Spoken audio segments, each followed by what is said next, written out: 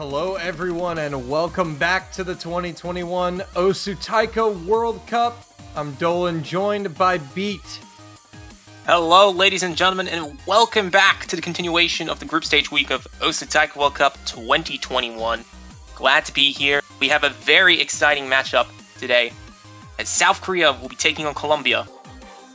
Yeah, and unfortunately, for those of you that are just now tuning in, Colombia are just coming off of the first tiebreaker match of the tournament that sadly was not streamed. They fell to Mexico 5-4 in the tiebreak and are now jumping into the second match of their doubleheader here against South Korea.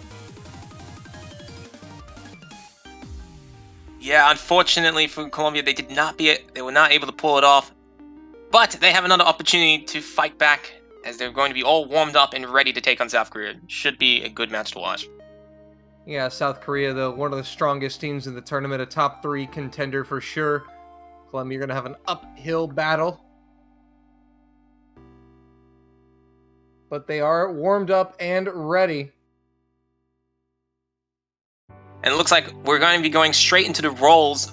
We're not able to see what the roles were. We might be informed by the ref what those roles were. But Colombia... It looks like No Mod 4 is what they banned, I believe, for Colombia. And Korea are coming out with Double Time 1 as their ban. So, Parasite and Chariot. Parasite and Chariot being banned from the pool. So gimmick players are disappointed. But that is all good. So Colombia did win the role, so I believe that they will be picking first.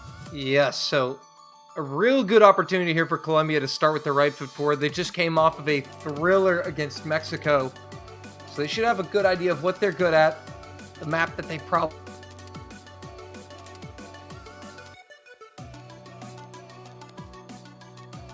South Korea stand the best is a chance top of taking team a point at South in Colombia, Korea. who I believe is coming in as a low seed in the tournament. They have quite a large work ahead of them. They're going to try and snatch as many points as they can from South Korea. Actually, Colombia coming in as a unseed in the tournament. My apologies. I meant fourth seed, like fourth pot. Yeah, the bottom one, yeah. Mm-hmm. But it's going to be double time too. I like that. Colombia see the Korea ban out DT1. They're like, fine, double time. Yep. So, looks like it will be a Hololive song. Shuji at truck. 4 minutes and 3 seconds long with 240 BPM. Fairly fast pace. It should be well within Colombia's element, especially since they just came right off the back of playing with Ruby just a moment ago in their previous matchup. And looks like these are going to be the rosters. It's going to be Danan and Peaceful for South Korea, Light and STI for Colombia.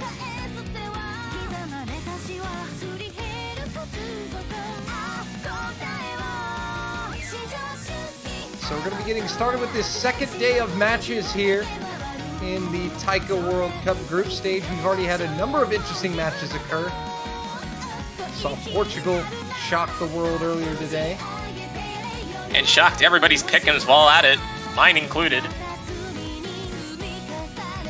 Let's see if Colombia has a surprise in store for us today. There is the start command from Tiger Eyes, the official. And we're going to be getting underway in this one. And once the client syncs up, we will be ready to go. Yeah, South Korea, this is their second match of the group stage, coming off of a 5-2 win over Indonesia. Colombia, this will be their third and final match.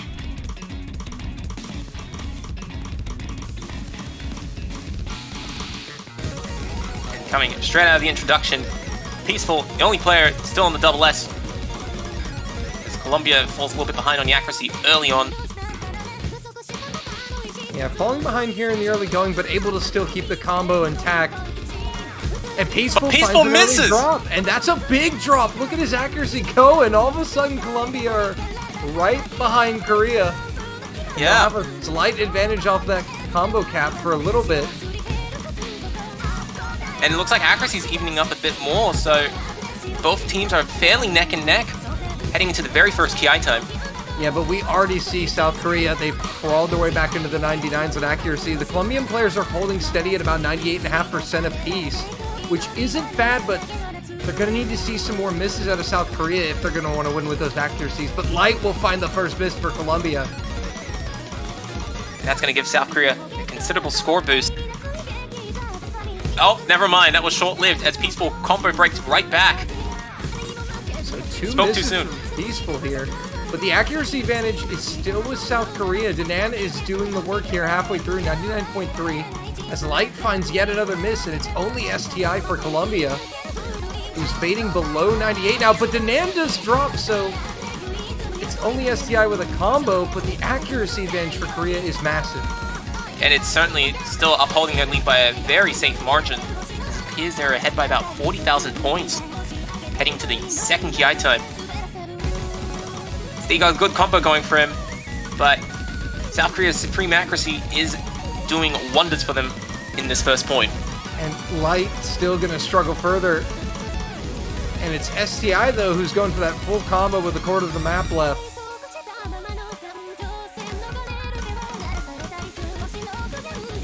Colombia, they're already confirmed to be eliminated. So this will be their last match, and they're looking to go out in style, at least, if they're going to go down swinging. Unfortunately, the lead is not swinging in their favor as they're suffering nearly a 100,000 point deficit as the song approaches its crescendo. And as the map draws to close, it's going to be South Korea getting the point, but will STI be able to get the only FC?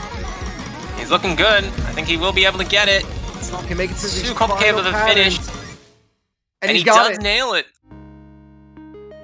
And I gotta say, that's a 2 million score to Colombia. That is not bad by any means.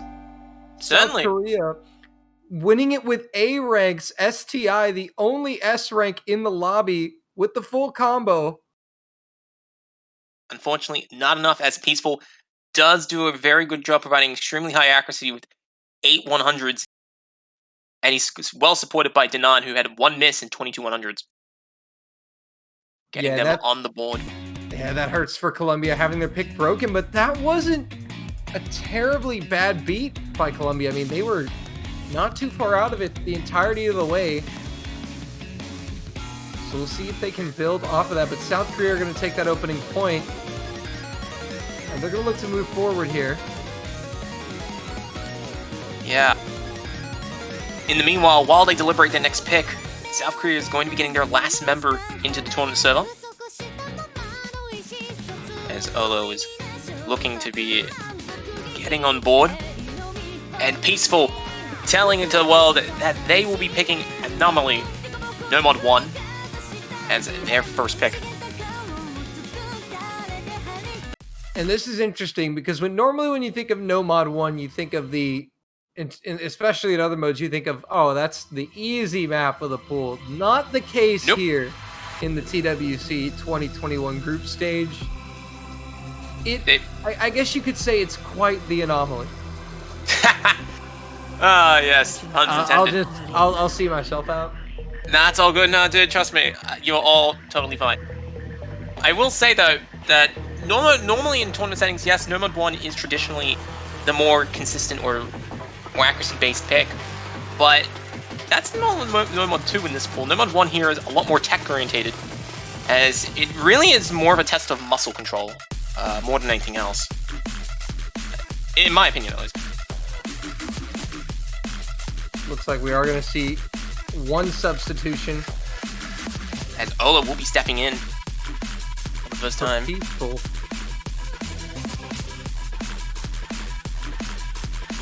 So Peaceful stepping out, Olo taking his place. Colombia will remain with Light and STI.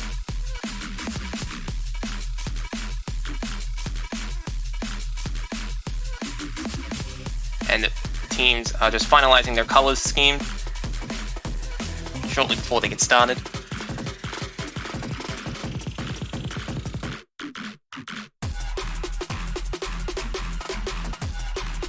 South Korea look like they are all set to go.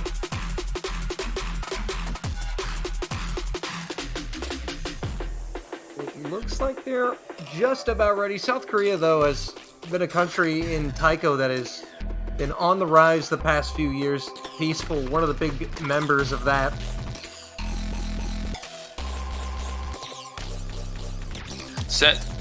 Certainly, Peaceful has been doing a pretty good job trying to improve himself a lot, and he's well supported by a number of strong players in the South Korean lineup.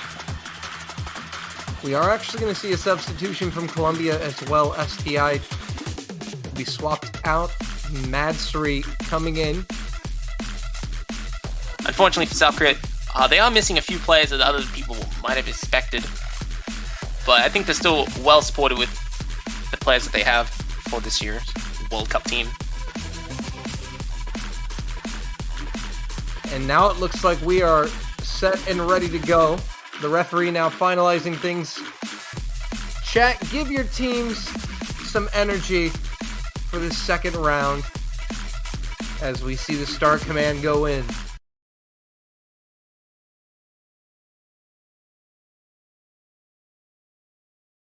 Those who do not know, Anomaly is a song about 3 minutes in length, has an OD of 6, just under 6,000 star rating, and a BPM of 172.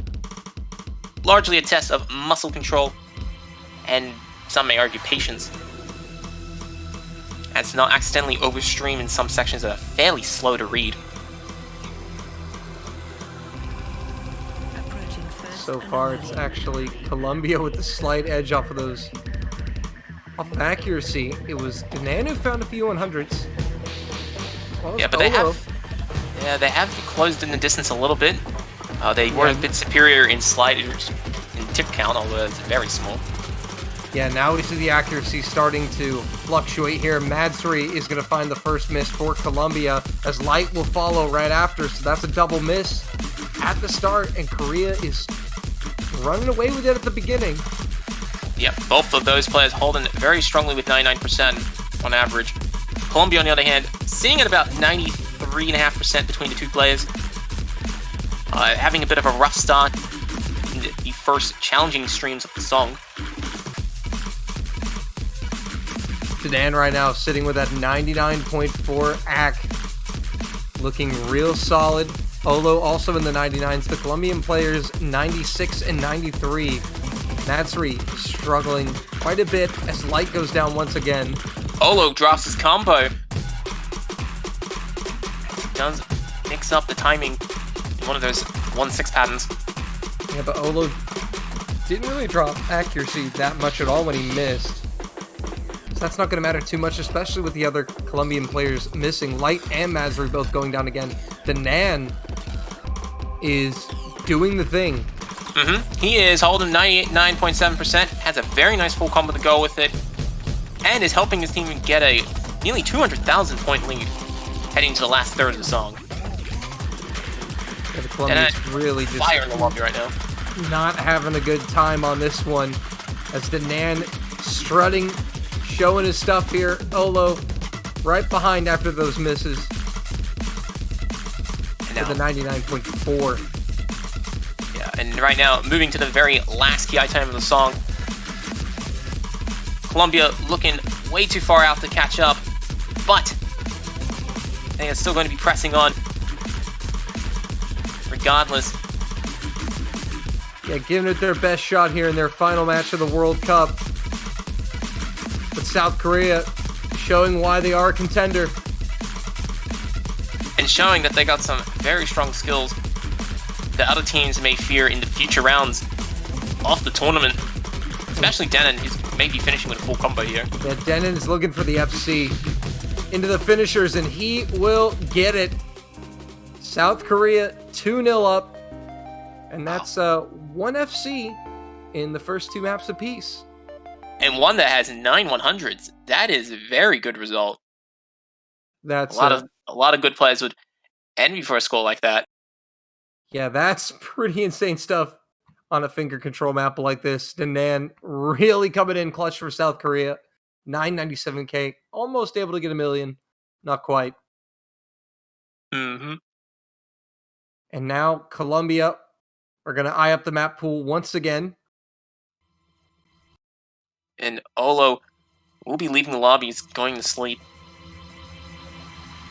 at 11 o'clock in the morning. That is enough. It's all good. Approaching first anomaly. So now where do Colombia go from here? Is the question. Free mod might be risky. Don't think they're going to go to free mod unless they're really confident. Neither do I. Force mod, especially like this, you're more likely to be destroyed by mod advantages. It'll be no mod 3. And it looks like they'll be going with Lilith, which is the speed no mod pick. Colombia shaking off their loss in no mod 1, and they're going to continue pressing on the no mod pool with one of the fastest maps in the pool. Yeah, switching it up from the muscle control to the speed pick here. And STI is going to hop right back into the lobby with Light. And we're going to get to see Henry come in here for South Korea. And looks like we're getting another substitution. Peaceful will step back in for this one.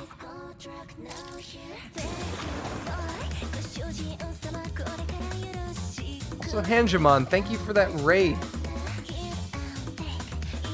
Much appreciated, the support you give to the community. But Steve will be stepping in for Colombia.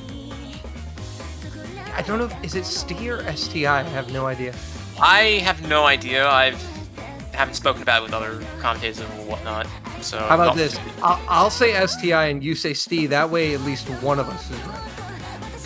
But that only works if one of us are actually right. Well, sure enough, one of us has to be right? We hedge our bets that we are. Imagine if we weren't. You know, if one of us isn't right, then whatever. So be it. It's all good. As long as we're both not wrong. Yeah. As long as one of us isn't wrong. All right, here we go. 3 minutes of 270 speed. That awaits these players. A more higher demanding accuracy base of 6.5 OD. Peaceful and 5 Henry. Ready for South Korea. Light and STI looking for that first point. As Colombia's quest to get a point on the board continues. Will they find new fortunes in this? Ooh, wait a minute. Looks like they have at least have a good they have a good place to start with. As South Korea. I love how you froze with the client. That was pretty on point. I am the client. I am the client. But anyway, as you mentioned, yeah, Henry found a really big early act drop there. So that is actually going to put Colombia in front for a little bit here. And Light is actually looking very comfortable with higher accuracy than Peaceful. It looks like it's going to come down to the battle between STI and Henry. I think it's still fairly early days. Because there are still 2 very lengthy TI times. Very speedy ones at that. That's where we're going to be seeing the greatest difficulty. And we will see players crack. And South Korea able to edge it out, but notice that Colombia's accuracies are much better on this map than previous maps. They're both in the 99s. That's what you like to see. And it's true. But Light picks up the miss right before the KI time. And now the first challenging section comes in. Oh, it's going to be tough mentally having that miss right before the KI. But so far he's managing it well. South Korea now going to extend that lead a little bit further off that miss. But fortunately, you notice that Light's accuracy was able to stay intact, so he just found a miss, kept the accuracy going. He had a really nice recovery right before the KI time. It did not let the miss affect him too much. And that is helping to give Colombia in the fight, even if they are down on combo. But South Korea, Peaceful. 100 from him. And Henry rocking a 99.5. Along with the other 2 Colombian players, so this is a high-pressure situation. There's a miss from Henry. Henry misses! Wait a minute. So now there's an opening here for Colombia to maybe slide in. Those accuracies are going to be pretty even.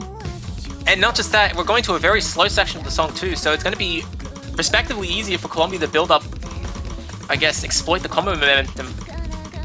And that's going to close the distance a little bit. I wouldn't say it's enough for an overtake, but it's certainly going to keep them in the fight, despite the accuracy handicap. Yeah, they're in striking distance now. If Peaceful or Henry slip up one more time and Columbia are able to hold, I mean, Columbia's right there. They're right there. They're putting up a great performance. I mean, it'd be a dream for Columbia to get Peaceful to miss. He is currently carrying with a huge score, and disrupting that with a big miss stream would be very amazing for Columbia's chances. Yeah, Peaceful's really making the difference with the 99.8. He's the one they really want to see miss, but they'll take it any way they can get it. But Korea showing no signs of letting up, but Columbia are right on their tails, so they're putting a lot of pressure on Korea. We see him miss here at the end. They get wild. Henry finds him in. Oh, no. Columbia to the lead. They're in front. Oh Columbia. my god, they're in front. Can they hang on? Columbia just has to take it home. Wait a minute, They just need to sail it home. That's all they need to do. They could have it. 1 point on the board. STI though is gonna miss. Oh no! They're not gonna do it. STI heads back. Oh, heartbreak. The full combo was also lost. That's 5,000 Steve was on a full combo up until that point. 5,000 points. No. Oh no. They had it. Peaceful, on the other hand, carrying South Korea, was not going to let Columbia get away with it, despite Columbia's amazing performance. Peaceful was just like, nah, I'm going to do one better. Three 100s only. Look at that. Both 1 million scores from Columbia. That's outstanding. Yeah, those sliders really do bring in a lot of bonus points into play that you wouldn't find on some other maps. But certainly was a very close call. I think Columbia would still be happy being that close. Oh, they got to be kicking themselves for that. That was a great performance. They would be kicking themselves a little bit, unfortunately.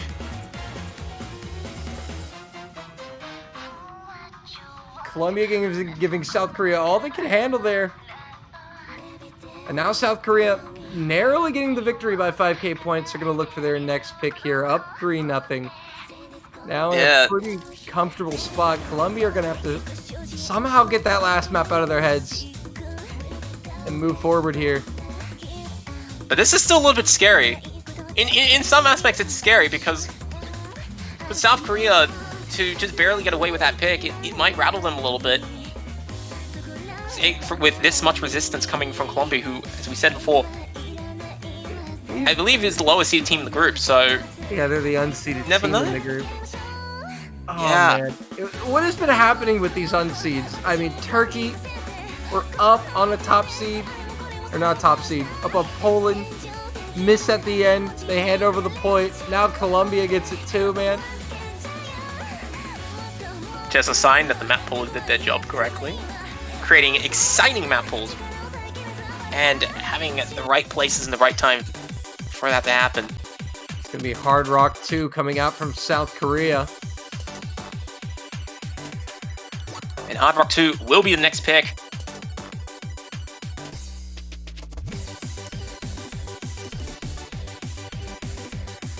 Man, that's brutal. But it's going to be Jonah stepping in for South Korea alongside Peaceful, STI, and Light remaining in the lobby. Yeah. So, we will see in South Korea's side, Jonah will be stepping in. Peaceful will be remaining on board. Columbia is unchanged in their lineup. So the fairly lengthy Hard Rock here, 3 minutes.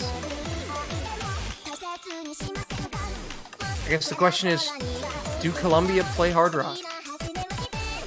Well, we're going to find out one way or another. I think they will do just fine. The song is 200 BPM. It's fairly consistent. However, the biggest challenge of this map is the OD. It has one of the highest accuracy requirements of the pool. I believe sitting at 9.1, if I recall correctly. Yeah, that's right. So, we will see. We've already seen earlier South Korea do pretty well with accuracy. So, might be a bit uncomfortable for Columbia if past maps are an indicator of future performance. STI is going to go down there. Looks like he found a little bit of note log at the end of that little burst. That's going to give South Korea the early lead, about 20,000 points. The other 3 players holding solid as they're going to... There we go. And Light is going to follow it up with a miss of his own. Jonah and Peaceful looking real good on their end.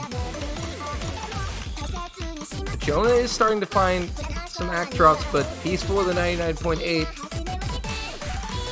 is going to keep South Korea firmly ahead. Here's the Colombians now both dipping into the 97s. And now, moving to the second TI time. South Korea just looking to maximize their combo momentum, exploit it to the fullest of potential as both players from South Korea try and get back to 400. And also to recover their accuracies in the process. And Jonah holding on to that FC despite being at 98.5. Putting in some work. But unfortunately, Colombia are pretty far behind at this point. They're going to need to see some misses soon for them to have a chance to get back into this, because Korea keeps building a lead from here. It's going to be pretty impossible to overturn. I mean, it is a very long map, so you never know. Especially at the end of the second TI time, you will see an increase in difficulty, as there is a bit of extra density involved with the notes. Yeah, and Colombia, look at this, subtly raising their accuracies. They're both in 97s, now both in the 98s. So Korea not running away with it as much, and it's about a 50,000 point gap. That's about a 2 miss. But Light misses at the end of the section. That is unfortunate. That is going to hurt Colombia's chances. He did hold accuracy, but Colombia would need to see like a double miss from Korea right now for them to even kind of have a chance of coming back into the picture here. I think, honestly, a big accuracy drop would be more required. A small miss will not be enough. Yeah, no, an act drop is going to have to occur, and because Peaceful just 99.8, I mean, he's killing this chart right now. And as the song wraps up to an end, it looks like both players in South Korea are on the path to getting double full combos. But there's still another 20 seconds to go. They are ahead by about 60,000 points. Yeah, and there's not going to be enough time for Colombia to come back into this one. Yeah. And Korea looks like they're going to get that. No, they're not going to get that. They're not going to get the double FC. Peaceful does go down. Oh, no. Oh, no. Not like that. Not like that. Not at the end. Right as I thought about saying neither of them had missed, I couldn't even get the full sentence out. Well, look, I think it's safe to say that the hardest parts of a taiko chart are the ones where there's very little notes. Just because you drop your guard for just that tiny second, millisecond in some circumstances, and it's gone. And it's gone.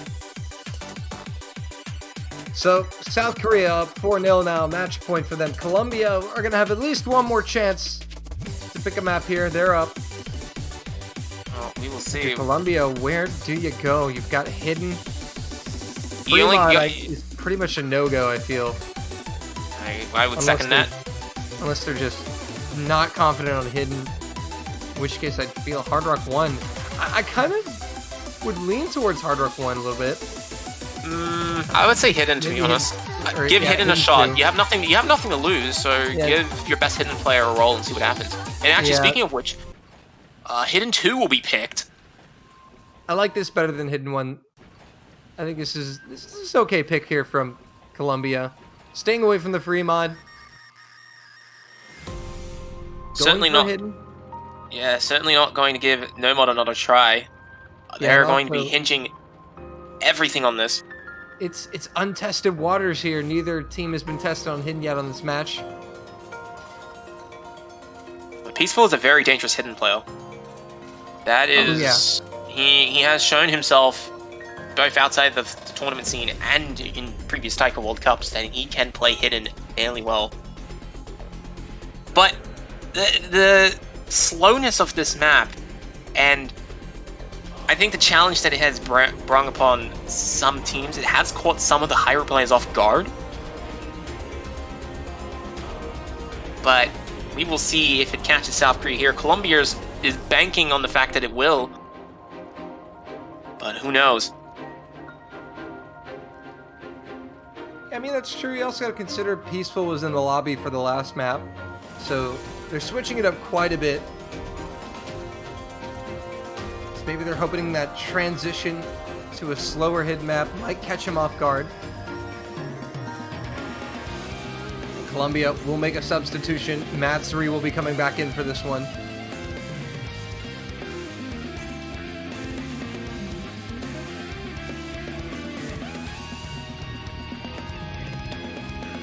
Looks like the players are going to be getting started very shortly here.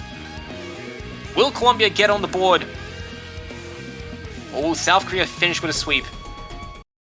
We're about to watch right now. Either way, it's the last chance saloon for Colombia. If they do not get a point, this will be their last map of the World Cup. So, Colombians, give them your energy in the chat. Cheer them on.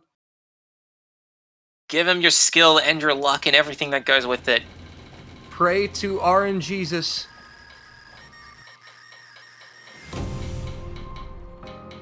Here we go. Jinx. You got I'm me. sorry, I didn't have anything else to say in this introduction. Yeah, I was like, man, he got me. Oh, man. I'm right. the only one to find any act drops here to start this one off, but no combo breaks. But the accuracy is certainly hurting in the early sections here. Oh, and Light is going to go down there. And Korea looking good. Peaceful and Danan both with double S's to start this one off. And this is a very short map. 2 minutes in length. Light goes down again. This is not looking good for Colombia. And it's even worse when you recognize that this song does not have a lot of notes in it. Similar to No Mod 4, there's only about 500, 600 notes. So combo is a lot more critical on a map like this. And yeah, when this the is coming from nearly all of the map. Yeah, pretty much. And Light certainly finding quite a lot of struggles. Madsuri doing everything he can, but unfortunately, they're against 2 double S's from South Korea. 1 double S. That one. But hey, it's not 0. It's not 0. It's definitely not 0. And as we move on, Matsuri doing fairly well himself. Still on a full combo, chasing 99%, which is a really nice result. Yeah, but Light, unfortunately, struggling. Unable to keep up with the rest of the lobby. And what can you say? There's just nothing you can do against the performance South Korea is putting up right now. Yeah, especially when your competition finishes with a double S. That is always scary. Is gonna seal it. Signed, sealed, delivered, courtesy of Peaceful with a double S. Danan with a 99, 83. And that is going to do it. 5-0 South Korea. And that will also do it for Colombia in the World Cup. They will not be advancing. But they played well. Almost took a point. And while South Korea certainly have set the standard for other top teams in the later rounds, I think Colombia also had pulled off some very good plays, especially just this last play, as Matsuri finishes with 12 100s on a very slow hidden map. Yeah, some of these scores for Colombia were very respectable. Very, very respectful. Definitely shown that they've taken the time to practice and do the very best that they can. Fortunately, it was not enough in this case. Yeah, especially when you consider the fact that they were an unseeded team too as well. Coming in against South Korea, I mean, that's a top 3 contender and nearly taking a point and having the lead at the end. I mean, that's at least a cool moment for them. But South Korea, your winners on screen. 5-0, very convincing stuff from them.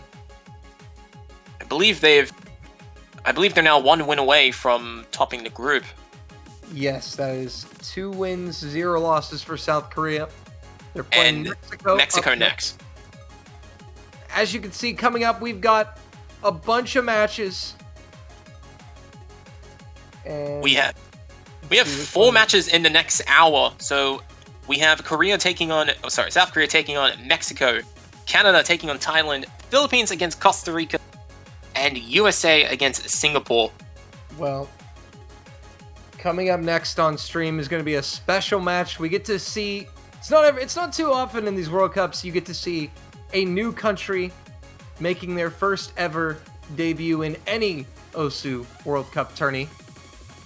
Costa Rica are going to be on the stream for the first time ever in any mode here in the Taiko World Cup against the Philippines. You don't want to miss it. It should be good fun indeed. So stay tuned. Sorry, you want to say something? Oh yeah, we just sign off. I was just going to say it's been fun casting with you, bud. First time we got to cast with you. It was your first match, right?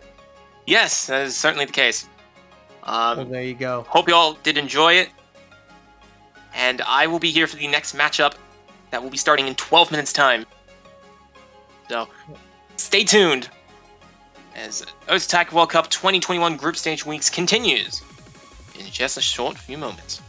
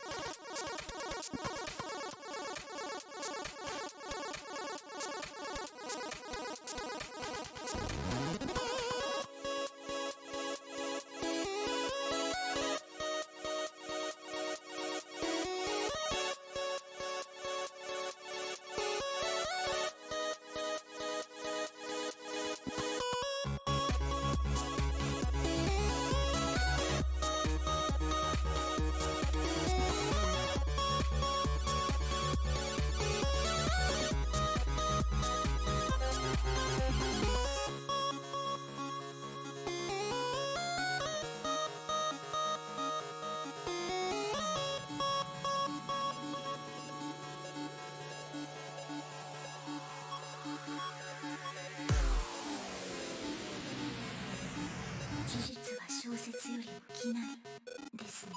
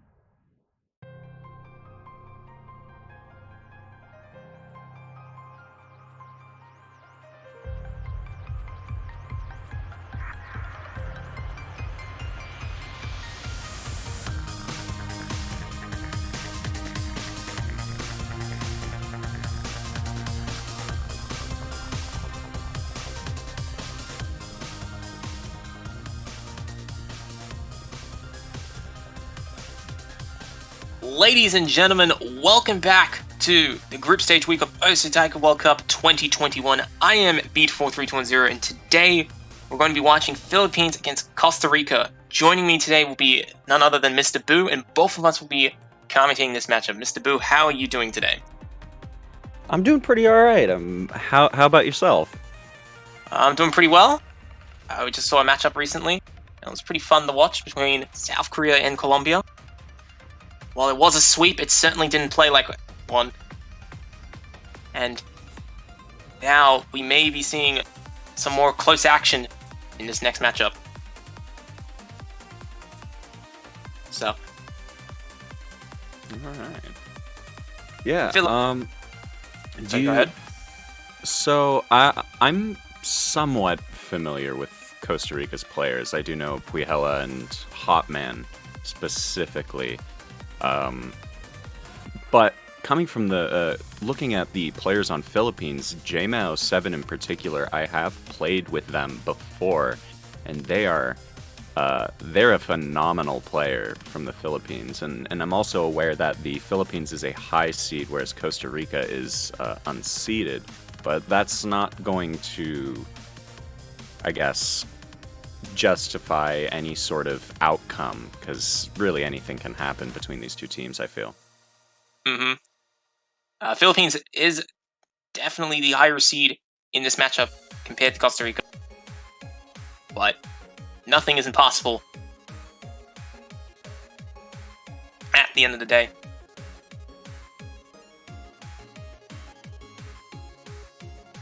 But yeah, is there anyone from the Philippines that you have personally played with, though? Or are aware of, at least? I think Pococho is probably someone who I've played with before in the community scene a little bit, but yeah, some of the other players in the Philippines, they're not the most active in the community scene, so I'm not too familiar with how well they will perform. But who knows?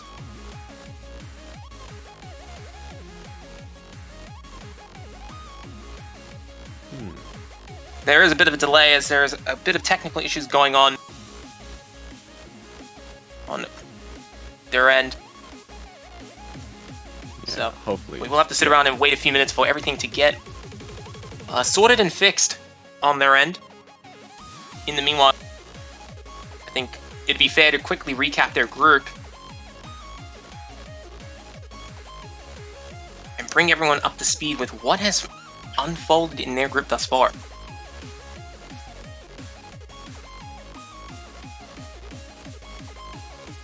So, at the start of the week, we did see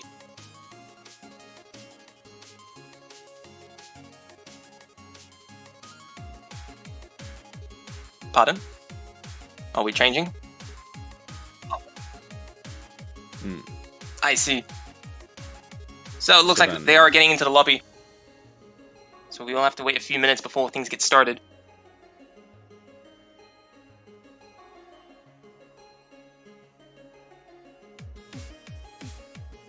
And there we go. Players are getting into the lobby.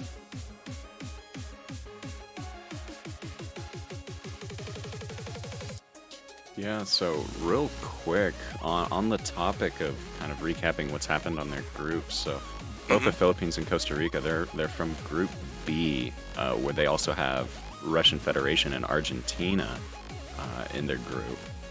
Now, Philippines, as the high seed, I don't believe they've played in their group yet. I don't think so. I've been trying to find Dolan Shi, which is somewhat...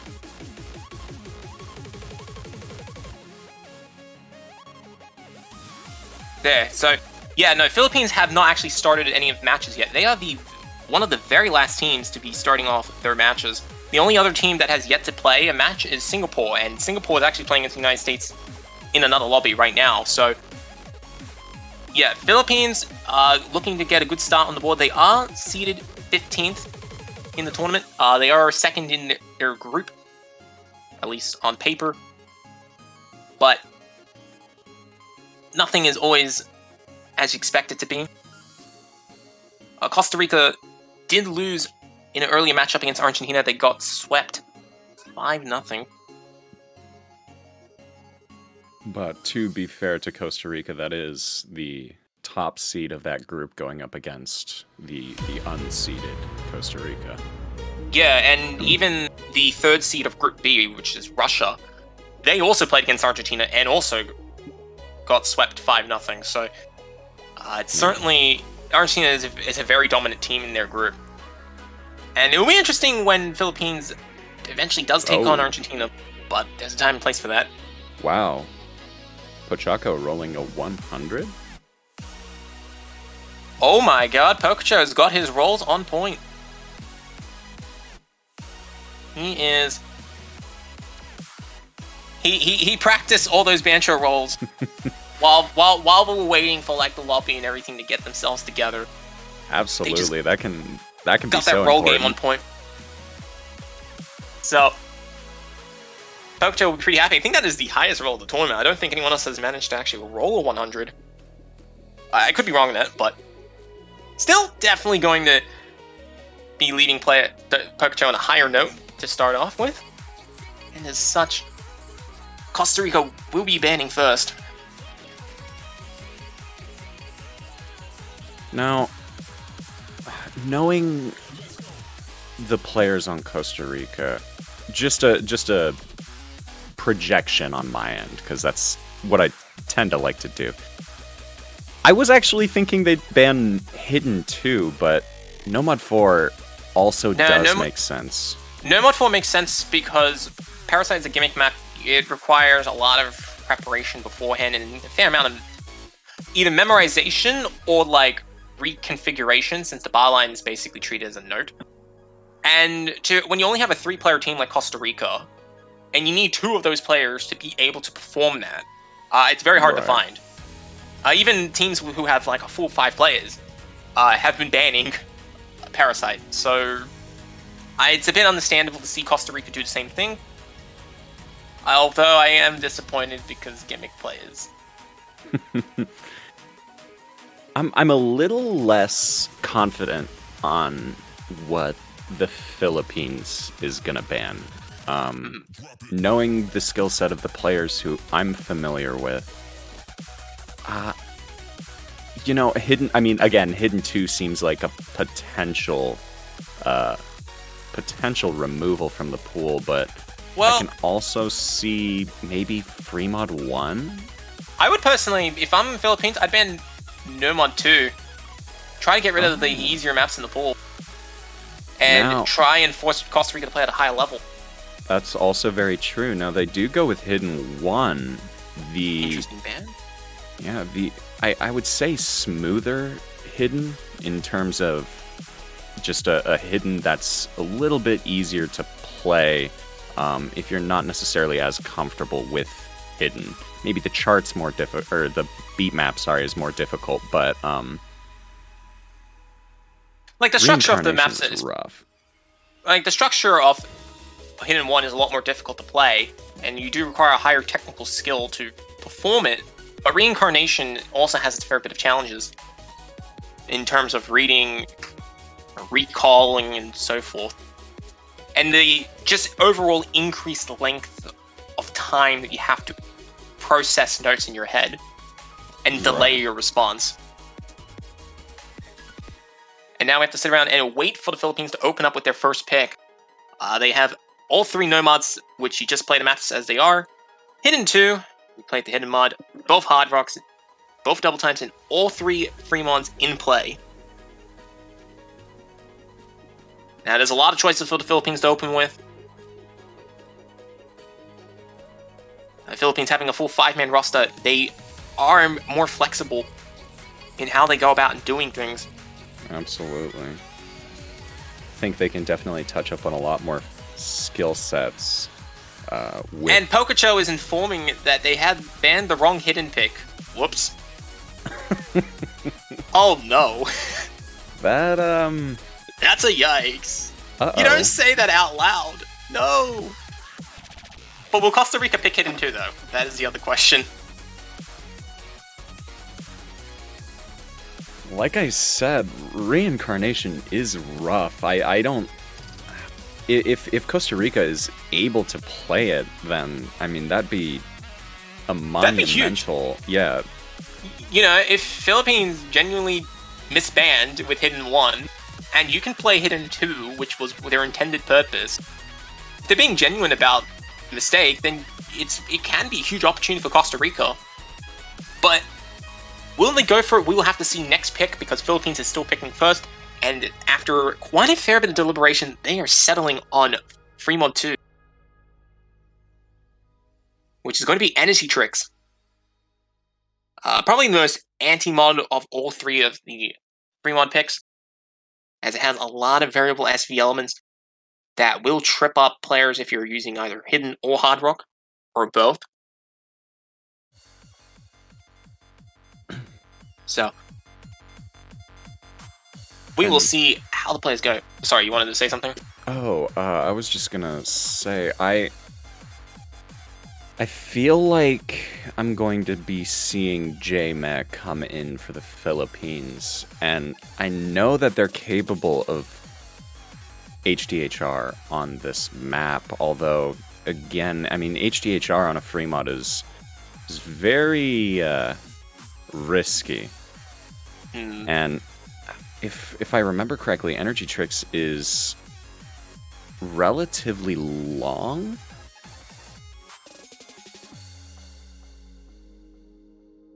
Which does downplay the riskiness of having to go HDHR. Well, maybe, but if you're going to go with Hidden Hard Rock, it does have its fair amount of challenges.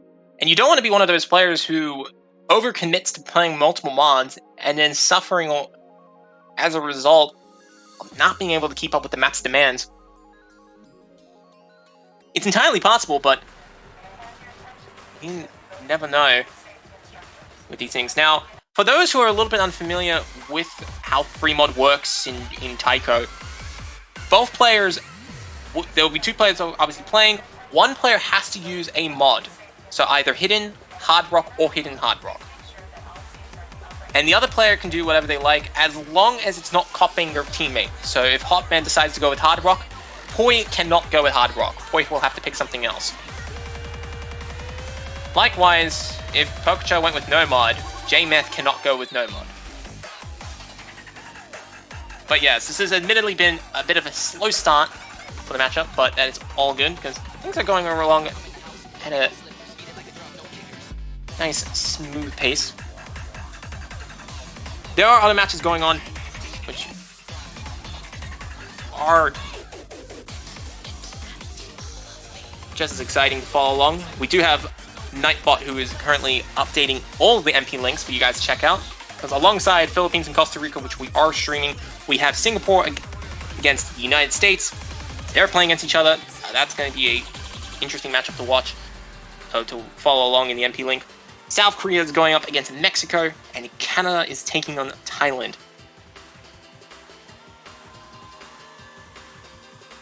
Yeah, so it's looking like if the Philippines aren't going to do any roster changes here last second, it is going to be Pochako and J-Ma. Kind of what I expected for a 3-mod pick from the Philippines. And on Costa Rica's side, we do see Hotman and Pui. That's fair.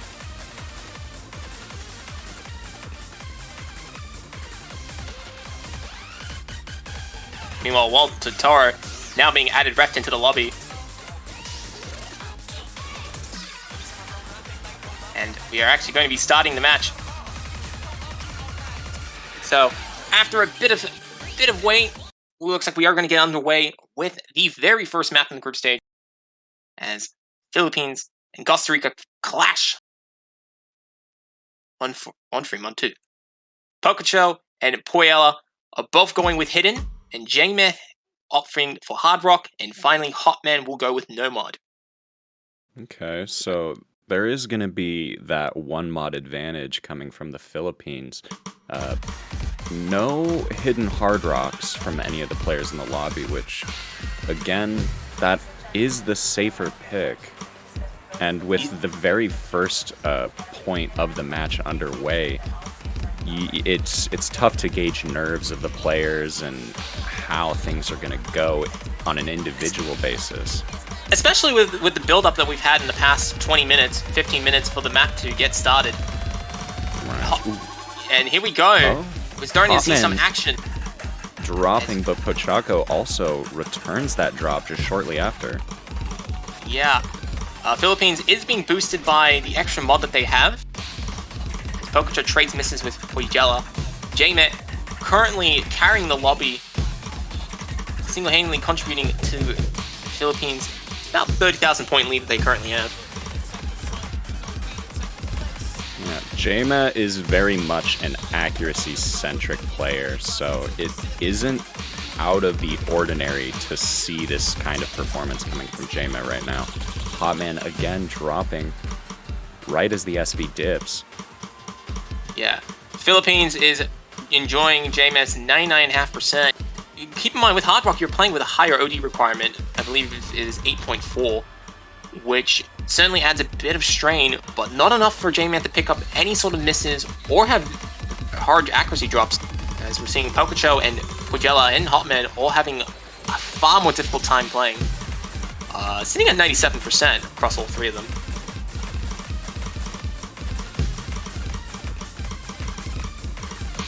And now the song goes to the very last PI time.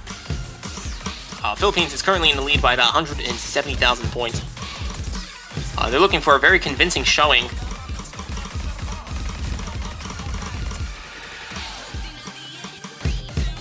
And it looks like all players getting through that 1-6 section pretty well. Yep, and nobody missing for a while. Never mind, Pococho missing at the end of that stream. Picking up a combo break at the very end there. But still, Jma, quite a phenomenal score. Is that 7 100s on Hard Rock? 6. Oh wow, it was actually 6. I miscounted. I thought it was 7. But fair enough. 6 100s. Definitely good stuff for Jmet. Poyela also doing fairly alright with only 3 misses. They're held a little bit back by 37 100s. Pococho getting 29 100s, 9 misses with 97 accuracy, the lowest in the lobby, and Hotman getting, was it 19 100s, I think 8 misses with 98 ac. However, he does not get as many points as the other players do because he was playing with no mod. So Philippines took a while to get there, but Philippines have finished off the map and they've gotten their point. They've converted on their first pick. And now Costa Rica. What will they do? Will they trust Philippines misban and go with Hidden 2? Or are they themselves going to try something else? Because they themselves may not be as confident. in playing Hidden 2.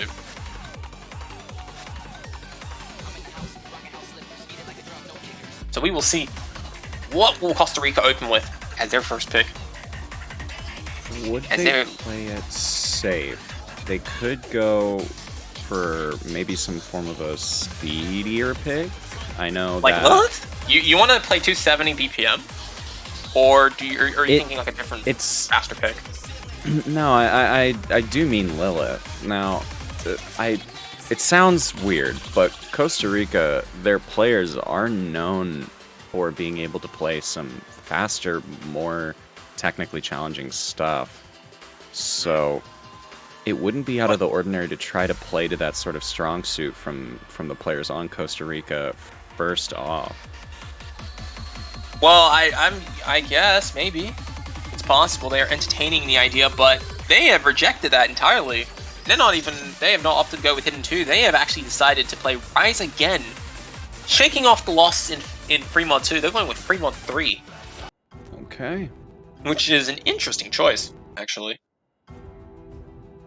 I wouldn't have expected it, but you know what? I don't mind. Now, this map is nearly 4 minutes long, so I think if either Pochako or JMet are going to do Hidden Hard Rock on any map, the best map to do it would be this one right here. I would disagree and say it's actually hit if Free Mod 1, but it's fair enough. You have your own opinion. And I say that because the song is 3 minutes and 50 seconds long, so when you do have such a very long map like this, you know, and a very streamy one for that matter, if you do slip up, you can miss a ridiculous amount of notes and it can bite back harder than other maps would. Especially when there's not a big, especially when you're playing with Hidden enabled and you're going through a very lengthy stream, you lose track of where you are in the middle of the stream and then you spend maybe 5, 10, 20 notes trying to figure out where you are. There have been other players in the community who have suffered a lot in the past in previous World Cups by not being able to recover fast enough in those type of circumstances. And that is fair, but given the object count of the map and the like sheer length of the song, just to sort of give you my sort of take on this particular pick, it's very lenient on how many times you can make a mistake, but still have the benefit of having those two mods, that extra 60,000 point advantage, and really take that home with HDHR, which we And we'll actually see. see Pochako. Chaka's going for it. He's going for the Hidden Hard Rock. So, and JMeth going to go Hard Rock, Hotman with Hidden, and Pojella with no mod. So, Philippines is going to have the double mod advantage, which if everybody played flawlessly, will give Philippines an extra 120,000 points. Which is a very big advantage to have. But that is only if you can back it up with amazing accuracy, or at least decent accuracy. And you see, even though that Philippines have two mods, Costa Rica is holding the lead for now. Well, at least they were before the major stream. But now as the streams start flying along, I imagine the consistency will rise. Right. With all of that extra subdivision in between notes, Pochako has definitely found their groove, and that accuracy is just climbing. Really, all Pochako needs to have that advantage is if Pochako was able to get an S and keep his accuracy above 98%. That would definitely make the HDHR worth it. Well, right now it's paying off for the Philippines because Pochako still on full combo, has above 98%. Ideally, you want to aim for 98.5%, but because they have the double mod advantage, Pochako could probably afford to lose up to down to like 97, and that's assuming Costa Rica themselves are like nearly at a double S. So, especially when you do have the double mods to play with, you definitely have quite a bit of an accuracy buffer that you can settle with. And even though Pochako has the lowest accuracy in the lobby, it doesn't matter. 98.5 is pretty good. And it is doing more than enough, actually. As nobody misses in the first nearly half of the song. I should have kept my mouth shut. I should have not said anything. Hot man, I am As so you sorry. say that. Spoke too soon. But that is all good for Philippines. They're going to try and exploit that. Not only do they now have the double mod advantage that's still working for them, they now have combo momentum. As Hotman's going to be racing his way back up to 400. Right. So, we will see. Will fortunes change for Costa Rica in the last half of the song?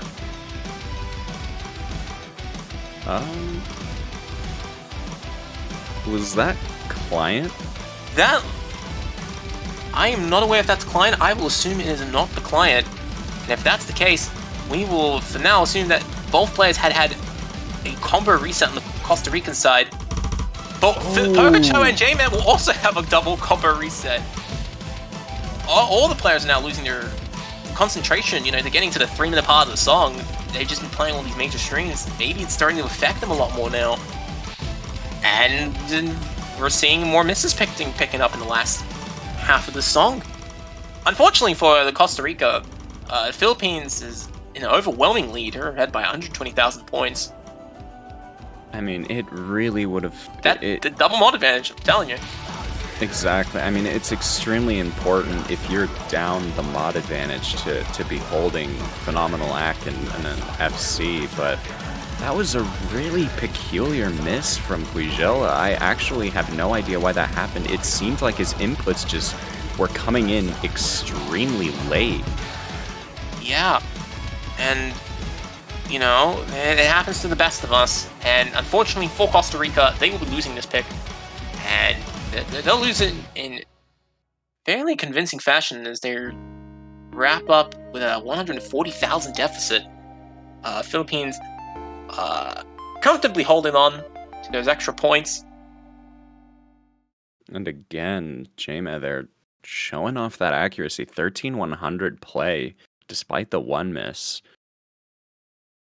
Yeah, and even Pachaco himself, getting only 6 misses for 4100s, very phenomenal performance.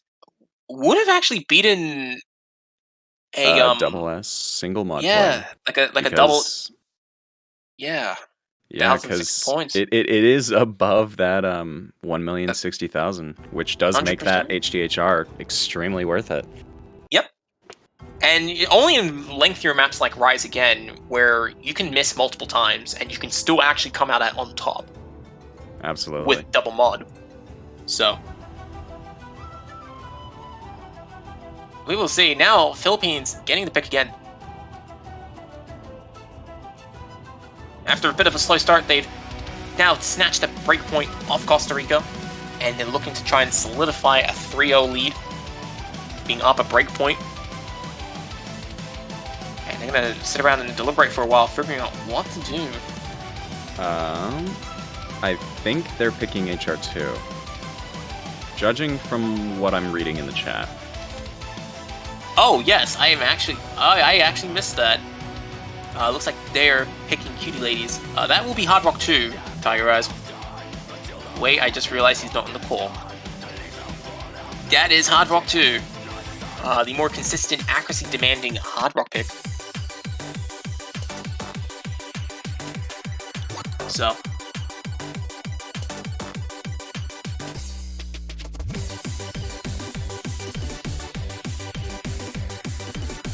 we will see how they go.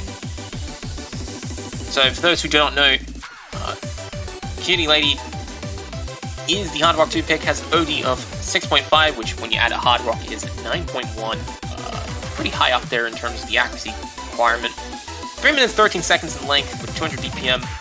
It is fairly consistent in its map structure and density and so forth. There's a couple of spikes, a couple of slowdowns, but fairly reading-wise, it is consistent.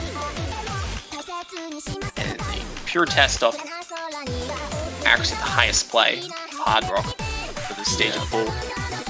Yeah, as an HR pick, this is definitely going to be kind of like a UR consistency test. Definitely going to have to see some tight robotic gameplay from all of the players. Now, there was that roster swap from the Philippines here. We're seeing Rimazi coming in for Pochaco. JMA still holding the spot, which does make sense. JMA is fairly good hard rock player. Right. He's coming right off the back of playing Rise again in hard rock, so you're still in the same hard rock mindset, which might be a bit advantageous in some capacity. But we will see.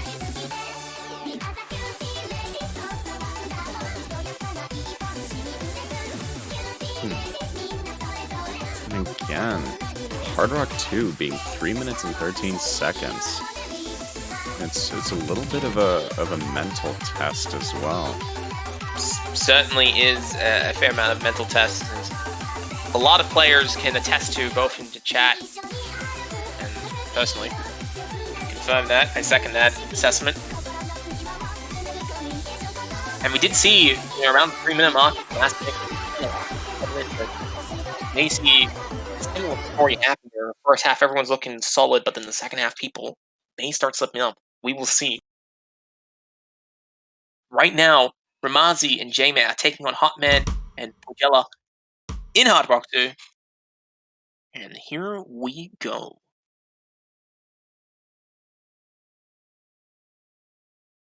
When the client wants to start, there we go.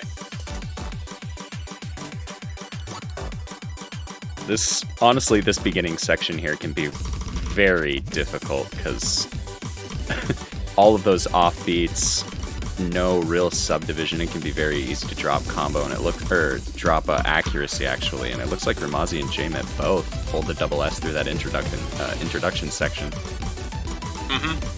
We've got Hotman and Quij both dropping AC below the 99% mark, and Hotman actually taking a drop. Yeah. That's going to be a bad start for Costa Rica, but this is a very long map, and there's certainly time for comebacks to occur.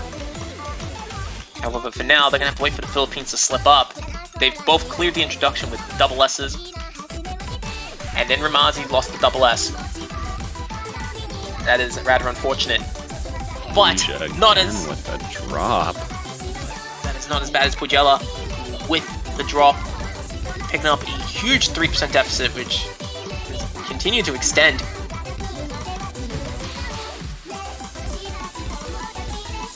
Following issues trying to stabilize himself. J-Met, only person left still with double S, looking at the trick. Nope. Nope, no longer on the double S. Yeah, in fact, actually a 100, and then a couple of notes later taking the drop. Yep. Surely that listening to you. Yes.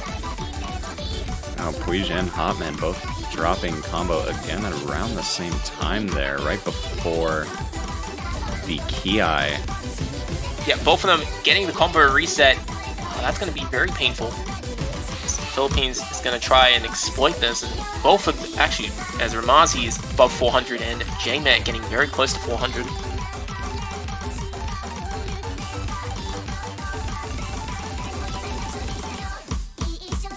But now, that is all good. Only about a minute left of the song. This is looking like a pretty commanding lead coming from the Philippines. Especially looking at Jema and Rimazi's AC, and the fact that they're both already above that 400 combo threshold. Both players from Costa Rica still clawing back up to that point. Hotman does reach it. 100%. And Rimazi, the only player left on the full combo, he's looking for a really good finish in the last section here. I actually don't think Rimazi is on an FC. Oh, he might not be, actually. Is he not? He might? Oh, I'm trying to remember how many notes is in the song. I think he is still in the full combo. There's no way he's at... I don't think he's at 99.7, having a 1400 combo and then missing. Unless this is peaceful and he misses at the very end, like what happened last match, but I doubt it. Actually, yeah, no, you could be right. I might be thinking about a previous point. Yeah, actually, Ramazi Yeah, there we go. holding the S. My memory does not fail me. At least not yet. So, Ramazi finishes off with 9 100s. J-Med doing pretty well himself. 1 miss, 6 100s. Both of them scoring over 1 million points, which is what you want to look for in a mod pick, generally. And very convincingly beat out Hotman and Pujella. So, good results for them. They're on a 3-0 start. Costa Rica looking to get on the board sooner rather than later. And it is their pick, so they do have a little bit more of an advantage to definitely do so. Well, we will see. They are picking second, so when you do pick second, you get more picks towards the end. But they are down a breakpoint, and if you're down a breakpoint, you have to convert on it at some point. And Costa Rica would love to convert on that breakpoint sooner rather than later. Unfortunately for them, they first need to get through their own pick, which is what they're deciding on right now. And they still have a lot of choices in the pool. They have 3 no mods. They have the Hidden 2, Hard Rock 1. They have both DTs and Free Mod 1. So the pool is still quite diverse in what, it's still quite diverse in their options, but it's starting to tighten up a little bit. You know, Costa Rica would love to get on the board sooner. Like I said, they want to get on the board sooner rather than later, and ideally before the pool closes too much. Right. Now, I'd say some problem spots where Costa Rica may want to avoid would definitely be No Mod 2. No Mod 1, I also would say they could pick, but I mean, against the skill set that the Philippines has. Looks like they're going to go with No Mod 3, Lilith. And looks like they're going to go with the speed pick. So, after a bit of time deliberating on what they're going to go with, they've settled upon Lilith as the next pick. For those who do not know, as you know, there are some people who are tuning in for the first time, Lilith as a map is fairly fast oriented. It's one of the fastest maps in the pool, clocking in about 270 BPM. Density isn't as high as you might expect, but it is still quite a challenge for players who cannot keep up with the pace of the song. And like some of the other maps that we've been seeing in this match, it is not the shortest in the world either. So it's not like last year's DT group stage map, where it was like 280 DT, but only a minute long. This is 3 minutes, and sure, there's a fair amount of downtime in between. You always still gotta be on your toes, ready to do a lot of 270 bursts. So.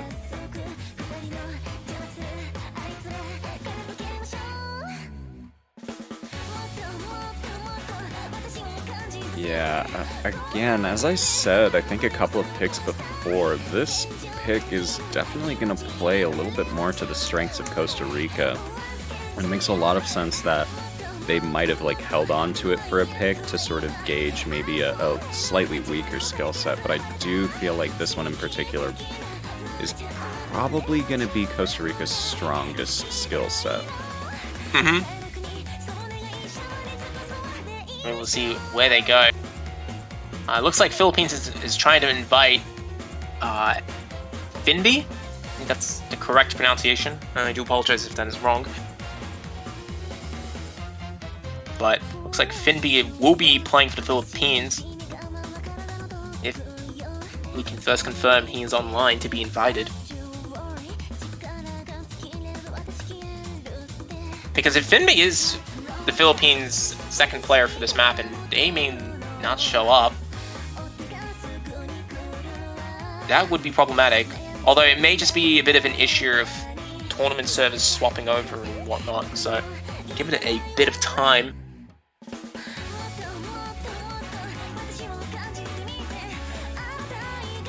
But we will see.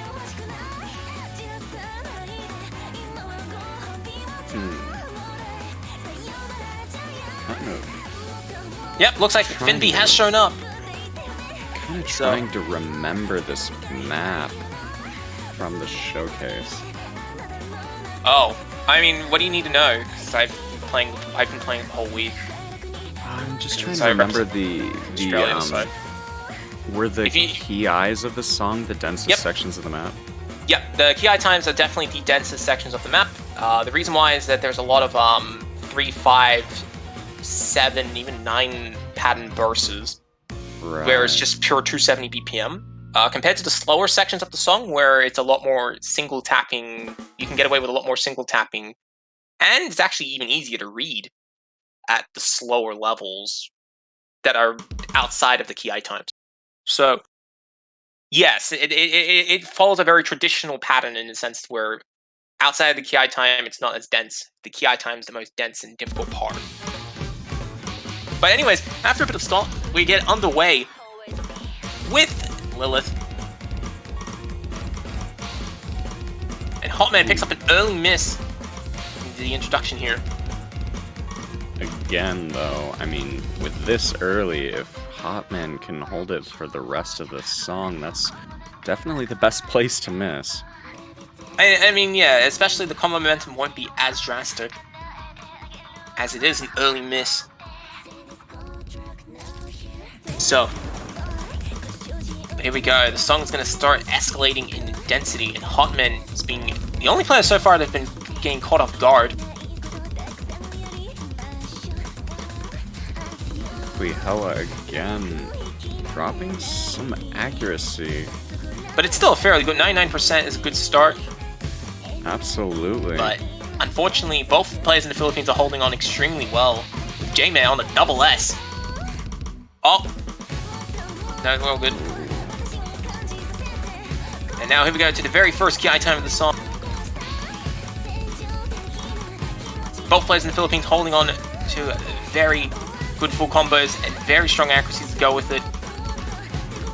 Pujella had a miss right before the start of the key eye time. And Hotman been struggling to find some pace in the song, but is still holding an A rank. As those triple patterns and those finishes will wear down the player's endurance with time.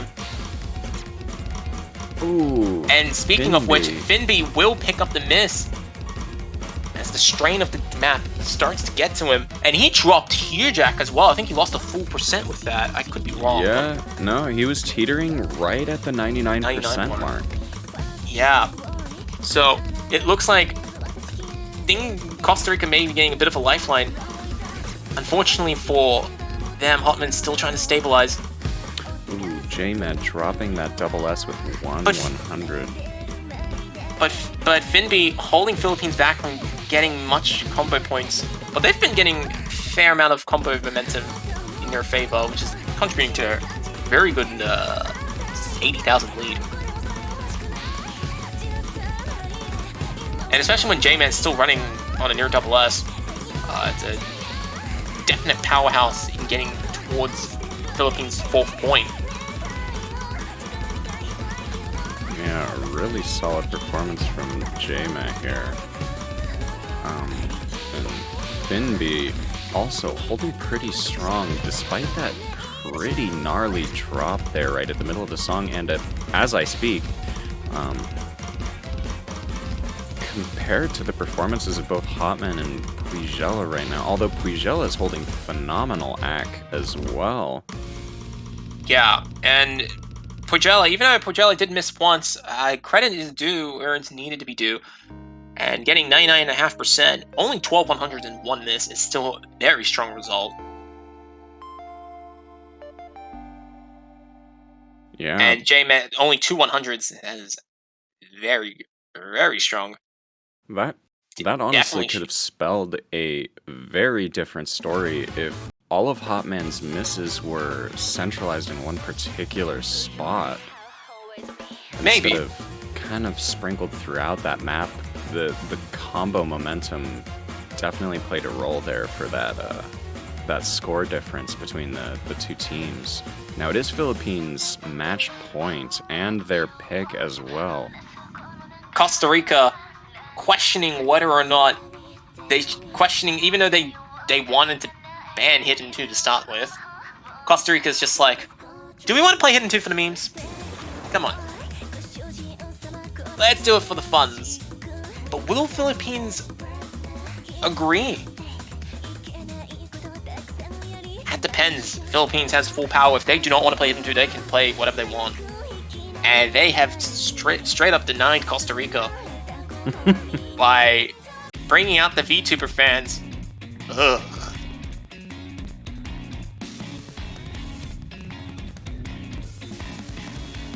And it looks like Philippines will be taking on Costa Rica in DT2.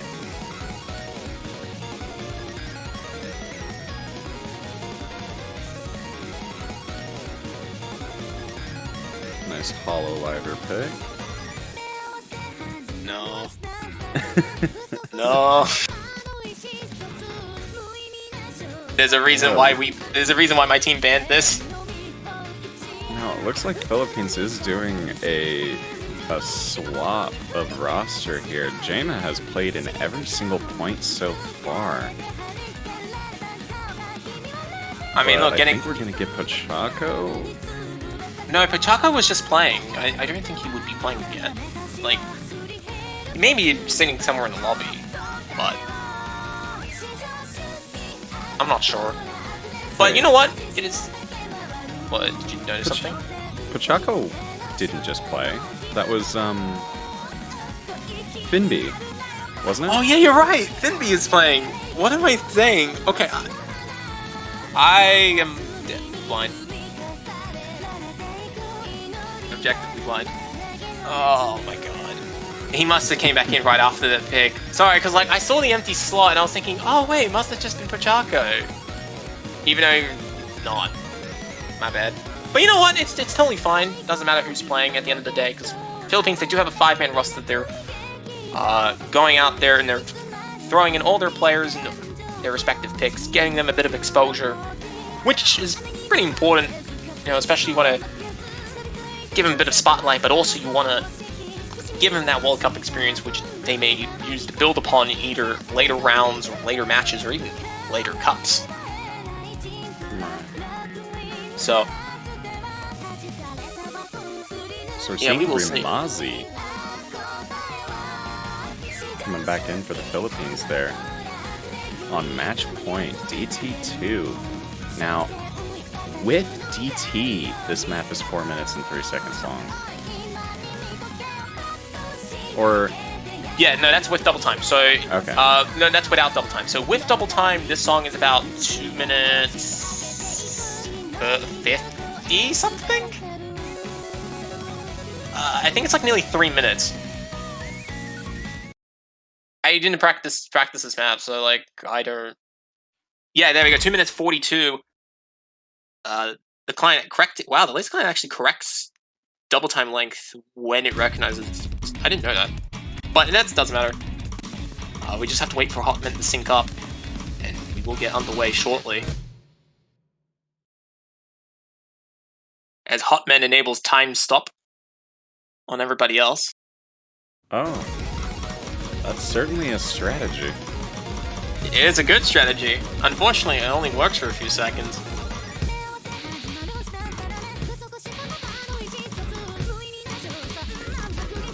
But Hotman picking up the early miss.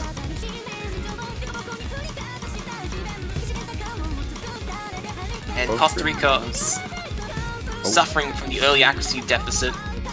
I was just about to comment on the fact that Rimazi and Jaima both had identical acts, but Rimazi did drop a little bit. A little bit of a fun fact, this is... Rimazi is actually the newest addition to the Philippines roster.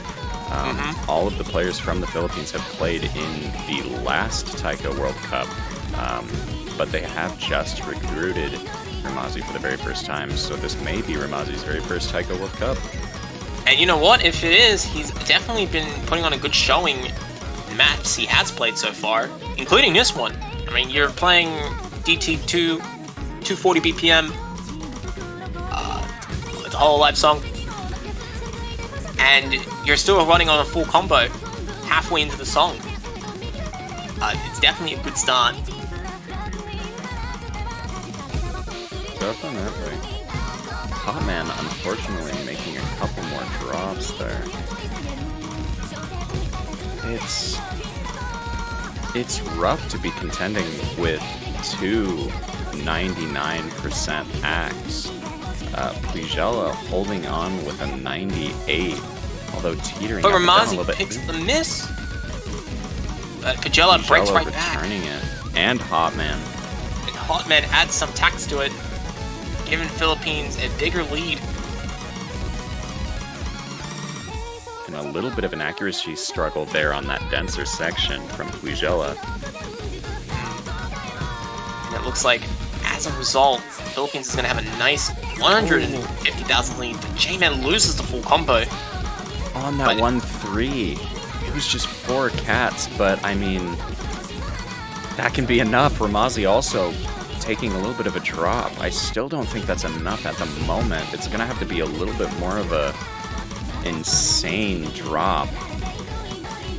And it looks like as things wrap up to the end here, Philippines in the lead by about 160,000 points are looking extremely well to take down this map, and they will win 5-0 in convincing fashion. No S on the board. Nope. Everybody picked up a mistake one way or another at some point in the song. Although, J-Man did have the highest combo with 5100s, 1 miss, and a combo of 1061. So, there we have it, ladies and gentlemen. Philippines giving off a little taste of things to come, as they have a very tough week ahead of them. They have to play against both Argentina, who has destroyed Russia and Costa Rica, and they got to play against Russia, of which the community is very divided on in terms of the pick'ems. So it's going to be interesting to see how Philippines continue. They've definitely shown a very good start, and we will see if they will be able to continue that momentum in the future rounds, in the future maps, and in the future matches. So Absolutely. And I mean, judging from the performance that we've seen just now, like, J-Man was on fire, but, you know, when the maps do get inevitably harder, it'll be interesting to see how that momentum is going to lead them through the bracket phase. Alright, so looking ahead to the next match that will be streamed, do want to stay tuned. We will have up next, we will have Indonesia taking on Mexico in the next block, which should be happening in about 9 or so minutes time. We will have Mr. Boo commentating that alongside with Janitor. If he does show up, he'll be on standby in case Janitor doesn't show up. But until then, stay tuned because we'll have exciting matchup in just a few minutes. Thank you all for watching, and stay tuned as the group stage of OC Taiko World Cup 2021 continues.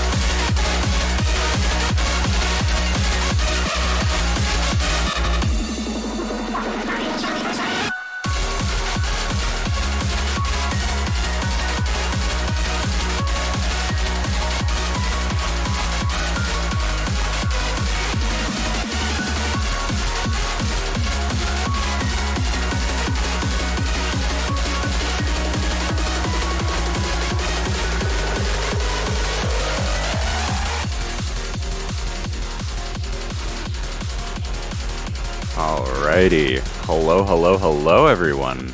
Welcome to Taiko World Cup 2021. This is the group stage here where we're going to be watching the match between Indonesia and Mexico. My name is Mr. Boo. I'm joined alongside Janitor. How are you doing today? I'm doing fine, thank you. We've had a number of good matches today, and this one, I'm not sure. I think it's going to be exciting. Yeah, no, it'll be quite interesting to see. Now, I know Indonesia is the high seed of the group that they're in. Mexico, low seed, but not too far off from what I've seen, so it could be a very close match. I know the last match of this group ended up in a tiebreaker where Mexico faced off against Colombia, so maybe we'll see another one. Yeah, it could very well be, and this is the really important match because the winner of this match will get out of groups.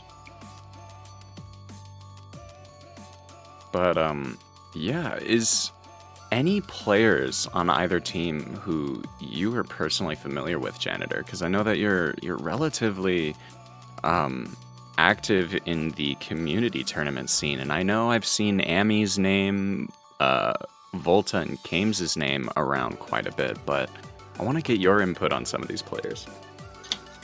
Yeah, I recognize Ami, I don't know how to pronounce it, Extreme X, and Savory.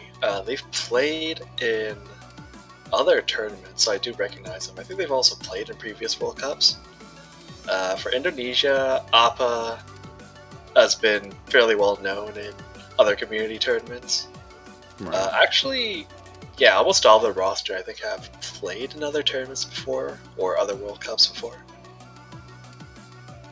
Yeah, no, I've definitely seen pretty much everyone's name on the Indonesia team in some community tournaments to some extent before. So I know that they've definitely got experience, and I know there are quite a few players from Team Mexico as well with similar tournament experience, but it'll be interesting to see kind of both teams, I guess their roster picks for each skill set and how well each team can handle the skill sets from this map pool, which I feel like they do test quite a few pretty imperative skill sets for tourney players. Especially for a group stage pool too, which is Absolutely. usually a little bit more generalized. But yeah, we're just kind of getting everything set up so that we can get it underway. And it looks like, as I speak, we're kind of starting it off. They did already roll. Indonesia won the roll phase. Mexico banning Nomad for the gimmick map, and Indonesia banning Hard Rock 2 Cutie Ladies. Now they're starting with... This is Hidden 1. Hidden 1, right. Yeah, they also actually beat South Korea on this too. So, quite a strong start then. Yeah, if you can beat the top seed of your group with a pick, it's probably a good pick.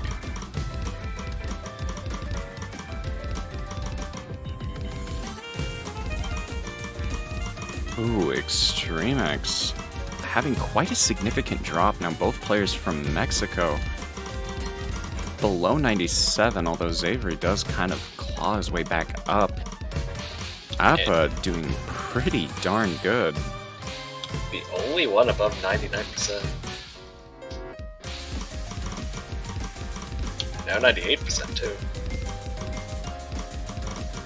Yeah, White Snow Angel just now clawing his way back up the 98% mark. Extreme X again with another drop. Xavier doing the same shortly after on some 1-6 patterning. Well, I think I know what Indonesia is going to pick next.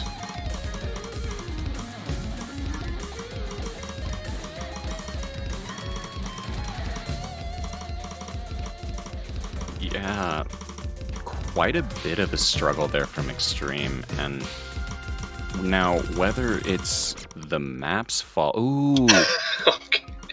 Okay. What a miss. Was that the note right before the spinner?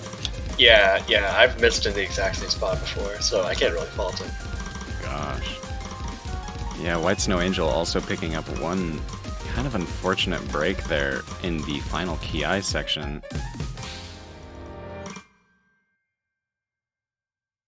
Yeah, no full combos. Appa with that one miss before the spinner. Yeah, one miss, 6-100 play. Really solid work from Appa there. And now we're going to see Mexico picking. Definitely... I don't see Hidden 2 in their immediate future, I would say. So, knowing at least the skill set from the players who I'm aware of, I could see maybe either Nomad 2 or a Fremont pick might be pretty good. I know Amy is a pretty good hard rock player. A hard rock player. Yeah, Hard Rock 1 seems like it might be good. The problem is that Hard Rock 1 is more techy. And I don't know if they're necessarily comfortable with that. Oh, that is definitely not what I expected them to pick. Yeah, as we both talk about, it was like having that techier sort of style. They decide to go with the techiest Nomad. Yeah, I'm not too sure about this, but Mexico knows better than I do.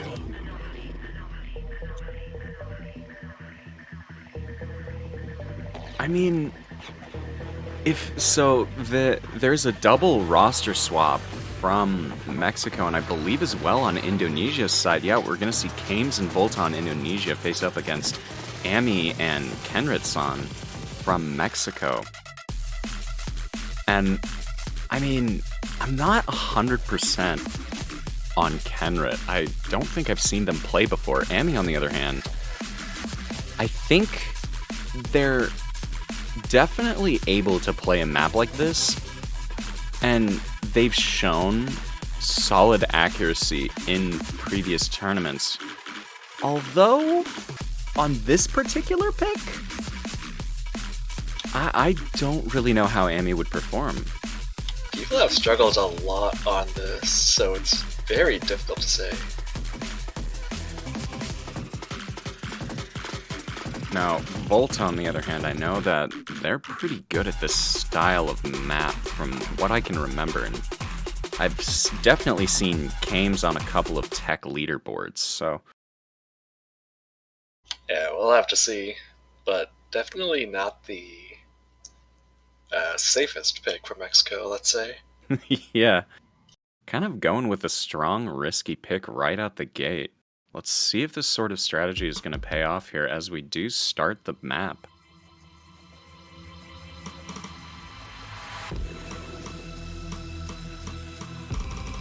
I'm just going to assume that wasn't anything client related, and that was just a really unfortunate, second note miss from Kames there. Yeah, we see that happen quite a bit in this group stage. I'm not sure if it's nerves or something.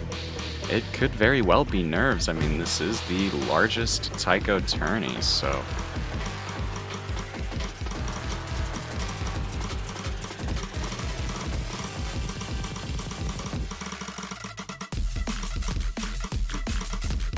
Alright, so all players kind of getting that cat slowdown pretty well, although I did see a couple of act drops from pretty much most of the players. Kenrit with a drop there. Actually, that's probably a worse drop than what Kames had, especially considering the positioning of that drop. There's going to be a lot more of a combo momentum for Team Indonesia. Yeah, dropping 20 notes in is not all that important, all things considered. And Ami dropping too. Ami was holding pretty decent accuracy with a combo to boot up until that drop, which is very unfortunate for Team Mexico right now. Volta holding above a 99% ac. Doing very well on this pick. Indonesia with both the accuracy and combo lead. Not looking good for Mexico. Definitely. And the difference is only going to be climbing as both players on Indonesia are well above that 400 combo threshold, so they do have a little bit of that combo momentum as Ami does climb back up to 400 themselves. Volta doing very well on this, actually.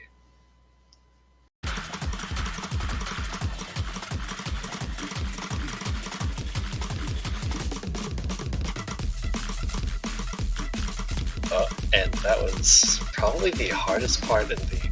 okay. Immediately after the hardest part, we see Kames and Kenrit.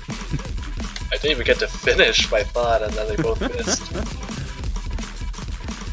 That happens so many times in this game mode, though. You power through that hard section, and your brain is just kind of done. Yeah, you get a bit too complacent. Absolutely. I don't really want to call anything so far, but Volta's score is looking very good. Very solid. Some people have missed at the very last stream. Hopefully, it doesn't do that. Yeah, as you point that out, Kenrit does miss right at the spot that you were going to be talking about. Volta, on the other hand, holding strong with a 14,100 play. Very solid work. It's a very good score, actually. And honestly, not too far off. Ami, 28. I mean, double the 100 count, but still very low. And, I mean, it was just those 3 misses there. You can see why they decided to pick it, but Indonesia just a little bit too strong. Definitely. So we're going to see that break point for Indonesia, taking it from Mexico, and now them to pick. And they immediately pick Hidden too, kind of capitalizing on that sort of weak spot that Mexico has with Hidden. After Hidden 1, it's pretty easy to see why they would go for that. Yeah. Now, I mean, Reincarnation is kind of rough, so if Indonesia's solid on it, I mean, I can see Appa doing quite well on it, and I'm just trying to think through the roster that Indonesia has right now. Xavery. I guess Xavery isn't. No, wait, that's Xavier. Yeah, I was about to say Xavery's in Mexico. That would have been an interesting strategy. White Snow Angel, though. Okay. Hindu has been somewhat polarizing in terms of scores. Some people do really well on it, others do less well, let's just say. Alright, we're seeing Extremex coming in from Mexico along with Xavery K as well.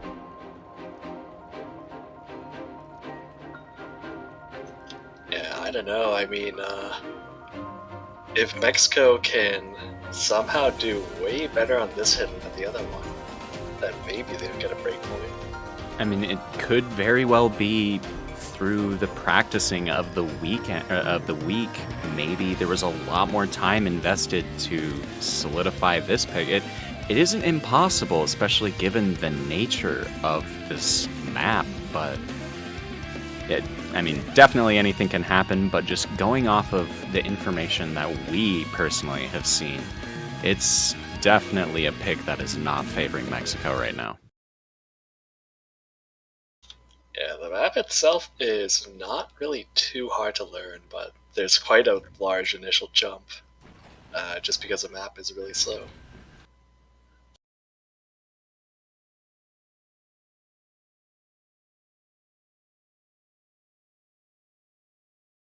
One day.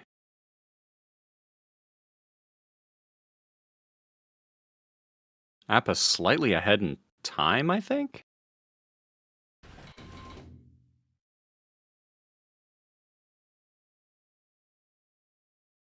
We believe.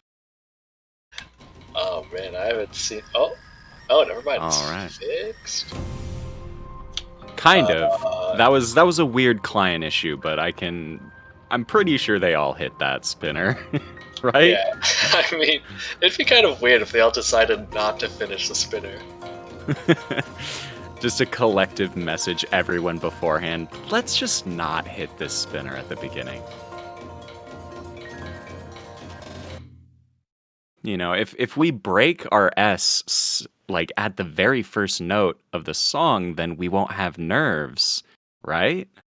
Yeah, you don't have to worry about full comboing anymore. Exactly. But yeah, the song here is starting to pick up now.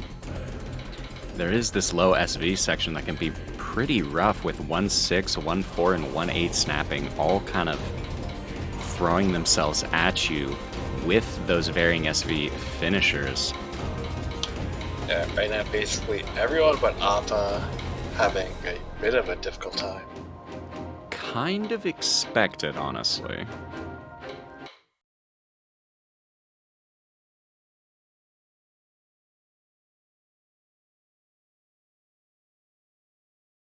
Now, just before we get into our little tiny break, according to the client, looks like Xavery does hit that 100. That's immortalized now. Oh, White Snow Angel in the Shadow Realm lost to time. Oh, wait, never mind. Decent.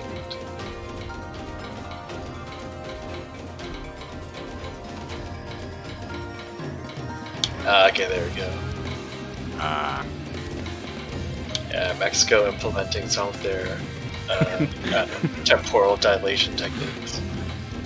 Absolutely, very, very interesting play. I don't know if that's tourney legal, but Hey, anything to get that edge, very even true. if it's just for approximately 10 seconds.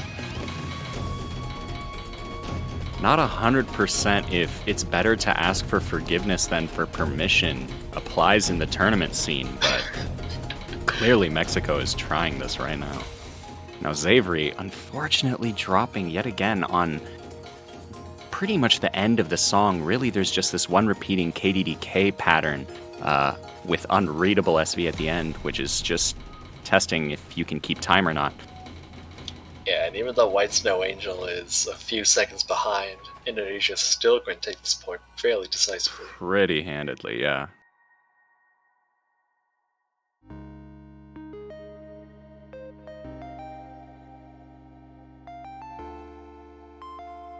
Yeah, that's just what happens sometimes. Indonesia as a high seed is very strong. Very, very strong. I mean, Appa, a 4-100 play on a hidden like that, that's really impressive. And White Snow Angel only getting the one miss. Yeah, unfortunate there. Indonesia is a very strong hidden roster, and this is also kind of a weaker roster than what they've previously had, because they've lost a few key players. Right. But still, I mean, despite this, weaker roster on paper, they're definitely not showing that weakness at the moment. They seemingly are just as strong as ever. Now, Amy from Mexico picking Free Mod 1, Nostalgic, Lost Logic. I think Great this song. is a good idea, but I don't know, Indonesia is just very strong. Yeah, I can definitely see some hidden hard rocks coming from Indonesia and Mexico. I really feel like they're going to either need to match the mods or try and get a mod advantage.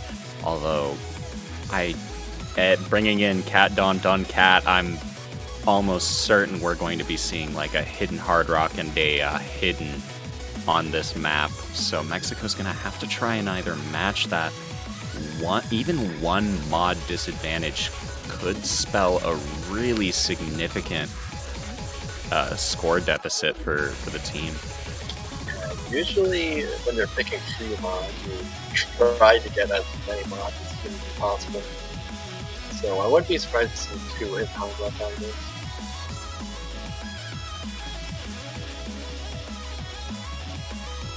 Oh, they're swapping out White Snow Angel,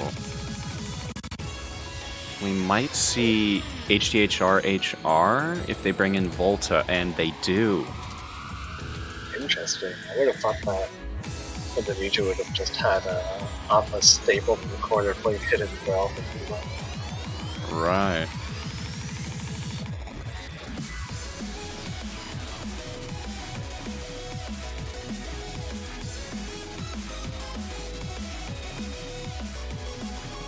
Yeah, I have a feeling we might see if it's the thing is about Mexico. I don't think Amy is an HDHR player. I feel like Amy is more just hard rock alone, and I'm not too sure about Xavier, but I feel like they are more hidden centric on this team.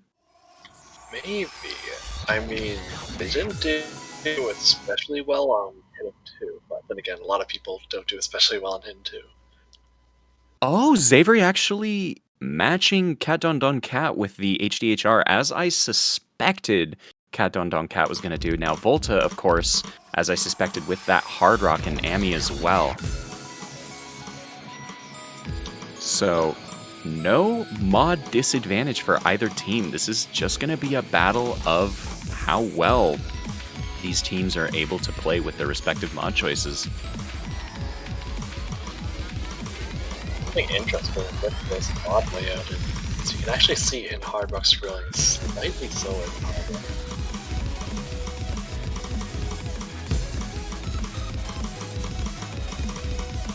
Ooh, Amy, unfortunately, with that drop pretty early on the map. Although I say early, we're already almost at that 1/3 mark. Yeah, this is, I think, the shortest of the mods. Yes, I think so. And Xavier just really struggling with that accuracy there. Really unfortunate, because if you're gonna go against Cat Don Don Cat and a drop as well, it's really just a battle is between both Xavier and Cat Don Don Cat, and they're really holding strong with that 99% AC on HDHR. Now Xavier dropping yet again. Unfortunately for Mexico, Indonesia is also a very strong P1 team. Yeah, absolutely. Cat Don Don Cat is a very, very impressive multi-mod player.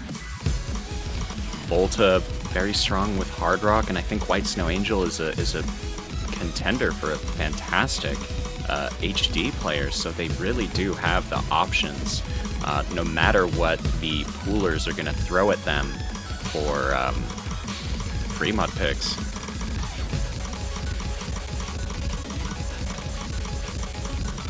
And look at that. Indonesia just really running away with this now. Absolutely, yeah. 99.4 accuracy from Cat Don. On that silver S life, in fact. 11 100s, wow. Even outscoring Volta on just Hard Rock. Wow. You've got that hidden on top of it that just makes AC harder. But yeah, no, like, I mean, Amy's doing very well with that one miss, and Xavier, a commendable play for having to play with HDHR, but yeah, that is just an unbelievably strong performance from Indonesia. There's not much to say about that.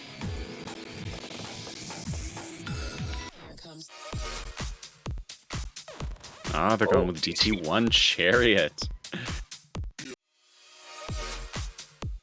Oh. Very, very techy DT. Yeah, I'm kind of surprised they didn't go for another free mod after that. But this works too, I guess. I suppose, yeah. And it is match point for Indonesia right now. And they're bringing back Kenrit, which I believe Emmy and Kenrit both played No Mod 1. So it does make sense that this is the team that Mexico's going to go with here for this pick. And it looks like Cat Don Don Cat is staying for this pick. That's really interesting. It seems like the kind of pick where they just want Mexico to drop a lot of accuracy. Right after seeing Nomad 1 with Kenrit having the most accuracy by quite a margin, so they're just capitalizing on that.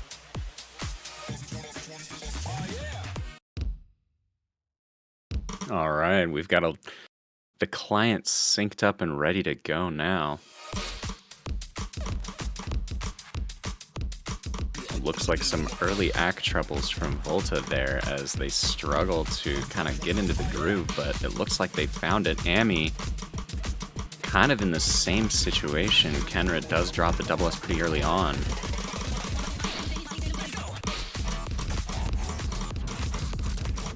And now we start to see some more involved and tricky patterning as we exit that intro section.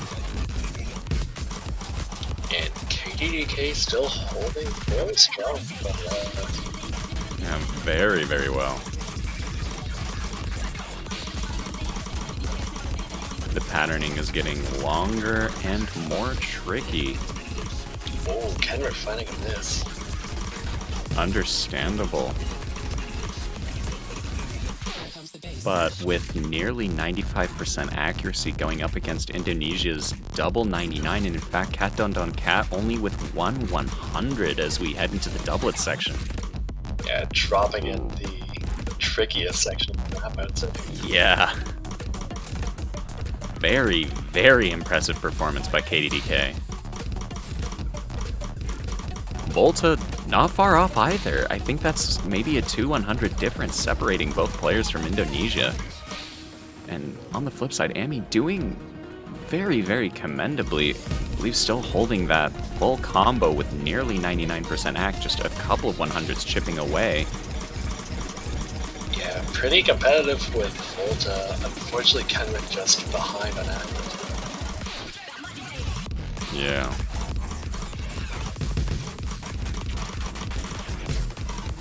Ooh, KDDK unfortunately dropping alongside Kenrit there.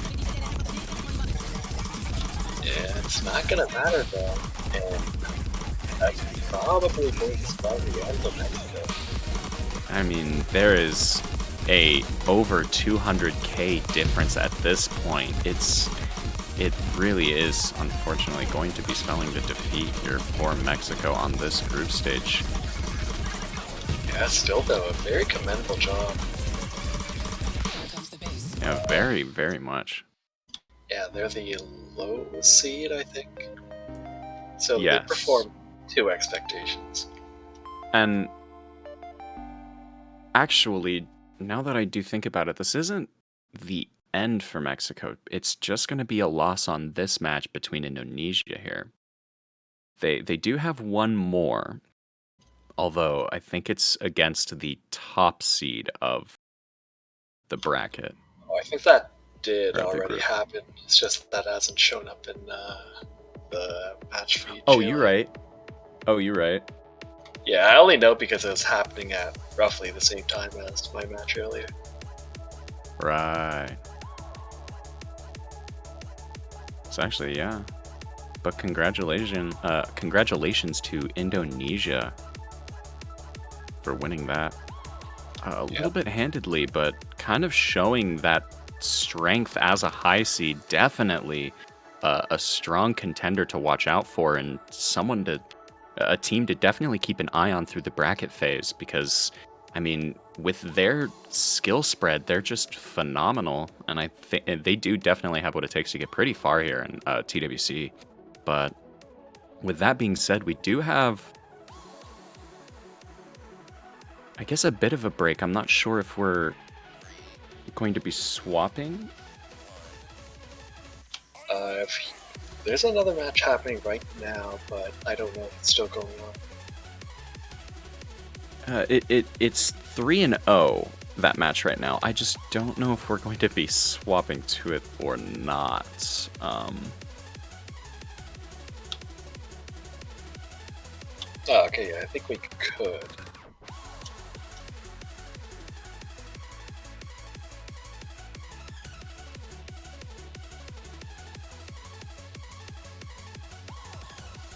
Do we let staff rest?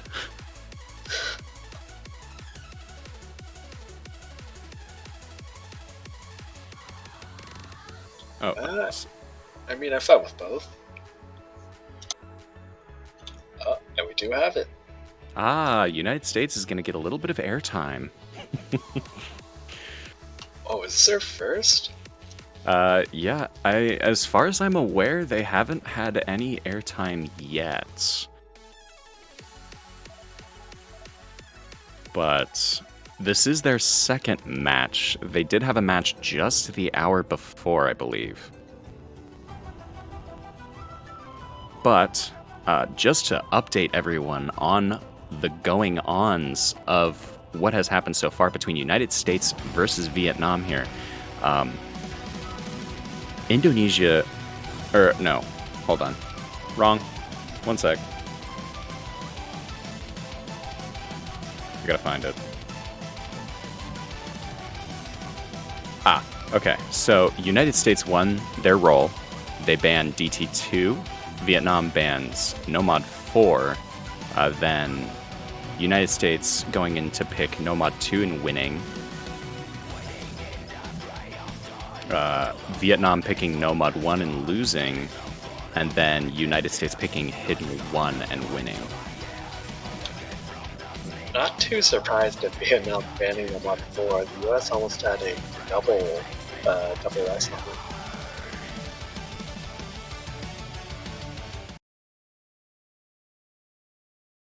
And also, I think the US is currently the only team on track to having a perfect group stage.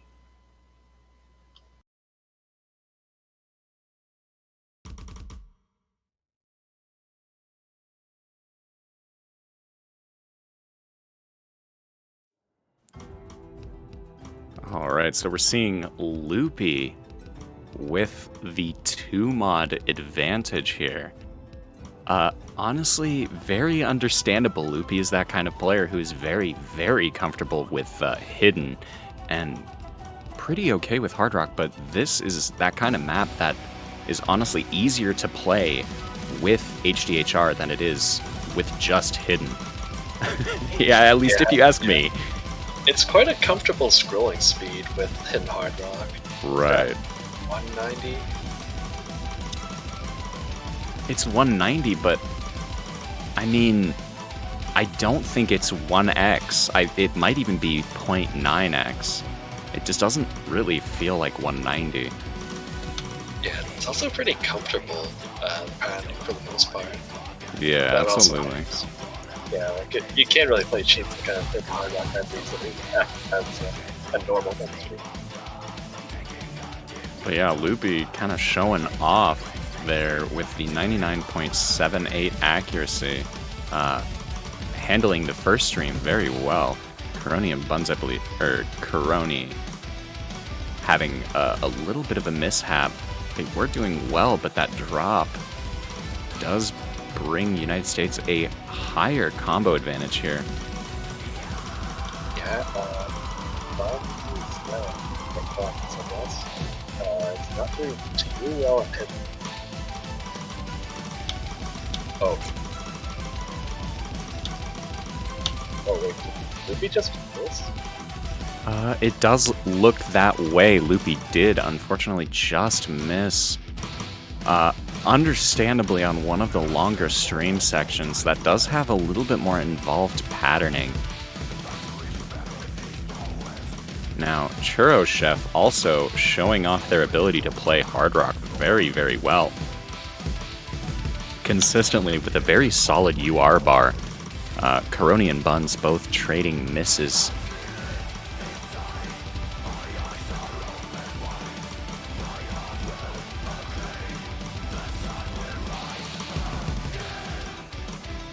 Getting through the finisher section pretty well. Coroni dropping just immediately afterward, unfortunately. Buns as well. I mean, 81%. This is a tough map with Hidden on its own. Sometimes, having that mental buffer for Hidden streams, it's rough. and you can just misread one pattern and note walk the next 150 notes. So Yeah, that's happened for some teams where they just missed and can't get back into it. yeah, absolutely. But Loopy doing pretty well. I think there was another drop from him, unfortunate, but still holding above 99%. And I mean, as the hidden hard rock player of the team and the only hidden hard rock, he's still very, very much on projection to be getting above 1,060,000 points, which is what makes that mod combo worth it, especially given the mod difference. Yeah, for longer maps like these, hidden hard rock is very valuable. And unfortunately for 1Z there, probably wasn't too keen on playing hidden on it, but Fremont is forced for at least one of the players. Right.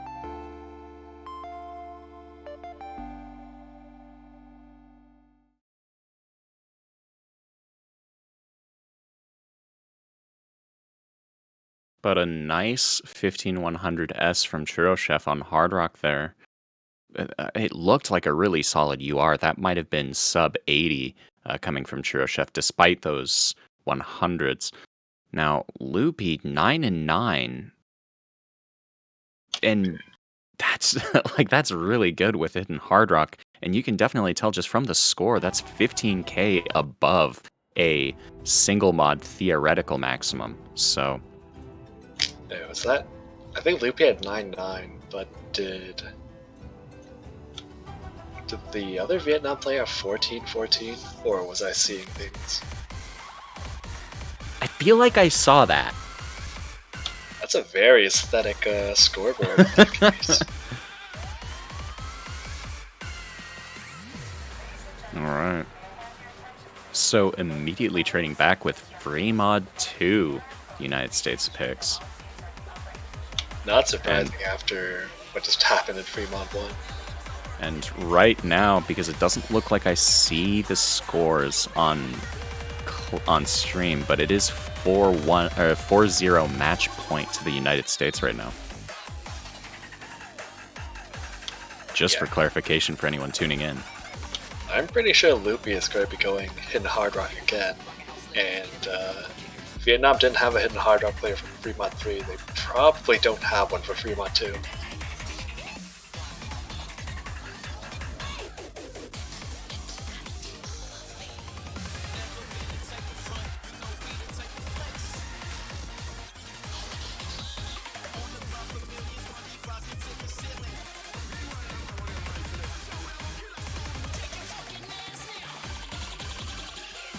Yay, it's back. Hey, it's back. But yeah, no, Fremont 2. This is it. It's an interesting free mod. It's definitely the shortest free mod. Yeah, And it's like marginally longer than Fremont 1, which is weird because it really doesn't feel like it. It feels really short, actually. Actually, no, yeah. Yeah, now that you talk about it, Fremont 1 is just like shorter by what? Maybe 10, 15 seconds? Yeah, it's shorter by like 10 seconds. But honestly, it doesn't feel like it. Right.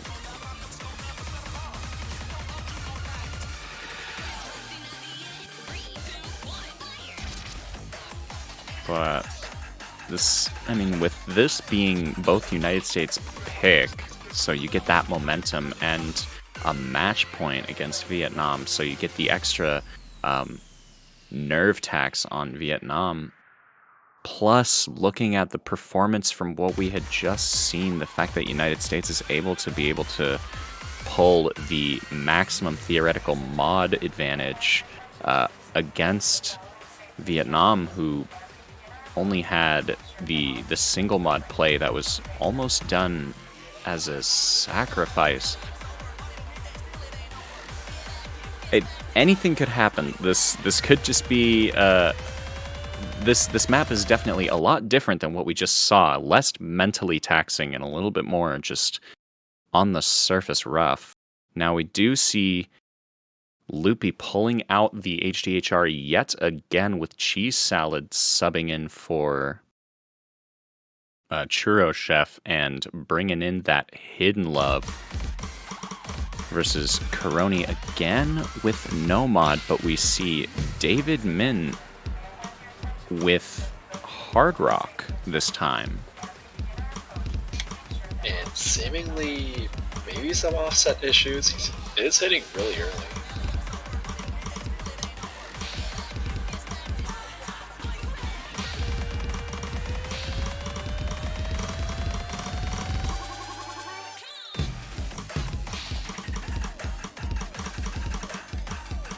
Looks like Loopy only has 100 so far.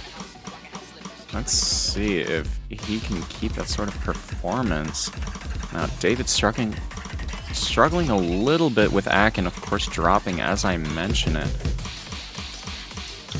Loopy actually having the best accuracy in the room.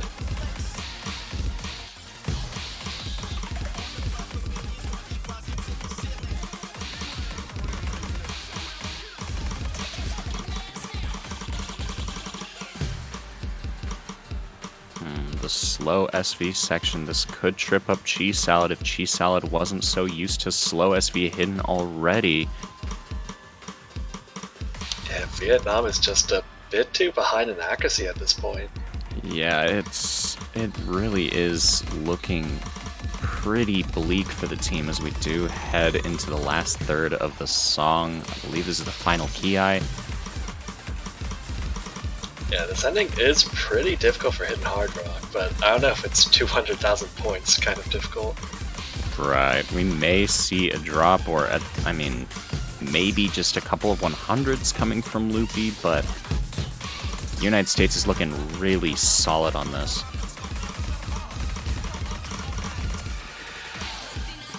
And with how much has been dropped by both David and Karoni, it's pretty much at this point called for the United States to be winning this point.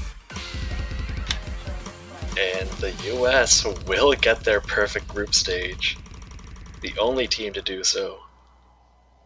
Congratulations, Loopy and gang. I know Loopy was very, very tense and nervous about this going into the weekend, so must be really relieving for him and the team to be able to kind of get this sort of perfect performance on group stage. Yeah, they also had a bit of a rough run last year, and they are probably hoping to make it a lot farther this year. Definitely, yeah, and I mean, I think I have high hopes for a lot of these teams that I've been seeing, especially in the high and top seeds. There's a lot of strong contenders, so once we do get into that bracket phase, we're going to see some very interesting matches. But again, congratulations to the United States there. Phenomenal group stage performance, and honestly, just a very strong showing. But with that, I think we're done. That was the last match for the next couple of hours. We will be back at some point. Hold on just one sec. Let me bring it up. I think in 5 hours, or well, 4 hours. Yes, in about 4 hours now. We will be seeing France versus New Zealand, I think. Yeah. But yeah, again, thank you everyone for tuning in. Hopefully you enjoyed this little bit of a break that we have. I know our staff certainly will. Again, my name was Mr. Boo, joined alongside Janitor, and hope to see you soon. Bye-bye, everybody.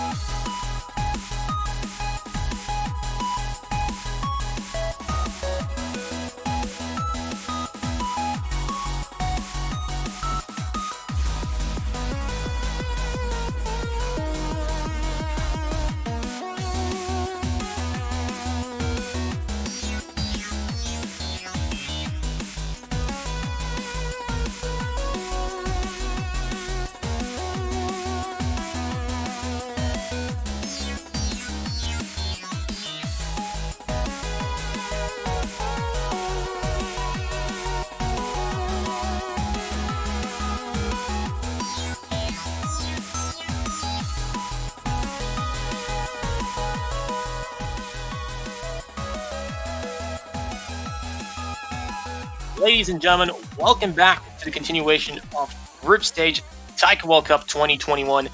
I am at Beat43210, and today, Megamizer and I are going to be commentating the very exciting matchup today. Megamizer, how are you doing today? I'm pretty good. Just woke up. Haven't had any breakfast or... But yeah, I'm good. Who needs breakfast when you have France versus New Zealand? Yeah, we got Very all our PWC food here. Mm-hmm. I had my dinner right before this, so this is all good. We're excited and ready to go to see these two teams clash. It's okay. It's okay. I'm a mango. I can photosynthesize off the stream.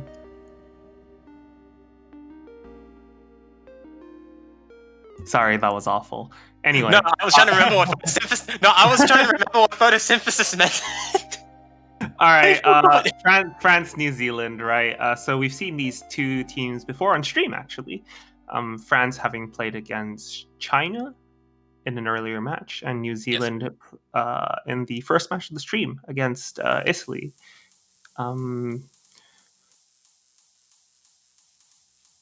I'm thinking that this match is looking pretty favored in France's favor, to be honest.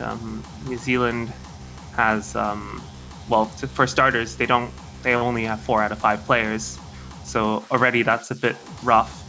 Mm-hmm. Especially when you look at some of the more challenging picks that require either extensive preparation or a specific skill set. Having fewer players can affect your team's performance.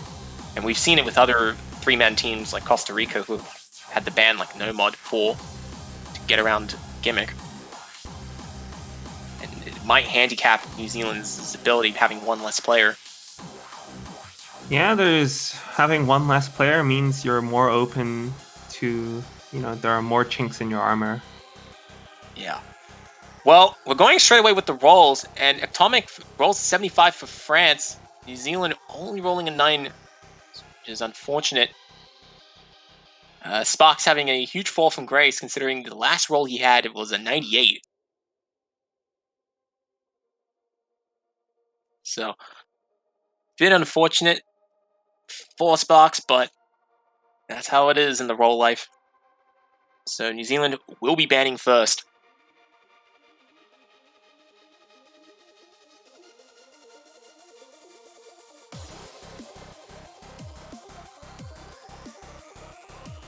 So, New Zealand will be following the footsteps of some other teams and banning Nomad 4, a Parasite, likely using the ban to get around the preparation that would be required for that map.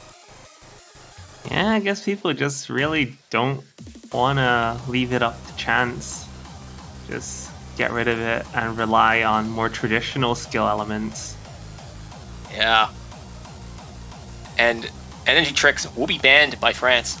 Oh my god, is that the first ban on FM2? Because that map, I don't think has ever been banned before. That's debatable. The first ban that is the first ban on FM2. Ooh, interesting. Yeah, it's never been banned before. The anti-mod that is inexplicably super popular. Wow. It's just been banned. And Nomad 2 will be the first pick by Team France, which is going to be End of a Dream.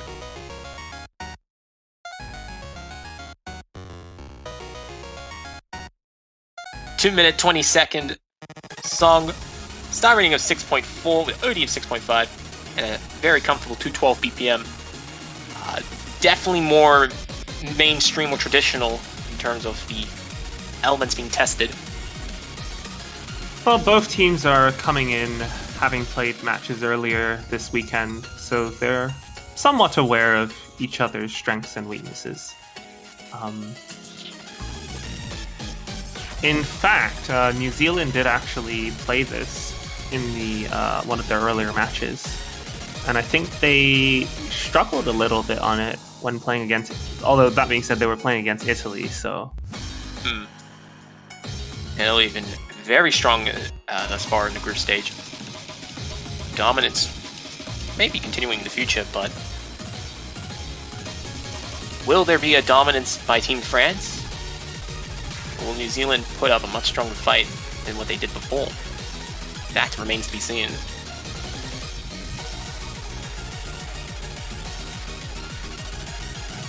And it looks like Atomic and Ikoro will be playing for Team France. New Zealand currently has Sparks and Blue Jay lining up. It's the same lineup as when they last played the map. Sparks was able to get a pretty good score on this, but Blue Jay found a few tricky bits. We will see. Here we go. Good luck to the players. This first map, this best of 9 matchup. Atomic finding a few earlier act drops. Those act drops looking to be short-lived, as Blue Jay picks up a couple of 100s early on and getting a combo break off the back, which is going to give France an early lead to start with.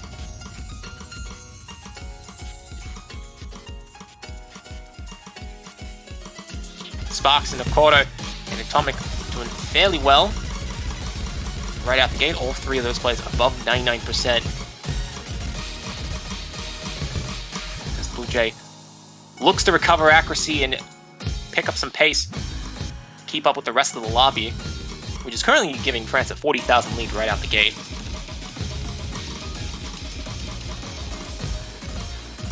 But Blue Jay picks up another miss right before the next section of the song.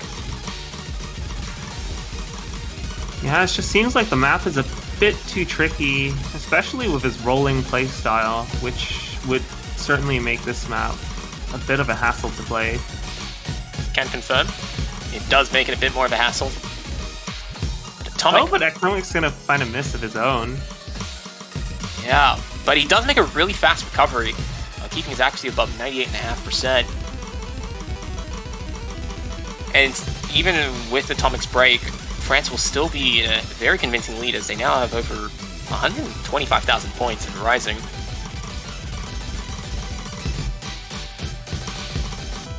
As France is on the path to getting a dominant first point, and unfortunately Sparks misses on the slow section in the slowdown, which is going to add only more pains for Team New Zealand. Well, that being said, it is France's pick, so it's not all bad news. They can retaliate later with one of their own. Because as it is with all tournaments, the name of the game is winning your own picks. And France has very convincingly done so right off the bat. Largely carried by Ikoro's, I believe, only full combo in the song, getting 8 100s and a 100 finisher. A nice 99.6% accuracy to go with it. 9 100s actually, but yeah. Still very impressive accuracy. And next closest player is Sparks, who had 13 100s and 2 misses. But a pretty high combo to go with it. Unfortunately, not enough to get New Zealand close to France. Now, New Zealand will be first to pick, as France has set the bar, and New Zealand now needs to match it with a pick of their own.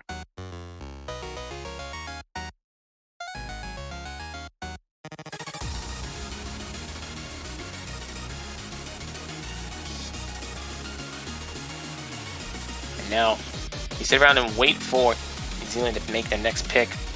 And Sparks has revealed that they're going to be picking No Mod 1, Anomaly, mapped by Mazzari.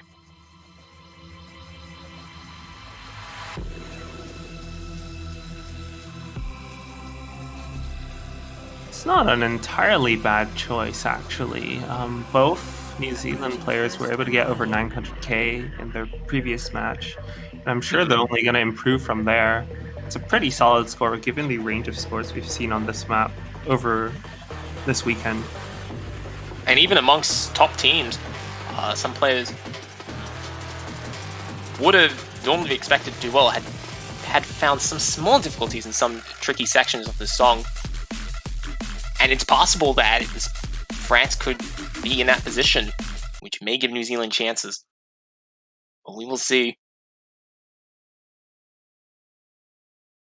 as this map does require a lot of muscle control to maintain high accuracy and very strong precision. Yes, you gotta flex those abs. You gotta tense your muscles Anomaly.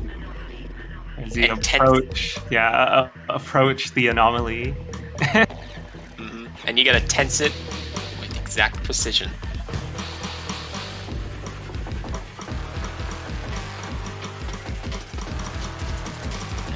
Here we go as the song builds up to the very first, I guess, tricky section. All four players. No one misses on the slowdown, so that's pretty good. Good stuff for all the players, but France does have an early accuracy lead. A very small one at that, but a lead nonetheless. Yeah, it looks like Blue Jays trailing behind Atomic by about 2%, and Sparks behind eCoral by about 0.5%. But it's still early days, so anything can happen. And there's still a lot of sections left that can challenge the players' combos. Oh, and speaking of which, Sparks is the first player to drop a combo. Right at the 400 mark too, which is going to be very punishing combo-wise.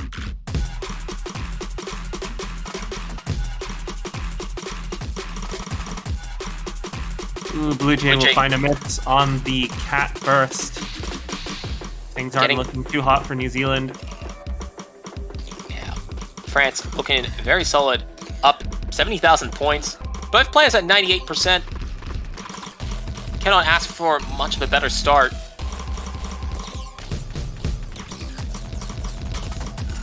So, good performance. And now players are going to be speeding up to the more faster sections of the song in terms of reading.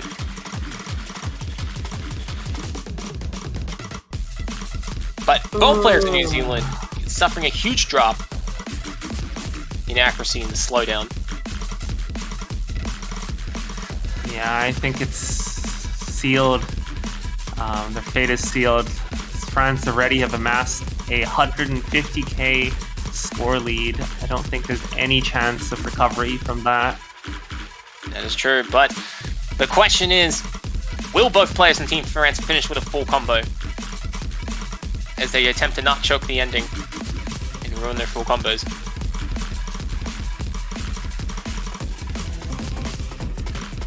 There's a couple of 1-6 coming up at the end here. But both players smoothly hit the finish from Team France, and they will finish the map almost 200,000 points up. Strong showing by both players from Team France, as Atomic gets 39 100s and Koto gets 23 100s, being the only player scoring 99% accuracy.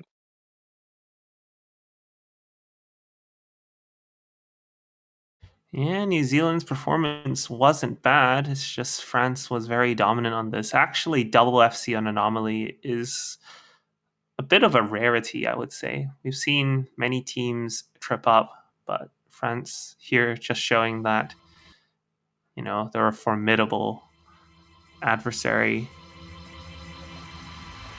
And now France up at breakpoint. They're off to a good 2-0 start. They're looking to get the third point on the board, try to establish dominance in terms of the map lead. They still have a wide range of maps in the pool available to them, as all mod pools remain open. So far, they've steered away from Hidden Hard Rock or Double Dome.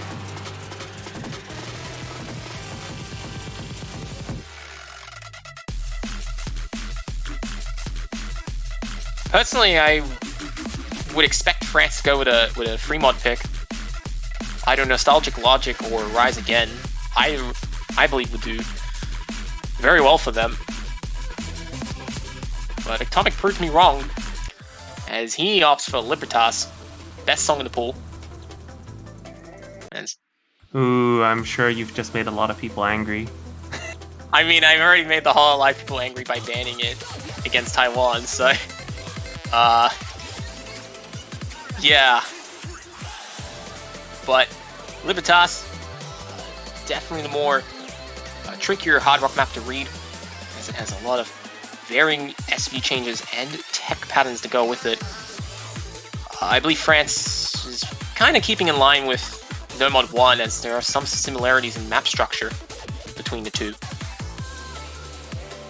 And also throw in the extra difficulty of a higher OD requirement that comes along with Hard Rock.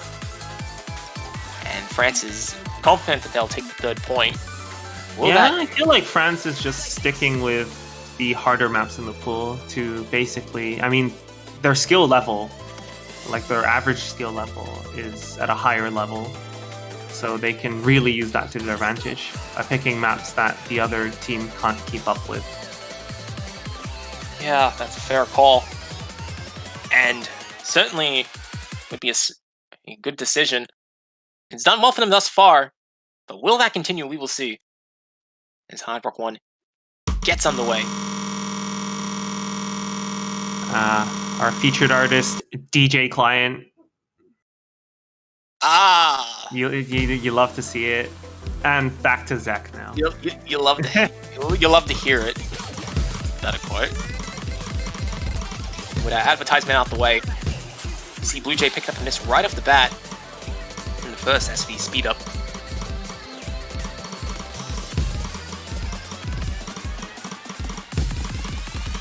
Some sections do get quite faster. France enjoying a nice accuracy lead early on. And now they're going to be enjoying combo as Sparks and Blue Jay both break.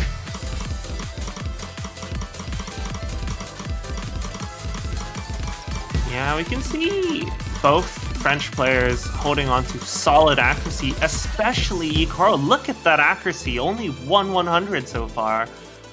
Meanwhile, both New Zealand players hovering considerably lower. Nakara halfway into the song, he's done very well to get a good start on the board, and it's helping France get a very strong lead out the gate.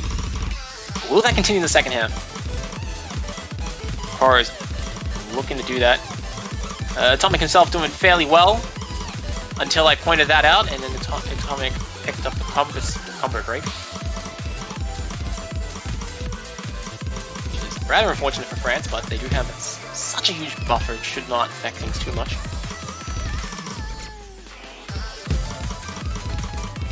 Now the only person left in the full combo is none other than Akaro, who's dropped accuracy, but he is still above 99%.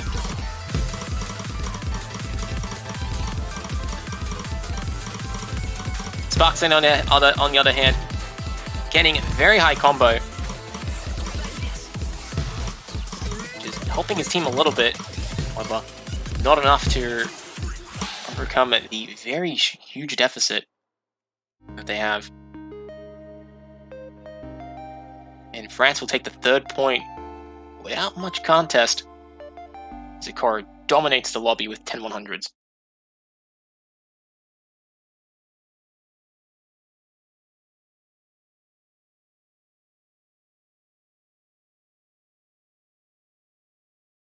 And now, New Zealand down 3 points.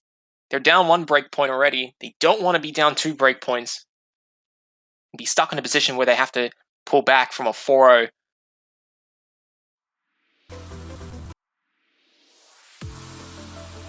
So New Zealand has quite a pick to decide from here. They have Lilith, the very fast 270 BPM Nomad song. Both hiddens are in play.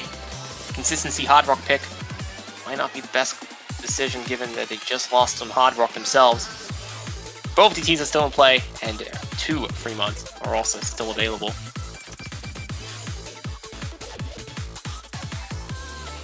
But what does New Zealand go with here? Spock's realizing that it's New Zealand's turn to pick. Enjoyed a quick coffee break before the pressure of the situation dawns upon him to pick Nyx.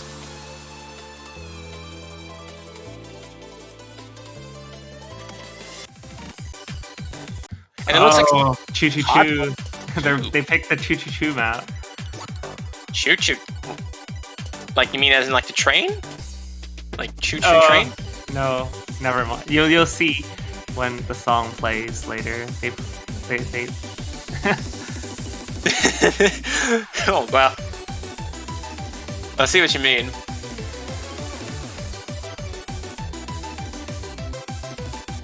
But well, I can't say this is a really popular song. it Or has a been. popular pick. Yeah. I would say out of all Here, the do you hear modern. it? Do you hear it? Choo Choo Choo. No, I was too busy talking about hard rock. Oh no. Okay, now this is at the start of the song. If I listen to it again carefully, I might hear it. But a little bit about the map itself before we get started. This is a fairly consistent hard rock pick. Has a very high OD requirement of 9.1. Definitely accuracy based and definitely very long. But here we go. Now I gotta wait patiently just to hear the choo choo.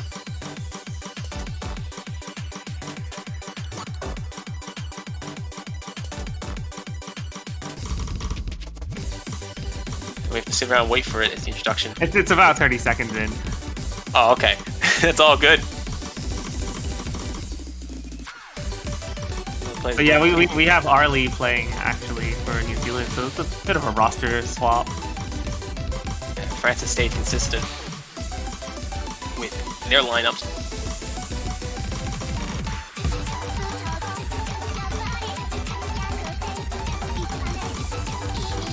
Did you hear it? I think? Look, I listened to this like 20 times. If I would have heard it, I would have heard it by now. That's why I'm so confused. It's okay. I do apologize. But what France is not apologizing is for having two full combos. They both get to over 400 in terms of combo. Looking solid for the first KI time.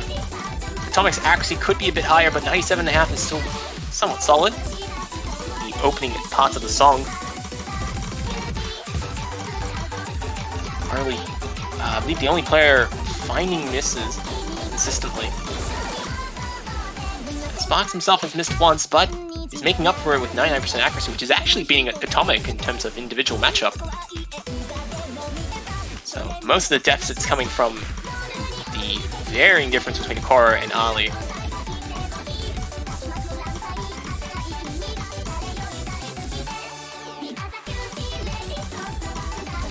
So Sparks continues to battle Korra. Everlasting quest to get higher accuracy. All four players are going to be going to this section of the song, which is incredibly more dense. Not by a significant margin, but certainly enough to catch players off guard.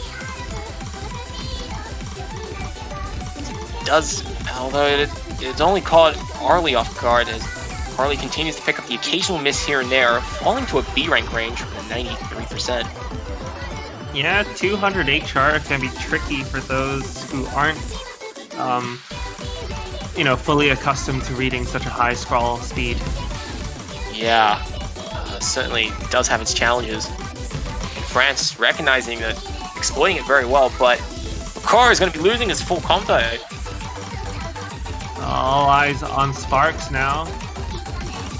Actually, all spies should be on Atomic to see whether or not he finished with a full combo. But will Sparks actually beat Korra in the individual matchup? Because they both have missed once and they both have very similar accuracy. Actually, both of them could be quite close, although I think Korra should still come out ahead because of combo points. And I think that actually is the case. Yeah, Sparks, despite having the higher combo, having a lower accuracy, which has contributed to him losing against Korra by about 5,000 points. Atomic doing very well against Ali, giving France more lead, and they quickly pick Lilith. Yeah, that was really quick. That was quick. Tell me. Maybe they're looking to seal the match right here and now. Yeah, will that happen? They're fairly confident that they can do it. They've done well thus far, but they still gotta take it home.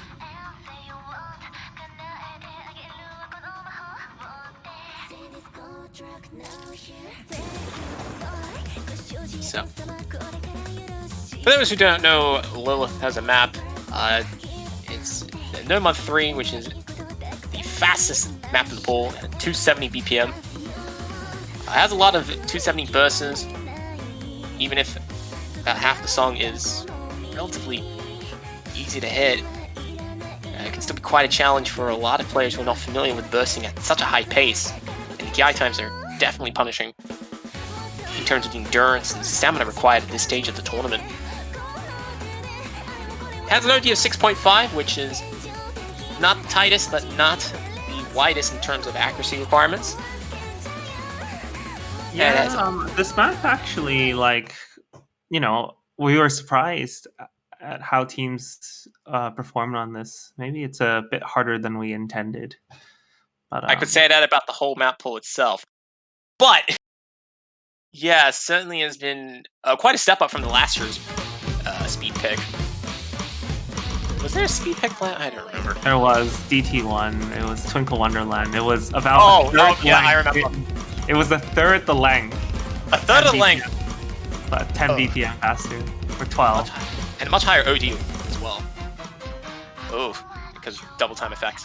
Anyways, with the introduction out the way, Carter and Spox, the only two players still in the double S. As Gintoki and Blue Jay are the only players to pick up misses, but Blue Jay has come out much worse in the opening. Currently at 90%, and is looking to bring that up as fast as possible. Spox misses on the note right before the slider might have caught him off guard.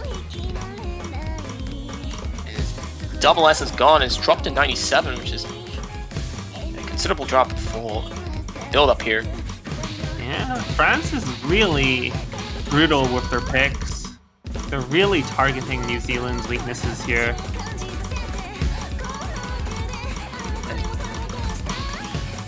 Yeah. The players have done pretty well in this first KI time. Arguably one of the more difficult sections of the song. I mean, there's a lot of 5-3 patterns that you need to hit, mixed in with finishes too.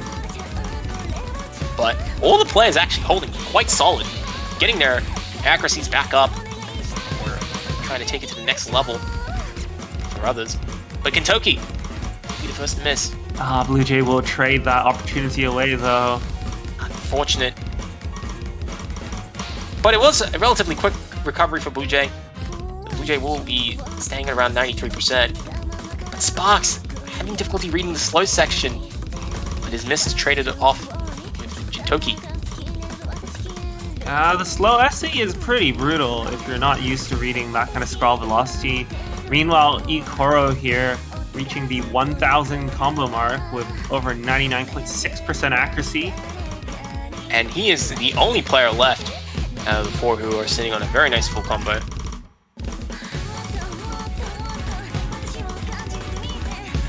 a very dominant accuracy to go with it. It's helping to give them a 180,000 score lead. Very dominant.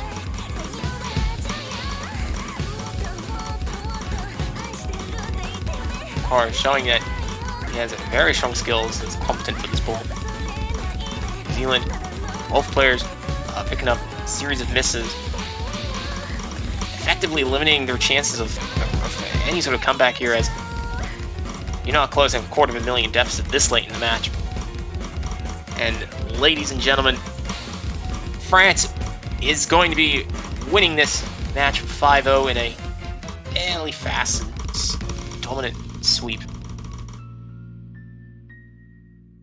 Yeah, New Zealand was just outnumbered and outgunned. Yep. Story for a good number of teams, and New Zealand has no different in this case. But they showed up and they've done the best that they can. So that is GG. I love some good sportsmanship. Exactly. No matter how strong or weak you may be against your opponent, showing good sportsmanship is very important at the end of the day. Helps give. That's the important thing, is to have a good time, right? Yeah, exactly. And it helps to give, I guess, a good spirit for the tournament as a whole. At least. That's just my take, though. But congratulations to France on winning. I believe they're also out of matches. I don't think that. Yeah. I believe that France has finished all their matches, and I think that they finished third in their group. That remains to be seen, because New Zealand hasn't played all their matches, and of course, given that China was able to beat France and France was able to beat New Zealand, we can probably see where that's going to go. But it's never over until it's over, right? Yeah, exactly. And chain logic isn't always the solution at the end of the day, but things are looking very favorable for China as they have to play against New Zealand. And I believe if China wins, they will be finishing second in their group, which would upset the pick'ems a little bit. But Still remains to be decided, actually, because China and Italy have yet to play. So I stand corrected. But see, group stage is such a volatile time. it is. There are 48 matches that you have to keep track of. Which matches have happened? Which matches haven't happened? Each country needs to play against 3 other teams. All right? Yeah. And which set of 6 matches is paired up with who, and how many have already been played, and are the teams finalized yet? Because in some circumstances they may be finalized beforehand, or does it come down to the very last match of the group? It's complicated and it's a little bit tricky to keep up. So certainly a challenge for us all. It's a place where anything can happen. Exactly. And looking ahead to the next hour, we have 3 matches that will be going on. We will have Singapore and Vietnam, which will be the broadcasted match. As both of those teams get a bit of spotlight on the OSO Live channel. Playing alongside them will be China and New Zealand, as we discussed earlier. And I'll have to leave and play against Austria. So yeah, good luck for that match. You got 27 minutes to prepare. Yes, 27 minutes to prepare when I haven't played anything all day today. Well, we thank you greatly for your commitment to the caster booth. Your help is greatly appreciated. So, anyway, go get him. Yeah, I will. Anyways, I do want to wrap things up here. If you did enjoy the stream, press the follow button. That way you do know when OSO Live is going live with all the matches. I am B43210 and Megamizer. If you have anything else to say it now, forever hold your peace as we sign off for a half-an-hour break. See you guys in 25 minutes. See you in 25. Take care. I'll be heading off.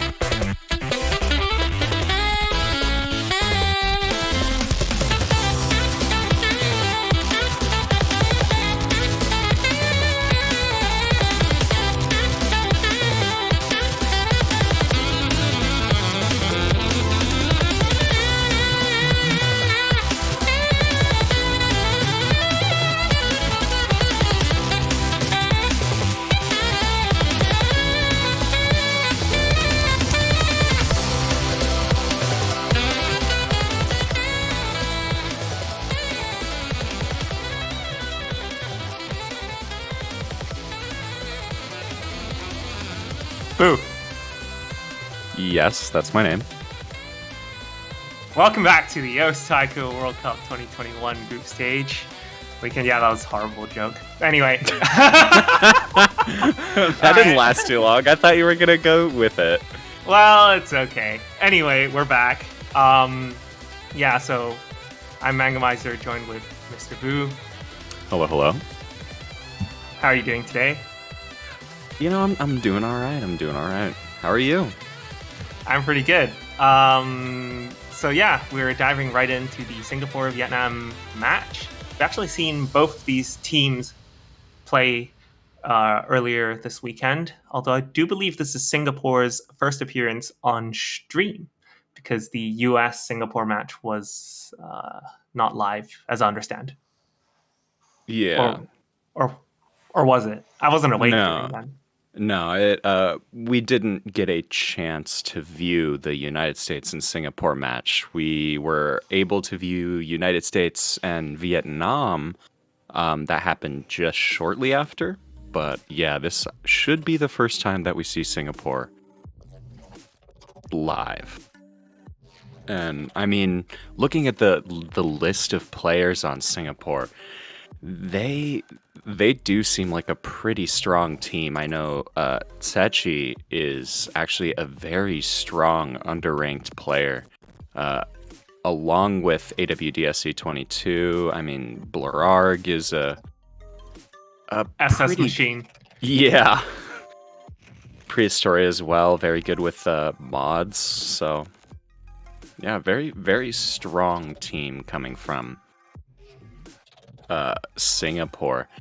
Yeah, I was actually really surprised that they lost to the US 5-0, but actually looking at the scoreline, all the matches were super close. Very, very close, yeah. Some of them being 2,000 or 3,000 points difference, I think. Yeah, I think, was it the first 4 or first 5 points of that match all being within 10,000 of each other? Yeah. It was very, very close. But right. I Rolls guess are in. Yeah, so Singapore to ban first since Vietnam won the rolls, and it looks like Singapore did ban DT2 Shijo Shuji Ad Truck, the Hololiver song. So apologies for any Hololive or VTuber fans.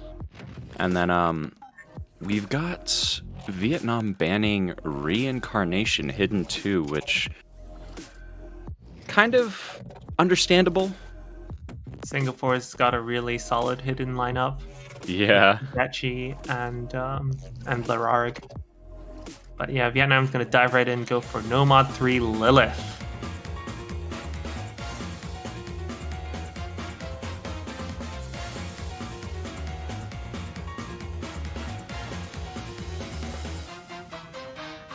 But, you know, Nomad 3 seems,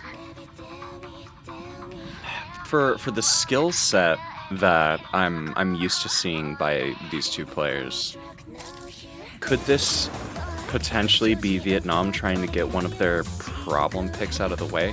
I wasn't able to see how Vietnam performed on the no mods, but the way Vietnam performed on the free mods earlier, they did have a little bit of a struggle on more technical mapping. Now, Lilith is kind of straightforward as long as you can play 270 BPM, but... Yeah, Vietnam didn't actually do too good on Lilith. In an earlier match with Netherlands yesterday, they had a total team score of around just under 1.7 million. So 850k average, which I don't think is. I think Singapore is going to do a lot better than that. Yeah. But we'll just have to see. Maybe they think it's just a really good song. That's true. They could just be here to vibe. Yeah, play for enjoyment. Absolutely. I mean, staring down a team like Singapore, like, there really aren't many options.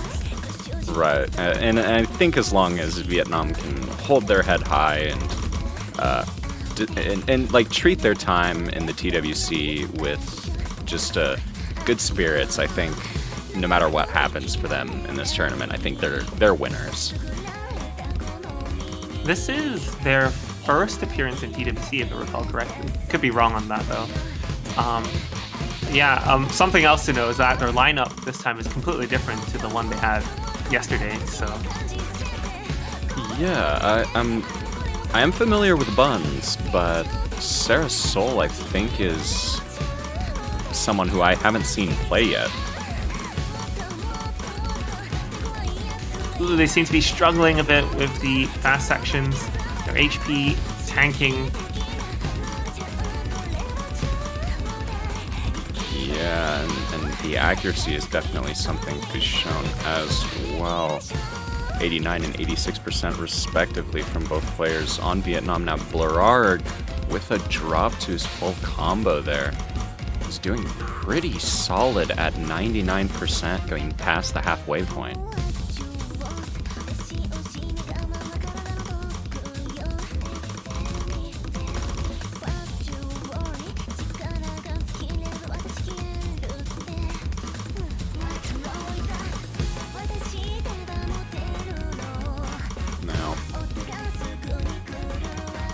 Getting through the last third of the song. Through these finishers here, Blararg makes another unfortunate mistake right into the last Ki section. Now Prehistoria, I believe I just saw missing, as well as Sarah Soul.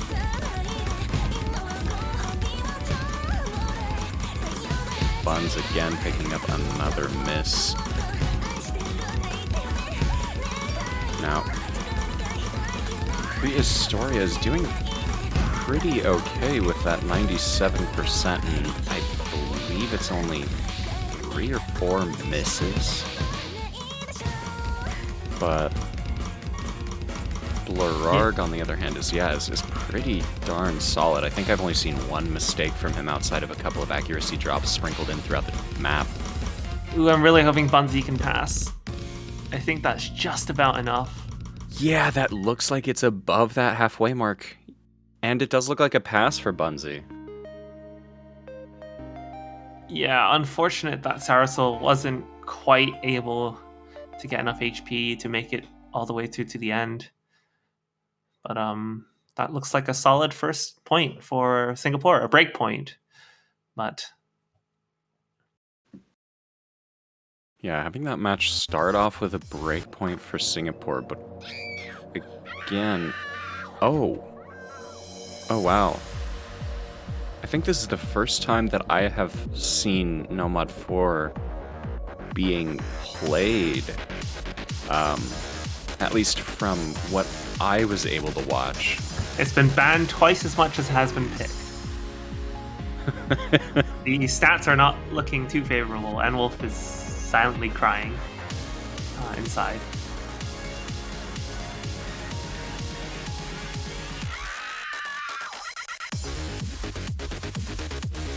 But Couple of fun things about this map. While we have the time to talk about it, during this is quite funny. This is a very funny story. So the BPM of this map is 0 to infinity because of all the gimmicks present, right? And I noticed one participant was trying to make a practice diff of this by using a BPM changer, because the average BPM is 126, right? But they were trying to use a BPM changer to lower the BPM to like create a practice diff at like 0.7 rate or something, so they could learn the patterns that way and then ramp it up. But they couldn't because it was infinity BPM and 0 BPM. They couldn't actually lower the BPM of the song. So then the map just crashed when they booted it. It was actually hilarious. I thought that's really funny. It's the gimmick that you can't practice on. You just have to practice it through, like, I don't know, listening to it in the editor at 75. But I guess at that point you don't really see the gimmicks happening live. It's rough. But yeah, it looks like we're heading off with our second pick being Nomad 4 from Singapore. We're seeing a roster change from Singapore. AWD SE22 filling in for Prehistoria.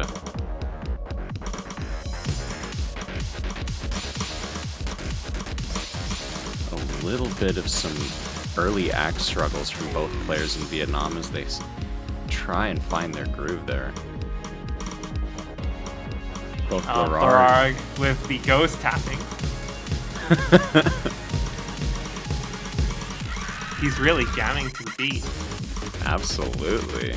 And holding the double S as a result so far, even through that varying SV finisher section there.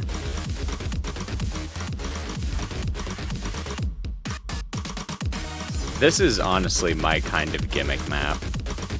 The slow SV, varying SV finishers. If you asked me, this definitely would be my priority to play.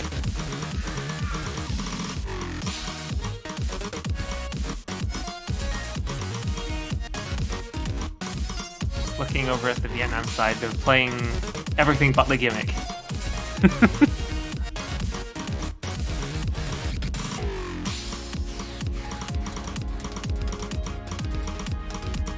Now, would that be impressive in and of itself if Vietnam was able to get like some form of a double S without playing any gimmick note?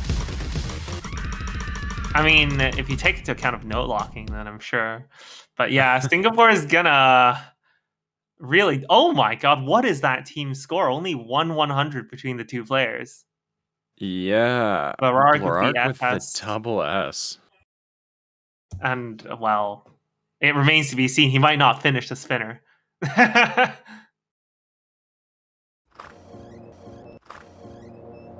Ooh, we didn't actually get to see the results screen on that one. Gotta consult the MP link to see what happened. I mean, it really did look like a 1-100 play just from AWDSE, and I think that 1-100 was really close to the end. Yeah, there's it was 1-100. And Re-End of a Dream gets picked by Vietnam.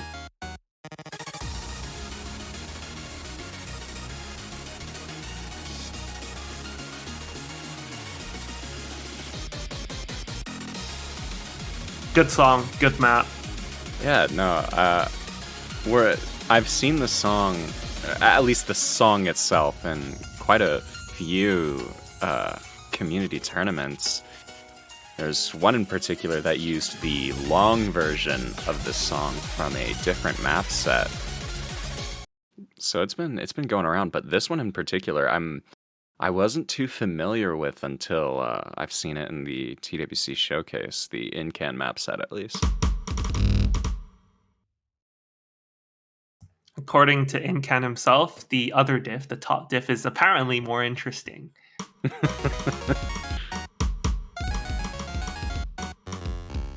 So yeah, I think this particular map for Singapore is just going to be a test of how consistently low they can get their UR on these relatively simple patterning. You know, Vietnam's actually doing pretty good right out the gate. No drops so far. Yeah, and I mean, like... Oh, I spoke too soon. I was just about to mention Sarasol being above 99% AC there before that unfortunate... It looks like a misread. Ooh, both players note-locking pretty heavily on that longer pattern.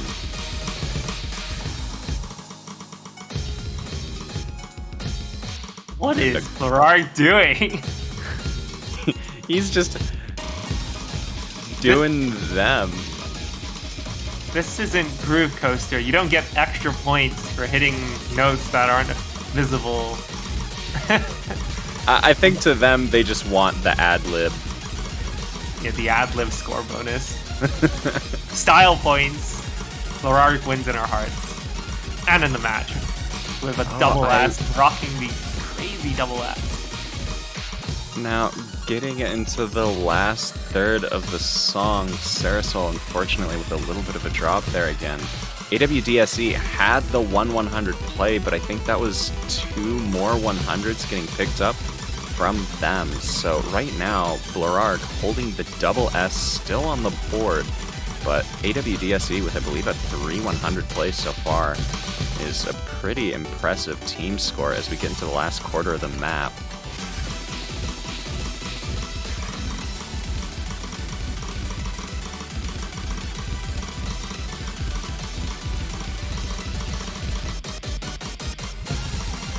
Alright, here it is, the longest patterning with the trickiest section, some 1-6 into 1-4, ending on 1-3.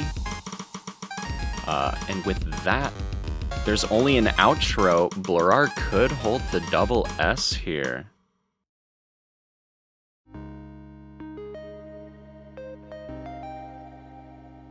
And there it is with a 3 100 play from Team Singapore. A double S coming from Blararg as well. Buns able to pass the map, but unfortunately for Sarasol, with those note locks on those longer patterning, just wasn't able to keep a high enough HP bar. But immediately into Nomad 1, Singapore picks.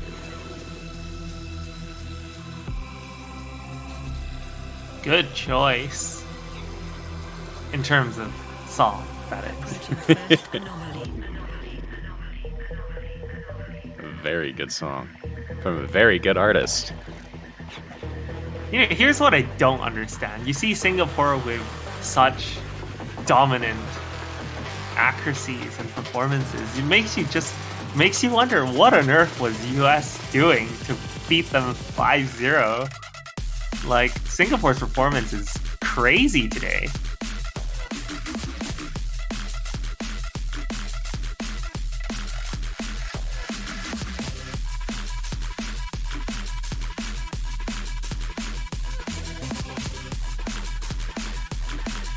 You know, when we did the showcase, I didn't have audio, so I wasn't able to to listen. Is this your first time listening to the song? No, because this was picked in some of the other matches that I did commentate, but that being the first exposure to the song with the map together, it made a lot more sense, those sort of sporadic snapping between all of these notes. But the chart looks amazingly fun. Can I just say it's very aesthetically pleasing that the circle fits perfectly the bottom of the screen and the play field, it just fits right in there. It's like things that fit perfectly. Is there a subreddit for that? I thought so. I know there's like videos of like things that perfectly fit into each other, or like ultra satisfying things or something like that.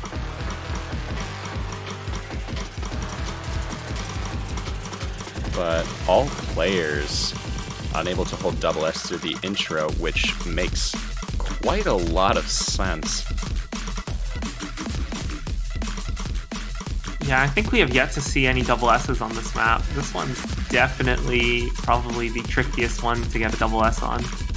Absolutely, and I mean, with all of these different snappings at OD6, it is quite a challenge to be holding really good consistent act, and especially with how sporadic the beginning is, it's hard to sort of find that initial groove as the map starts with no, I guess, prior warm-up to the song itself.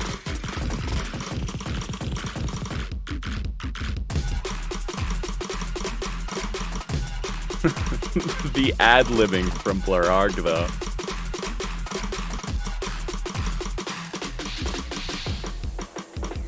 Kind of making their own chart as we play through, get through this first half of the song. I believe Blararg is still on a 2-100 play. Setchi, who was just subbed in for AWDSC 22 and is now playing for this tech pick, also doing quite a good job holding above that 99% act. Sarasol having and Blararg actually dropping along with Sarasol, returning it just shortly after, and Buns dropping as well into the last key eye of the song. What do you think Blararg says when he misses? Do you think he says, like, Blararg? Like his own name? Yeah, does he say his own name when he misses? I don't know.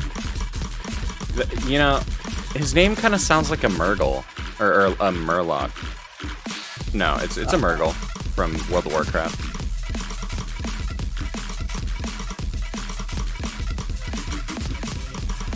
But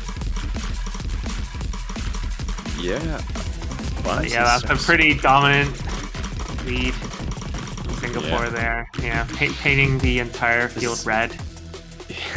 And I mean, Setchi with the only one in the lobby to have a full combo. Blararg having a little bit of trouble there at the very end, picking up 10 misses.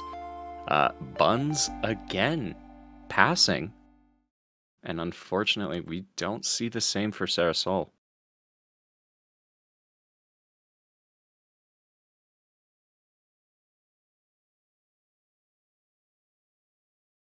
Oh my god, look at the edge of that circle. It lines up perfectly with the results screen. Sorry. I don't know why I'm pointing out these really irrelevant things, but it is mildly satisfying. All right, without a moment to waste, looks like Vietnam is going to go for Equilibrium Rise Again. Oh, nice. Bring out the nodders.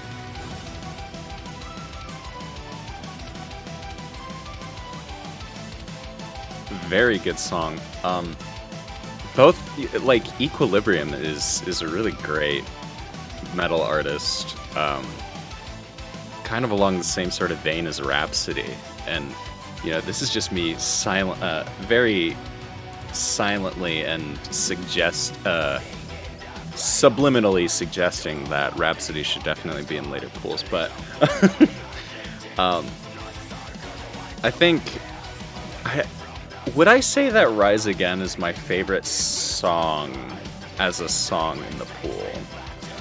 That's tough. I don't know what I would say. What do you think, Mango? What's your favorite song as a song? Like in the pool, DT1. DT1. Well, actually, no. If you're saying barring the chart, then yeah, barring the chart. That's a good question. I'd say probably Anomaly. Yeah, no, Anomaly is really good, and Noisia pretty much falls into my category for favorite kind of genre, so yeah, it would probably be Anomaly followed by Rise Again if I had to actually rate them based off music alone. But yeah, we are off there. We're seeing the same mod spread between teams. I kind of half expected Singapore to go all out with mod decision, but Keep in mind that I don't think Singapore has played all of their matches yet. They still have one more to go, so they might not be so willing to show all their cards on the table yet. that's very true. This could be sort of a... This could be kind of like a strategic decision coming from Singapore to see Blararg playing no mod.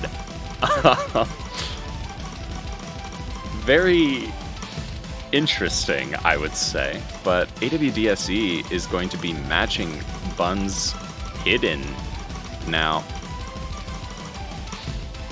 Bun's doing as best as they can to hold on through those longer patterns with Hidden, which can definitely be tough, especially like trying to keep up with that mental buffer. AWDSE, on the other hand, holding the double S with Blararg. I've been told by chat it's actually pronounced Awat C22. No. Okay. Wait, so Awad C22? Apparently.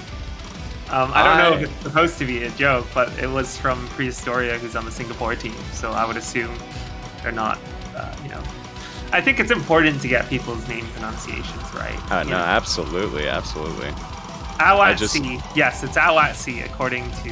Awat C. Awat C. 22. Yeah. No, it's... And I would have never have guessed that. Let's just put it that way.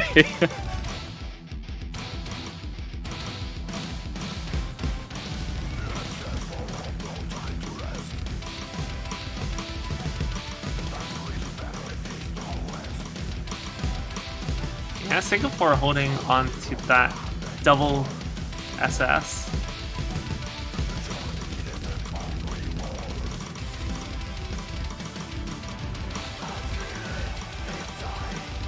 But yeah, I mean, Blararg and Awatsi both holding the double S right now, doing a very impressive play. Buns. Now, do you think it's Buns or Bunzy? Bunzy. Same logic as Hero K instead of Hero, because Very it's true. capital. Yeah. Could just be symmetry. I mean, those hyphens there.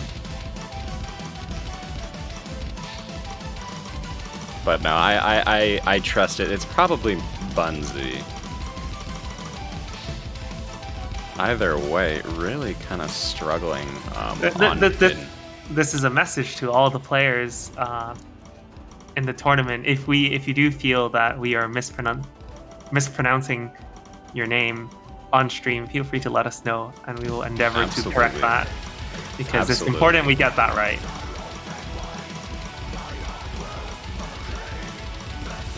Yeah. No, I mean, I changed my Osu username solely because commentators were never pronouncing it correctly, but you don't have to do that. Just reach out to us and let us know, and we will try and fix it as best as we can. All right, and that concludes the match. Singapore will take the last point with a very solid score. Blararg with the no mod double S. Awat C22 with 4 100s on Hidden. Wow.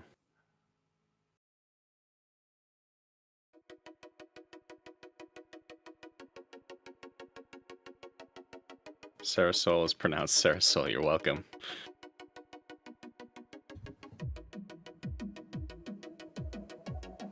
earlier in the match, we were talking about how there were 3 concurrent matches taking place at the same time. However, I do believe the only one remaining is Australia, Austria, I believe. That's the only one still going, and it's on match point. Oh. Because, yeah, there was... Oh, never mind. No, there's also China, New Zealand, which is also at match point. Yeah, this one was a really quick match. Yeah, very smooth. Congratulations again to Singapore for very solid play. But it looks like we're going to be taking a look at the Australia versus Austria match that's happening right now. And it looks like Hidden 2 was picked.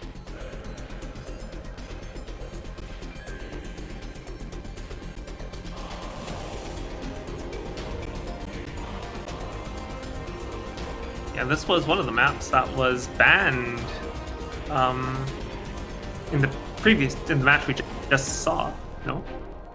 Yeah, no, this was banned by Vietnam in the match we just watched, but we're able to see it now as Australia faces off against Austria. I'm going to make so many mistakes about that.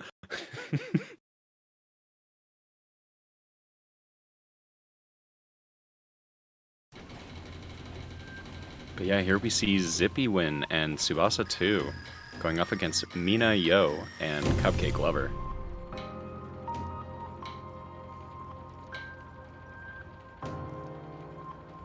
Austria with the early accuracy lead, but this is just the beginning. Yeah, there is quite a few elements of this chart coming up that will be testing all of the players. Tsubasa with an early drop, though. Yeah, I mean... Oh, and Zippy win as well. Oh, Cupcake Lover finds a big drop. His accuracy, but he does recover. Right, time for the SV overlaps.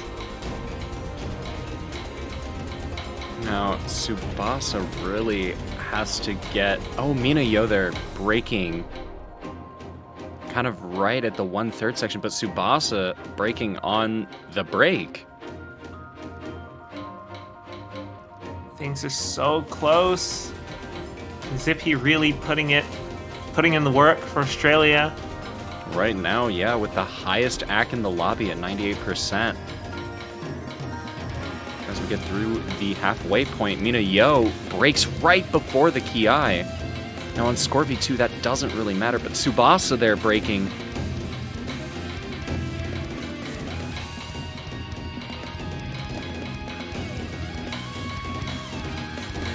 Zippy win still holding on strong there, but I don't think it's enough. We're going to have to see another miss from either Mina Yo or Cupcake Lover, or a pretty substantial AC drop on these varying SV finishers to see the point going back to Australia's favor. Right, hopefully no one forgets what happens here. Cupcake Lover with app drops, is it? I don't think it's going to be enough, though. I don't think so I either. was really nervous there for a second, though, because it would have been super close. It would have been enough had he dropped like 2 or 3 more 100s. Oh, come on, Tsubasa. Oh, okay, just waited a little bit, but still didn't hit it.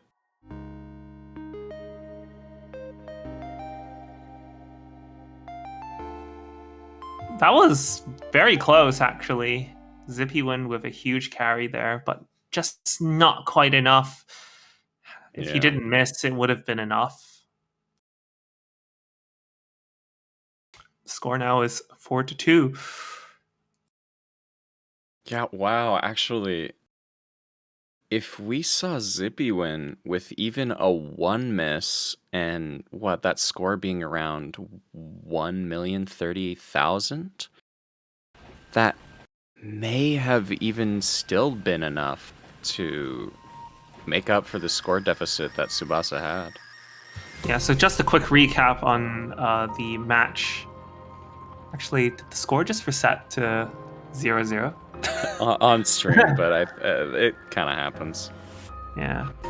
All right. So just a quick recap. Austria was first to picking HR2. And then it went over to, and then Australia picked Parasite. Then they played Rise again. Then they played Re-End of a Dream. Then they played Anomaly. And then, as we just saw, Reincarnation. And Austria was able to win on Anomaly, actually. Oh. So actually, they were down 4-0, but they've clawed 2 points back.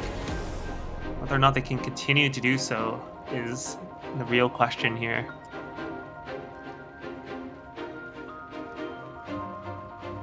Is there potential for a reverse sweep tiebreaker match?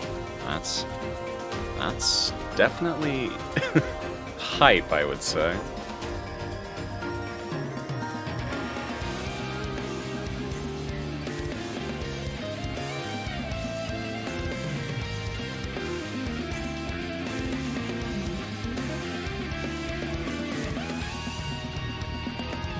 But kind of looking here, it's who is it to pick now? It's Australia now, right?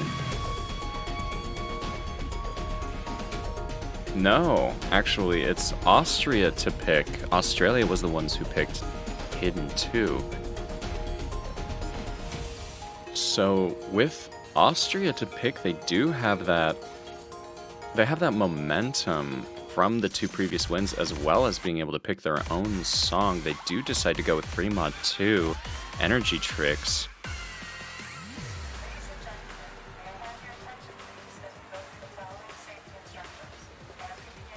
But, kind of just, so Australia does bring in, Richie. Probably their strongest player? Yeah, and I feel like Richie could hard rock this very consistently. Would we see Richie with the hard rock, Tsubasa maybe with Nomad, probably. It would be Nomad, yeah.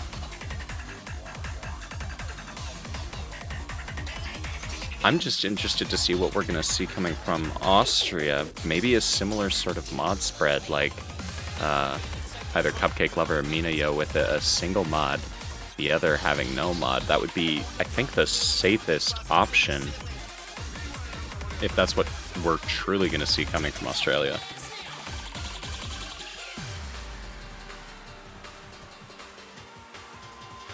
Bit of a roster swap going on here with Anime X Amara subbing in. Ah.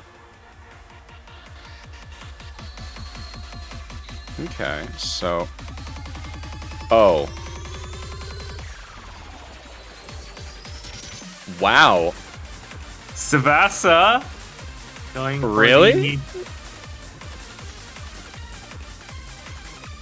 Okay. Apparently Savasa's going for Hidden Hard Rock. He's going for this is the intimidation strat. I suppose. He's gonna flex on everyone. I mean, if they're able to do it, all the power to you, but, I mean, this is the shortest free mod. If I'm not... No, that's free mod 1, right?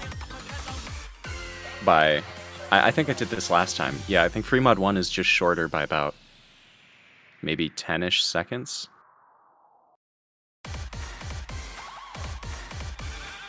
Yeah, around there. But still, 2 minutes and 16 seconds, that's not a lot of time if you do make a pretty significant break, which HDHR on a map like this can definitely lead to, so...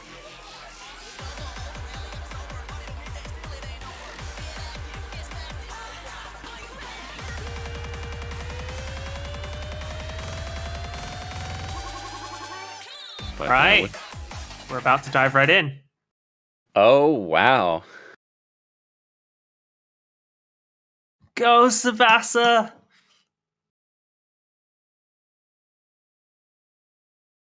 Let's see how this ends up for Tsubasa and Team Australia there with the very strong HDHR mod advantage. That's 2 entire mods up from Austria. To be 100% honest, like, they can afford quite a bit of mistakes against Austria. But with that early accuracy coming from Tsubasa, on the other hand, if that kind of accuracy gets held throughout the rest of the song, He's actually holding combo pretty good. Absolutely, but I mean, if we see around that 90% AC mark at the end, I don't think it's gonna. I think it's gonna be far more than 120,000 points that separates Tsubasa from other players. Now, Minayo earlier broke. Meanwhile, Richie over here, 99+% accuracy. Really putting in the work for Australia. Australia's gonna... Oh god, the lead is flipping back and forth with the accuracy drops. Sabathia will find a drop.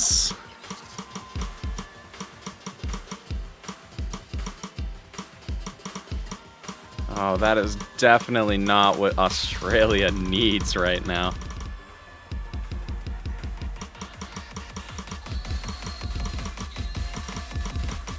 Oh, actually, I just realized. I think I know what Australia is doing. Yeah? I'll talk more about it later, though. But yeah, I know what they're planning. They're just showing off. There's a good reason.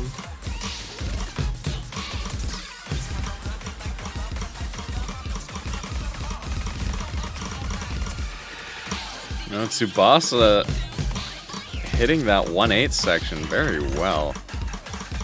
Richie just picking up a couple of 100s. Now Tsubasa, of course, dropping. As I mentioned, that they were doing pretty well.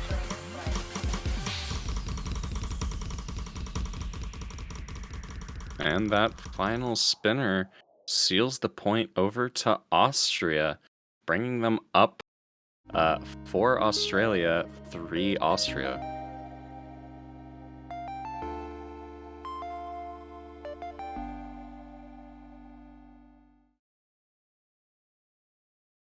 Ooh, Austria are within striking distance of taking this to the tiebreaker. Yeah, I mean, they won their point. It's now Australia to pick. If Austria can win this break point off of Australia, this would be tiebreaker.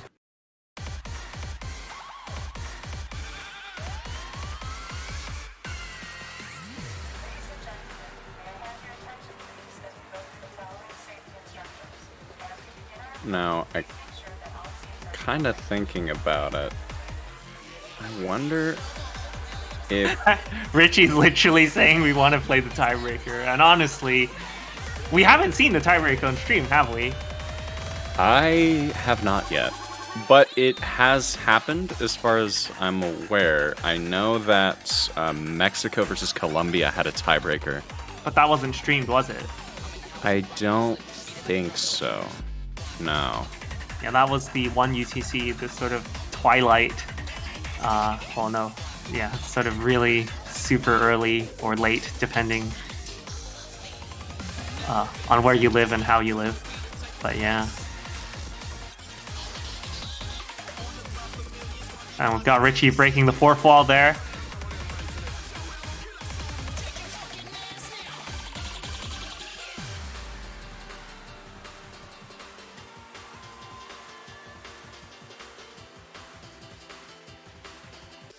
Meanwhile, in other news, China will take their 5th point against New Zealand in the other match.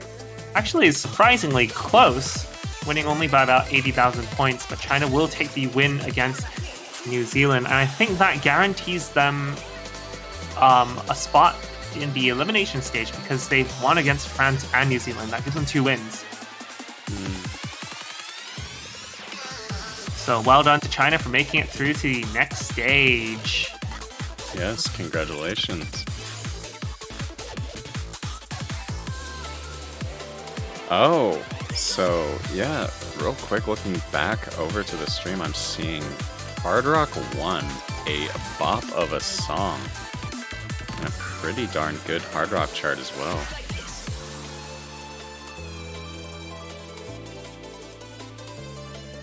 Let's see.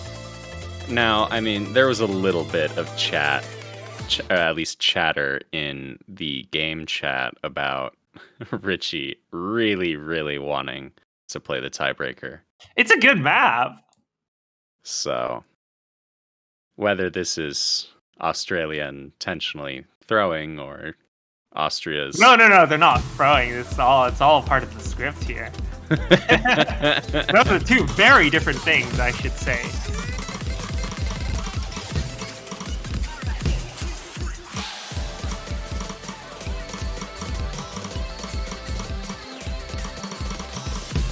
See, it's one thing to intentionally throw and show disrespect to the opponent, but it's another thing entirely if you have a script to follow. Yes, that's correct. That's what's happening.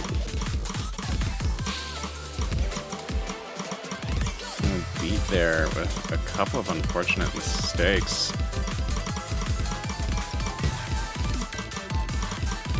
Cupcake Lover and Anime X Samara. Or is it Anime Zamara? Let me know. What if it's Animex Amara?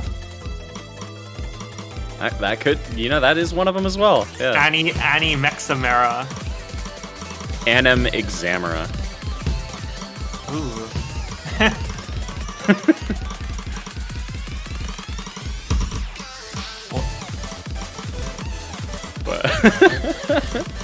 But yeah, I mean, we're seeing pretty solid act kind of all around. Is very similar. Tsubasa there with the lowest act of the lobby, dropping down to 90% there.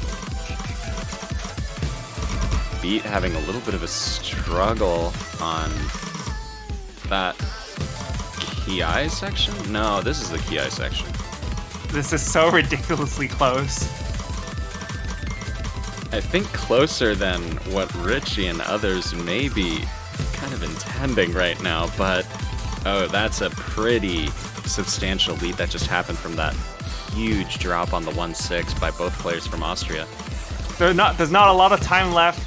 Austria needs a miracle to claw it back. Will it happen? Oh my god, it happened!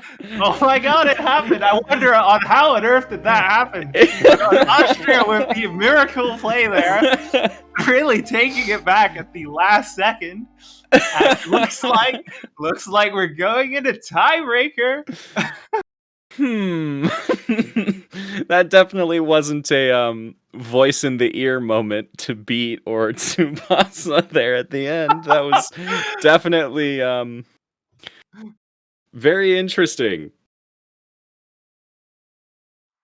Now, see, I actually have some concerns about the tiebreaker. The tiebreaker is actually really difficult. Oh, absolutely. And I'm actually worried that we might see a couple fails on this, actually. Yeah. Potentially. But Rishi's going to give it his all on HR. But I worry for the other players. And I mean, like, this tiebreaker is more than like a star rating higher than the average of the rest of this pool. And it is significantly difficult even for a 6.6 star. You know what they could do? Morph could change the SR system to like nerf it. So that would make the map a lot easier. Yeah, he could submit a PR to GitHub right now, and then like change it into like 3 stars, and then everyone gets a double S on it. That's the real strat. True, because that's exactly how it works.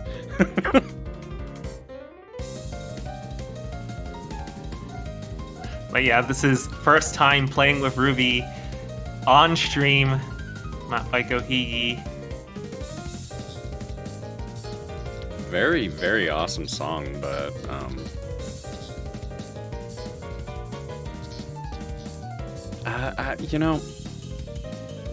kind of just, I guess I'm kind of just thinking about it, like, so we're seeing Morth, and I think Cupcake Lover subbing in for Austria versus Richie and Tsubasa, and I feel like Richie's going to be pulling out HR on this.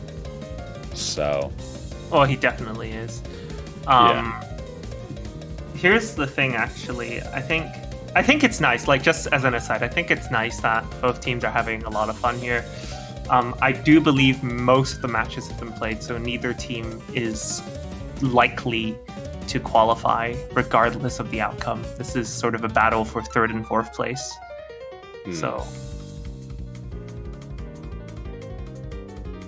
yeah, and I guess without stakes that are truly that, like, I guess, high in priority. Like, it's not like third versus second place and trying to assert dominance in sort of a BM way. This is more just with first and second, it's for favorable seedings, and with second and third, it's to qualify.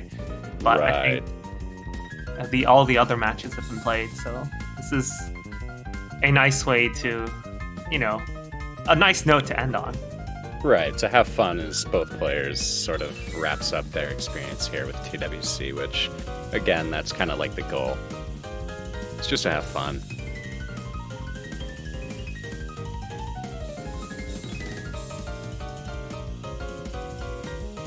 Alright, so it looks like we're about to start off here in the next 5-ish seconds.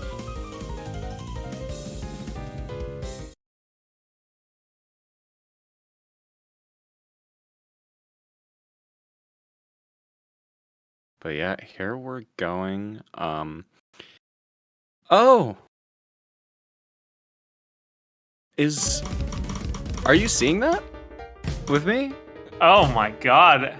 That's- Samura, the man with 1,000 names. He's going for HR, he's going head to head with Richie. Wow, okay. The battle of the HRs, meanwhile Tsubasa and Minayo will be competing on a more regular SV. I should state that this map was specifically designed to be difficult on both mods. Yeah, and I mean, it definitely showed when I was commentating Showcase with you earlier this week. It definitely looks like a map specifically designed to be anti-mod, and I mean, you can kind of see that, like, Anime X Samurai. If you put this map, like, you could easily fit this map into, like, semifinals HR or something. Right.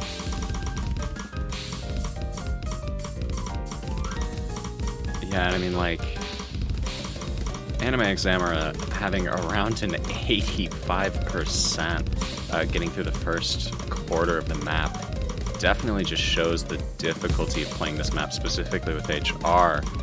HD has its own set of problems in different areas, but... Dude, Richie is 1v2ing them. His total score is higher than Anime Examura and Minayo combined. Yeah, oh. There comes the miss from Richie. Oh, no one's playing hidden here, so we can't actually see the difficulty of this section. Oh, that section is yucky on hidden, let me tell you. But yeah, I mean, even kind of looking at sort of this SR challenge, because this map, even no mod, is a rough challenge. And I mean, players. All right, 280 HR. Who can play 280 something BPM HR? Apparently, Richie can manage. What a legend. Yeah, Richie's act is dropping ever so slightly as the song does continue to truck along. It is 4 minutes and 13 seconds. But we're seeing more and more misses coming from Richie. I don't know if it's going to be enough. I mean, Anime X Amara at 70% now. On the 1-3 section here, a couple of mistakes. Oh, that's my favorite part of the map. It's so satisfying. Yeah. All right, spinner gimmicks.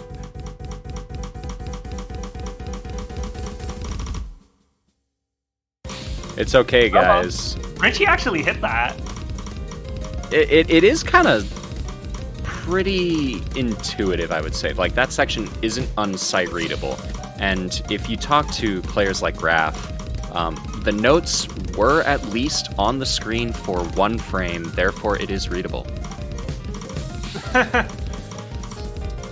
It's actually harder on HR because the spinner tick, there are more spinner ticks you need to hit on HR. Oh, right.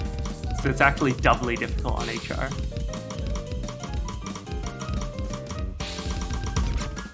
Yeah, but this is looking like a complete stomp in Australia Saber, showing none of the closeness in the previous few maps he played.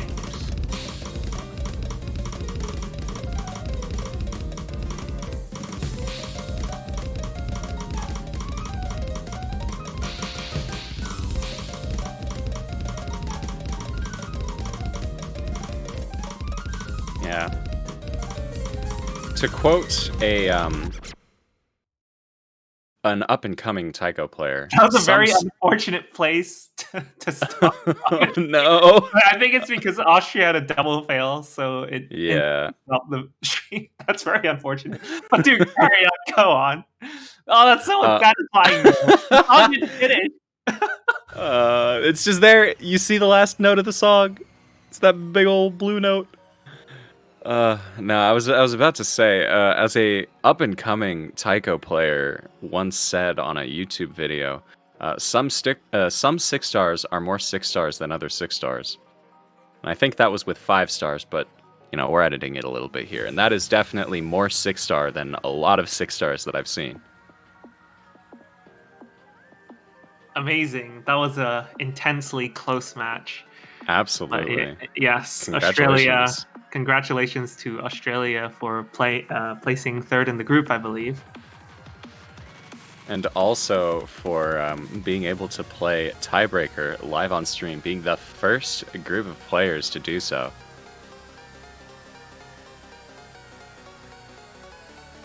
But yeah, we hope to see these countries again next year.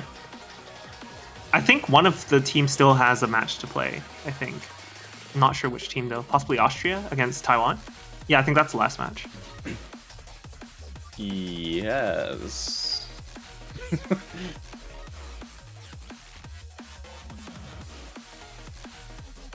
No. No?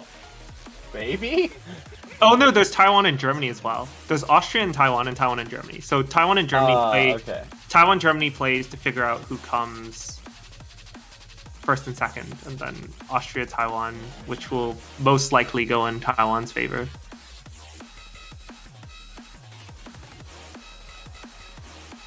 Okay. Although, if by some miracle Austria manages to defeat Taiwan, and Taiwan loses to Germany, actually, Australia could qualify, which is.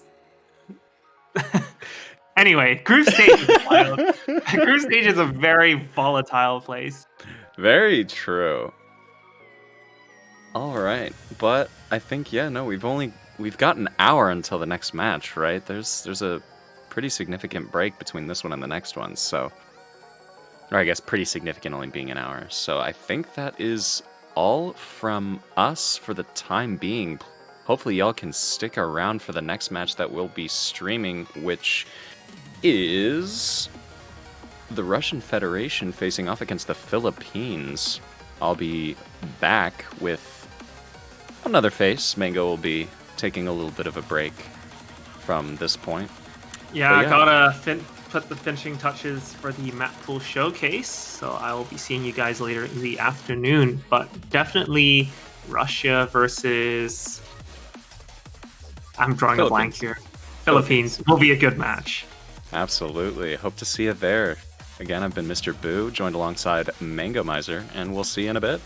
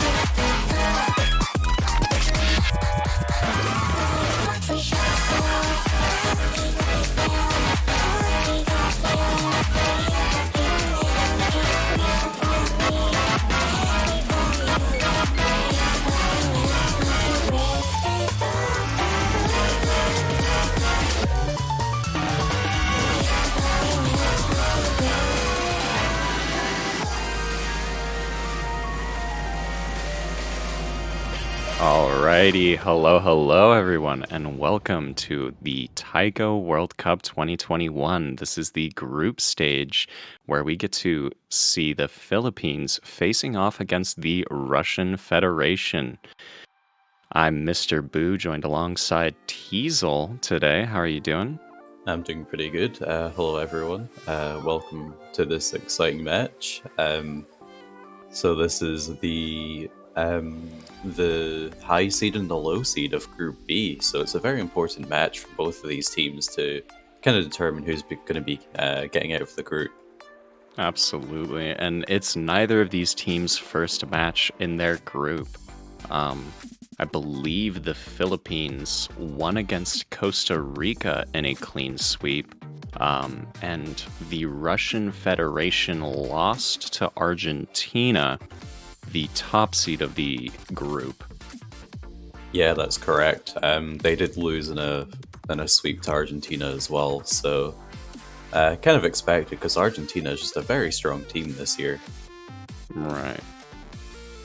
But this match is pretty important to both of these teams because this is pretty much going to solidify, at least I think, who's going to make it on through group stage into the bracket phase. Yeah, unless something crazy happens, such as maybe the Philippines beating Argentina or something like that, then yeah, this is pretty much the deciding factor. Right. Now, it looks like the Philippines won the roll phase, so the Russian Federation is going to be banning first, and they do ban Hard Rock 2. Cutie ladies. That's quite a strange ban, to be honest, considering all of the players are normally talk about how easy this map is. Right. Maybe it's a lack of confidence to out-act game the Philippines on a map like that, or it could be the strategy of banning one of the easier maps to prevent the Philippines from getting that kind of point. Yeah, either kind of option there sounds pretty viable. But yeah, now at this point we're just waiting on Philippines' ban. I'm trying to remember what the Philippines banned in the last match that I saw from them. I think they banned Hidden 1 on accident, thinking it was Hidden 2? Oh. I know someone did that. Don't quote me on that being the Philippines, though, because I might be entirely wrong on who exactly did it, but yeah, banning the wrong map can be pretty devastating, especially when you're playing under the pretense that a map is available that you think isn't. Right, and I mean, with how different Hidden 1 and Hidden 2 are, that's two completely different skill sets, so, banning the wrong map in that sort of situation can definitely be extremely rough. Yeah, it's not an ideal situation to be in. Alright, so they are banning Parasite, which is Nomad 4, the gimmick Nomad map. Kind of a popular ban from what I've seen throughout all the matches in group stage. In fact, I think I think Mango specifically said in the last match that happened 2 hours ago that it is banned twice as much as it is picked. All right. Yeah, I think I can't really decide if it's the players have just found the map very difficult to kind of get into, or if they just kind of fear the other team having practiced it more. Right. It's definitely a map that you would have to put in a lot of time to practice on. That and Reincarnation in particular, I think, are two very, very pivotal maps to put in a lot of time on. Yeah, absolutely. Just getting all of the patterns down. Yeah, it's quite difficult. With Reincarnation, though, if you already are a hidden player, it helps a lot. Absolutely. Now, we're kind of waiting on the Philippines' pick, and kind of knowing the players, they might just start it off with a free mod if I was just kind of going through some speculation. Or could also be Libertas, but I do think it'll probably be either free mod 2 or free mod 1. Or they're just going to pick no mod 3. You know, that's fine too. It doesn't matter. Yeah, it's entirely fine. I mean, it's fun to speculate, but it's also I'm 0 for 5, I think, in all of my speculations so far. So it's been pretty rough for me.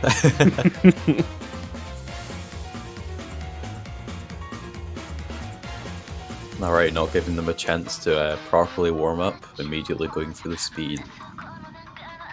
Yeah, kind of just having a strong arm sort of decision from the Philippines here.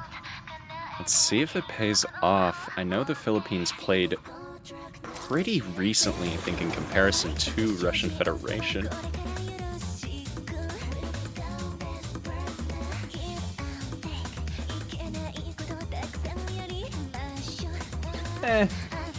Recently, I guess, is a relative term. Yeah.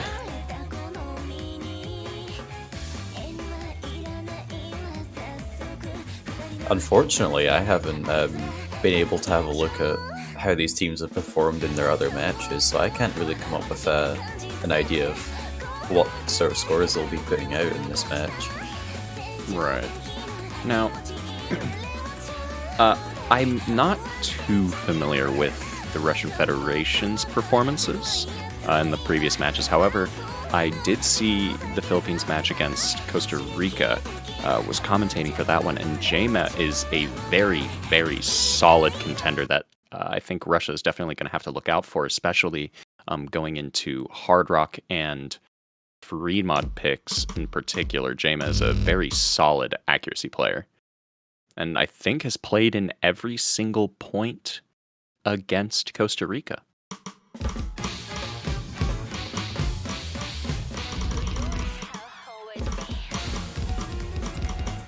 But yeah, here we are, starting it off, Pochaka with, I think, 1 or 2 100s very, very early on, being the first person to drop their double S.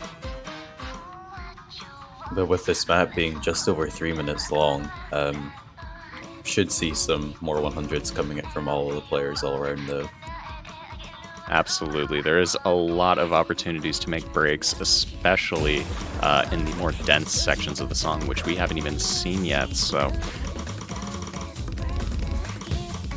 And, I mean, Pochako having a little bit of some earlier axe struggle, again dropping some more 100s, but kind of getting their groove.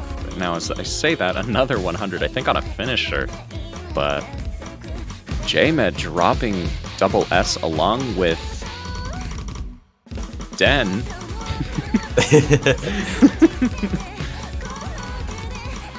I'm sure that's fine. Yeah. Just had to look at that name for a little bit. I'm like, do I pronounce it with the numbers?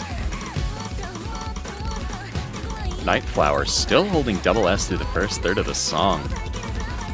Very solid play so far.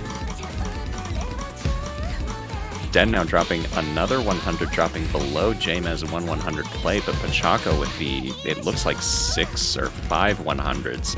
That's definitely going to bring the accuracy lead to Russia as they continue to hold on through the first half of the map. Still anyone's game. So a word from from producers. It's Denchik. Denchik, okay.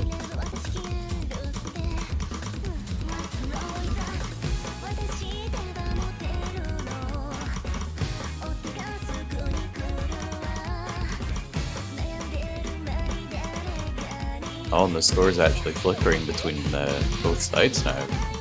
Yeah, they're just 100 between players, and I think there was some issues with 100s, or either that, or I think Jaima was just holding a 100 lead over Denchik. Nightflower there with a break.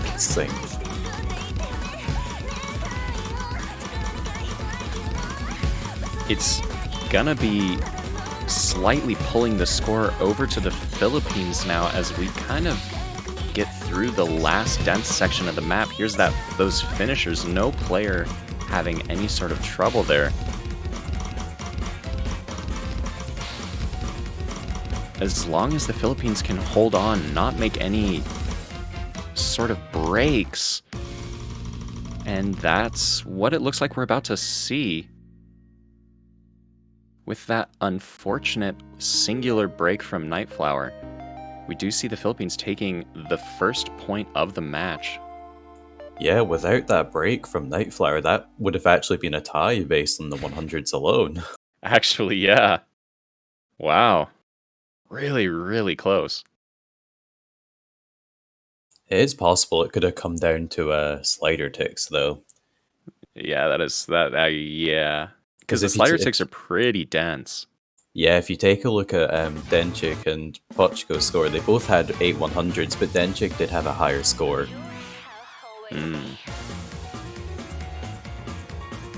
So that's a very good sign for the Philippines winning their own pick very early on. So now we're going to be moving over to Russia's pick. Right, no break points so far, not starting off the match with one, so with Russian Federation to pick, with how close that was, I mean, we could definitely see a very, very close match on our hands. Yeah, I believe both of these teams are pretty close in seeding as well. I don't have the kind of exact numbers, but yeah, I think they're pretty close. Yeah.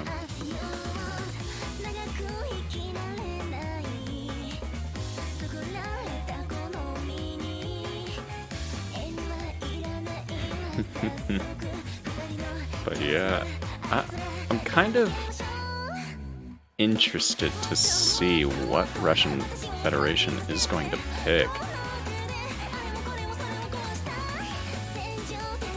Could be a free mod, although I feel like there's a lot of players on the Russian Federation team who are going to be able to have a solid 2-mod score.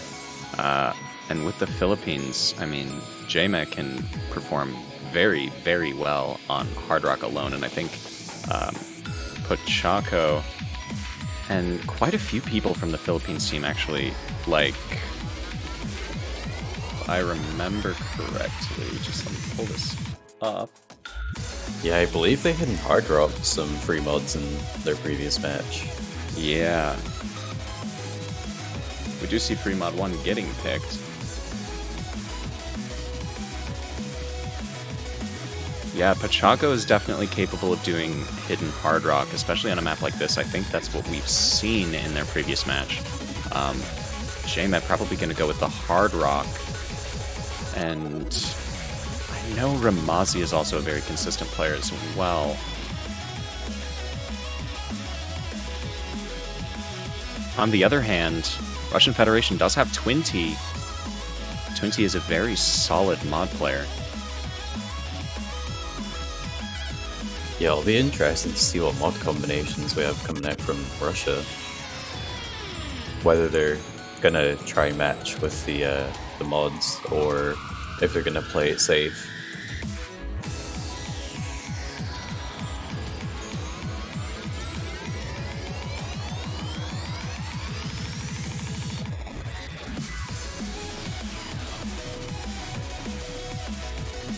Dialing in some settings here from the ref before we start things off. I'm just trying to think, is Twinty gonna go with hard rock? Yeah, that's kind of what I was expecting. However, Nightflower only going with hidden, so they're gonna have the safety of not having to play with HDHR, but the Philippines does have a mod advantage. So if we're going to want to see Russia taking their own point, we're going to need to see some very low accuracy coming from the Philippines or some misses. Right, there's gonna have to be, like, if all players do get an S, there has to be a 2% act difference to sort of nullify that one mod of advantage that the players have. Now, we do kind of see that Pochako is below 98%, although now with their groove, they are finding themselves climbing back up.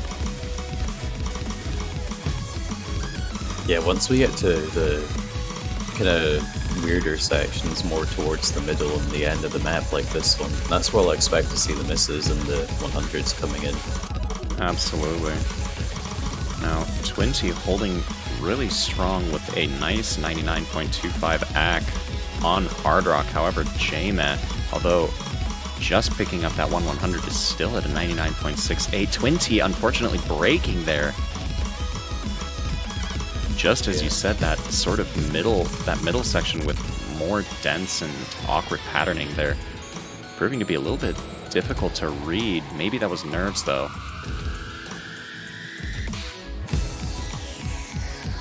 Yeah, that puts Philippines in a very favorable position for this map, with only about a quarter of it left. Yeah.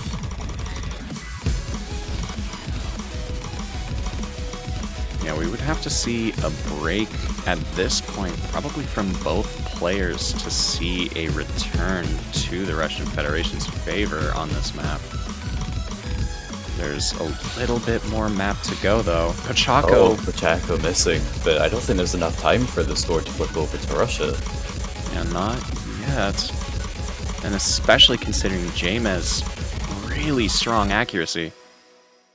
That is going to be the first breakpoint heading over to the Philippines.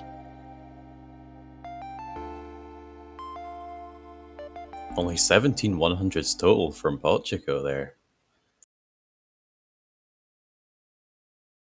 Managing to stay pretty on top of the 100 count compared to all the other players in the lobby, despite playing Hidden and Hard Rock.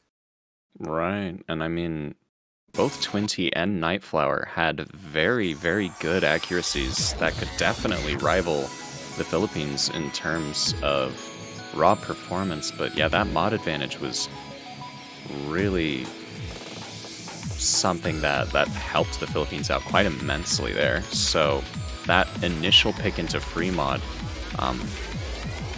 might not have gone the way that they planned, and they might be avoiding those, at least for the time being. We might see some more force mods.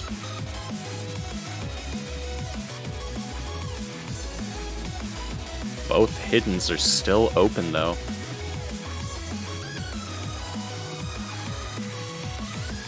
Yeah, we do also have Hard Rock 1. And with Russia banning that one, that could be a good pick coming from the Philippines. Definitely. Although looking at Twinty's Hard Rock performance, I'm not too sure. Yeah, Twinty is very solid with Hard Rock, and I feel like Libertas is going to play more of a favoritism to Twinty over JMet, I think.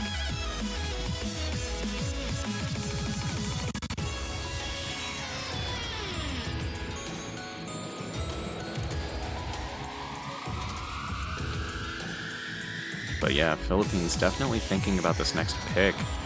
And they decide to go with Hidden too. Oh. God.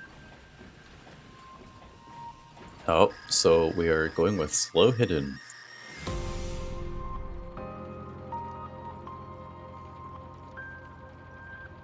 Yeah, this is a very, very tricky map.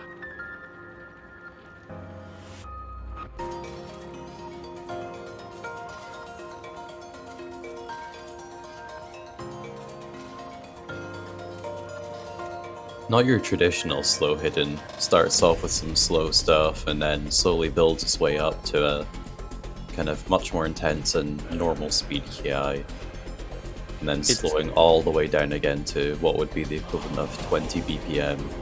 Right. And the interesting thing about this being the quote-unquote slow hidden is that the style of this hidden pick definitely tests different facets of hard to read HR maps. It's not just really slow patterning that kind of hides itself for quite a while. It's a lot of different varying SVs. You have the varying finisher sections. You have that slow but repetitive pattern that happens at the very end of the map. And you just have a generally slow map around most of the other sections I haven't previously mentioned, so it is rough, and it definitely requires quite a bit of practice, so let's see if these players have done so and put in that time. Every player so far has dropped their double S. Understandable. Very, very slow and hard to act on the intro. The DKD not catching anybody out. Very good sign here. And here comes those varying SV finishers. Or overlapping finishers, I should say.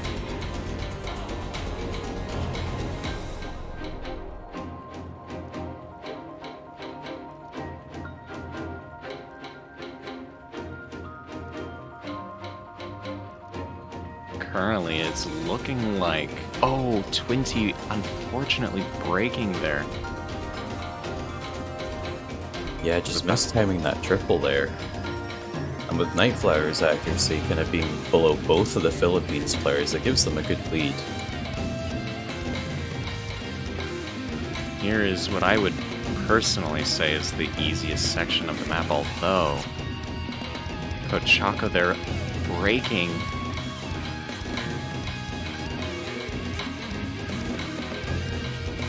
A lot of finishers. It looks like all of the players are hitting them correctly.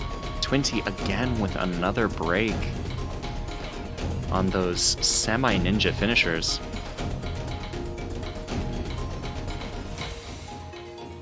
Alright, and here's that repetitive patterning that goes down to what would be the equivalent of 20 BPM.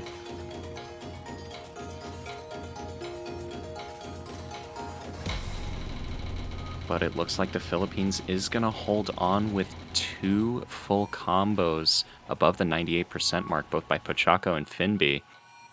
Nightflower, the highest score of the lobby, a phenomenal play at 1,020,000, a 14,100 play. Oh, actually, Pochako did not have. Yeah, they missed during the Kiai.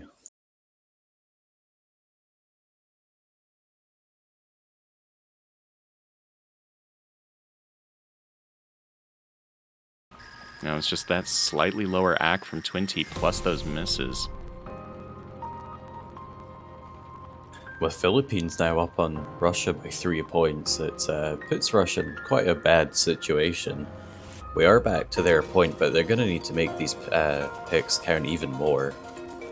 Especially since they now know that the Philippines can take a break point from them.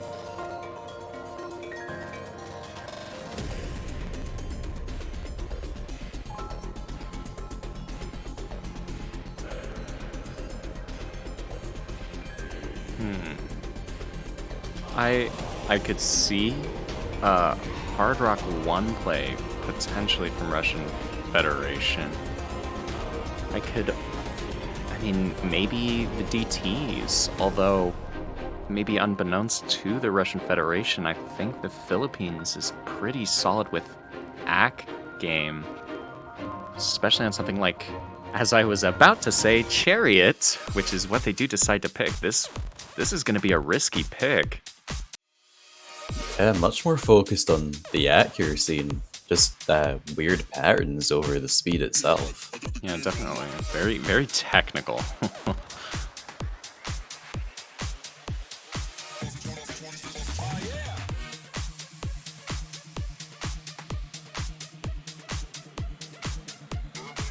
But currently with the score at 3-0, if the Philippines does win this next break point, that's gonna spell quite a bit of pressure on Russian Federation as the Philippines does go to match point, forcing a tiebreaker if that were to become the case from a reverse sweep. Now this is all speculation, Yeah, we are seeing a roster change for the Philippines. We have JMAC coming back in.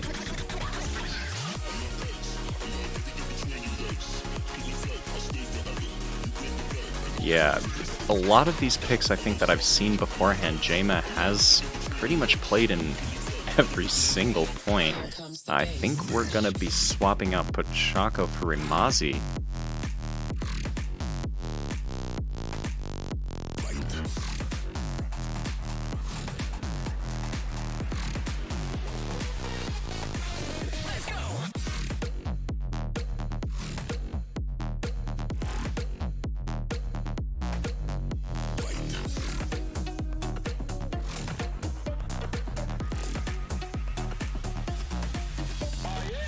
Just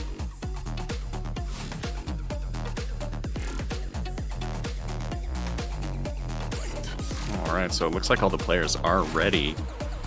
We might see this match be kicking off here in a little bit. This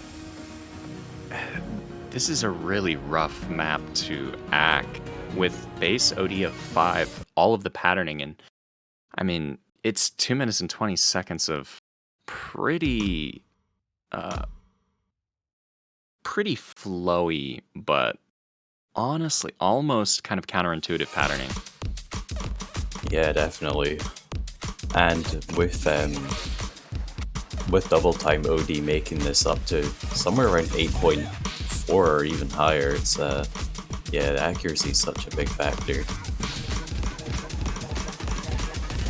And as we're seeing Nightflower there with a couple of early 100s, Twinty as well dropping the double S. There is no double S on the board anymore.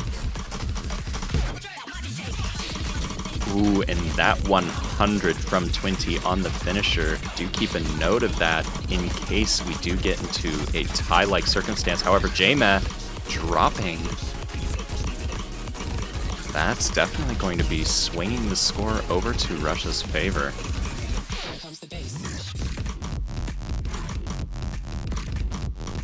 Now here's all these doubles and off patterning.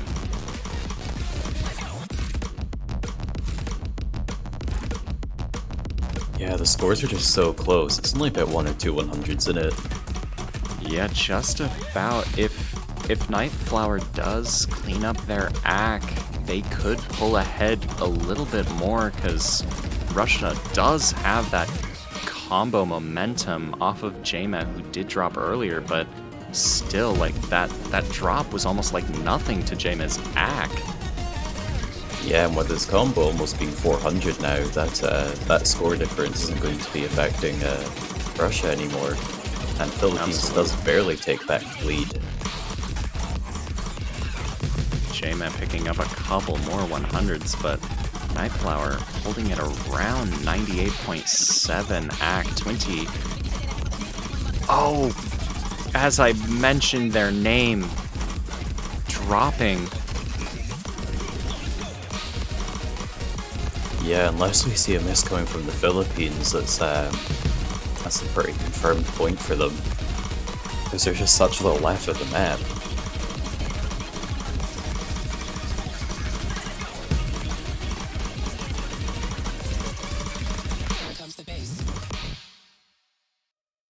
And with that, that is another point over to the Philippines. Those unfortunate misses from Twinty there.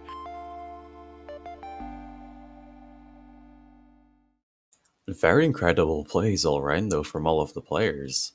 Absolutely. Really good accuracy. It was just both teams were very good.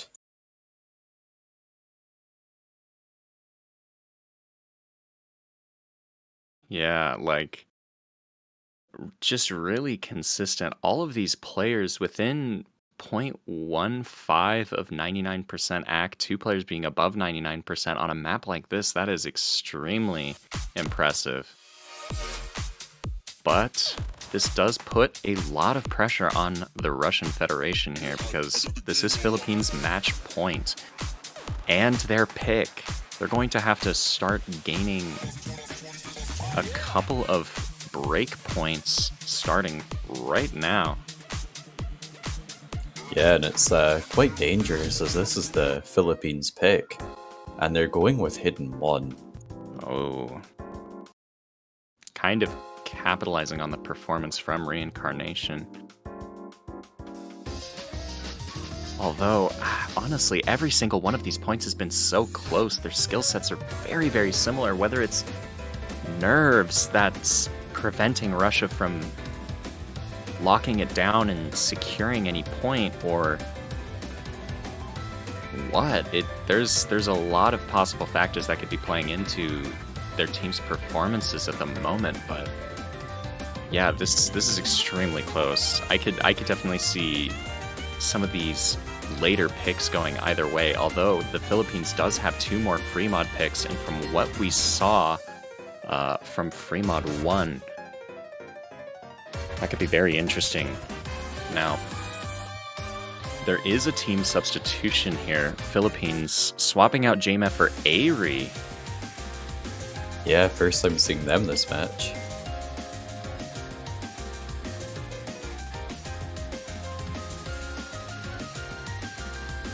Looks like Nightflower and Twinty still holding strong on the Russian Federation side, however.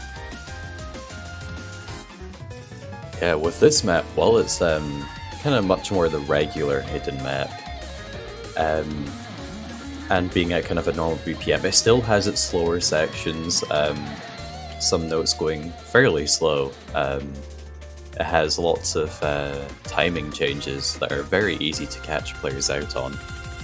Right.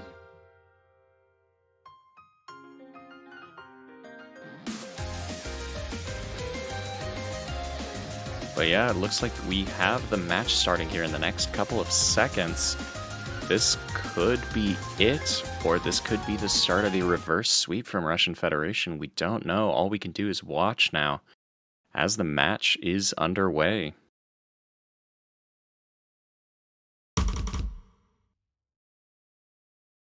And from pretty much every time I've seen this map getting played, the intro does catch quite a few 100s from a couple of players off guard. So let's see. Yeah. Both players from the Russian Federation actually dropping the double S. Airi kind of having a pretty heavy drop. And again with another... Oh.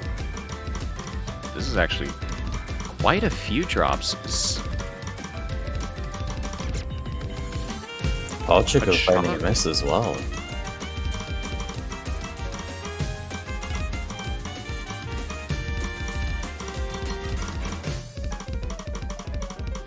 I currently see over a 100,000 score lead in favor of Russia. Yeah, and I mean, we're only through the first third. Now, Nightflower dropping at the same time as Airi. I was just about to comment on the fact that the Russian Federation both still have S. Now it's only Twinty holding that crown. But there's still quite a significant combo momentum over to Russia, with Twinty being above 400.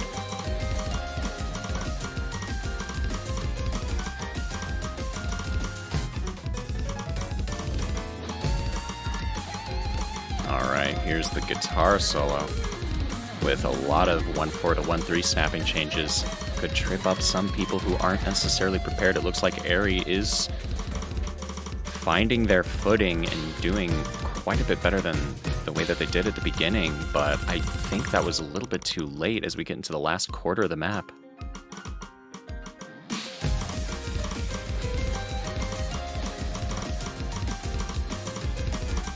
Such a significant point lead for the Russian Federation. This is probably gonna be their first point, yeah, and with that drop from Airi on the final section, there really isn't that many, there isn't enough notes. Oh! Nightflower and Airi both dropping on the last 1-8 cat. Right there at the very end. Yeah, it's a very evil pattern. Yeah, especially off the bar line, it's rough to read correctly, but yeah, Twinty with a phenomenal 24 miss. Silver S, the only S in the lobby, and a great play that propelled the Russian Federation to that first point.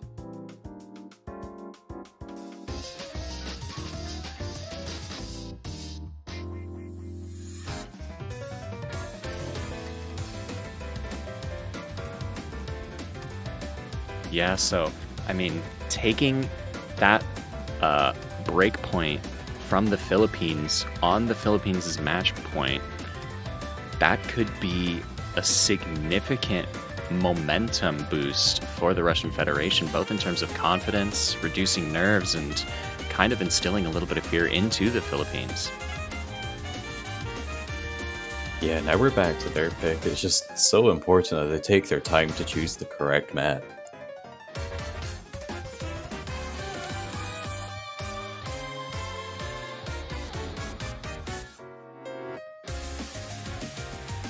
There's a lot of options for the Russian Federation here.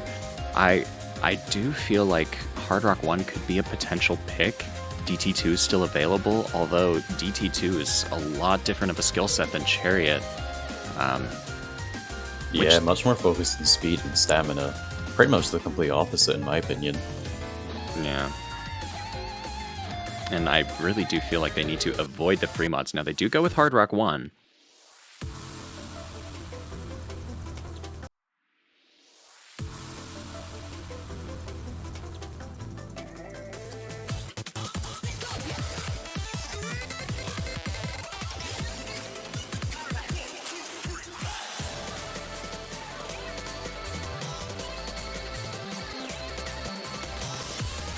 So we are seeing a couple of subs on the Philippines side. We're saying goodbye to Eri for the time being and bringing in J-Man once again. Very understandable. J-Man is probably one of the best hard rock, I would actually say is probably the best hard rock player on the Philippines team. And we're bringing in Denchik for the Russian Federation side as we do start this map.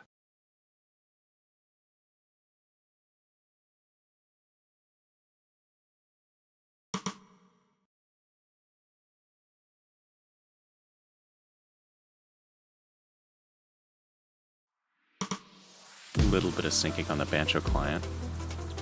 Ah, 20 getting a 100 on the very first note, which is a finisher. Now J-Met dropping very, very early. Pochako as well dropping the double S.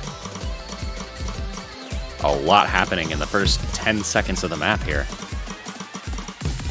Denchik being the only player to maintain the double S, though. Yeah, through the intro. Now a couple of 100 drops there from Denchik. Now 20 is holding a very, very good accuracy. Pochako as well. I believe that's a 1 or 2 100 plays so far. But... oh, wow. Both Twinty and Denchik playing that Doncat alternating 1-6? It's like 1-5, 1-6-ish. Yeah. Very well. Yeah, both of the Philippines players picking up quite a few 100s on the end of that one.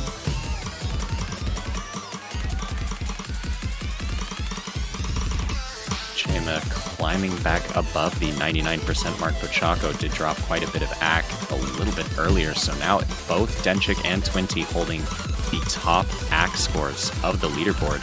And with the fact that neither of them have dropped yet, the score is leaning quite favorably in the Russian Federation's side. There's not much of the map left. There's only about a quarter.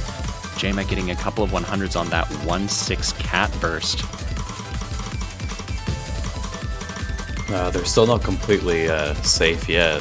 The scores are still fairly close. A single miss could change the fate of this point.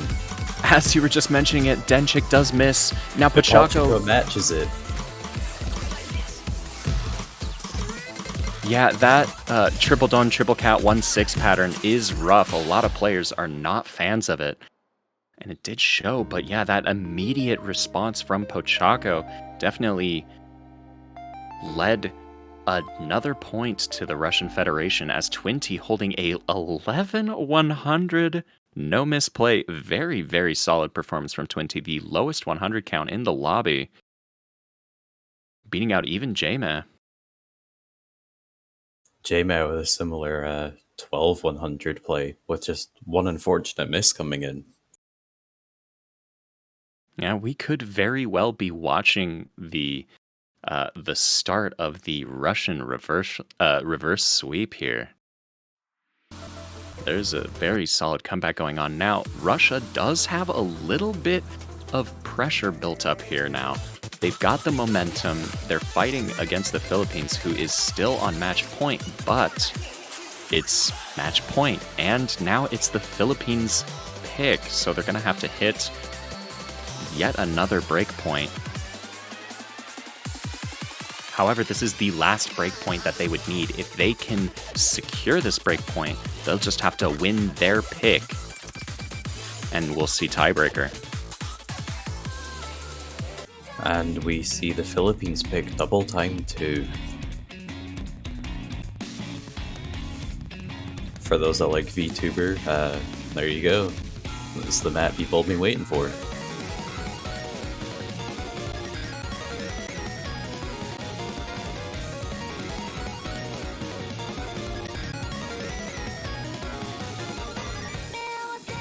We are seeing a sub in for Akonine.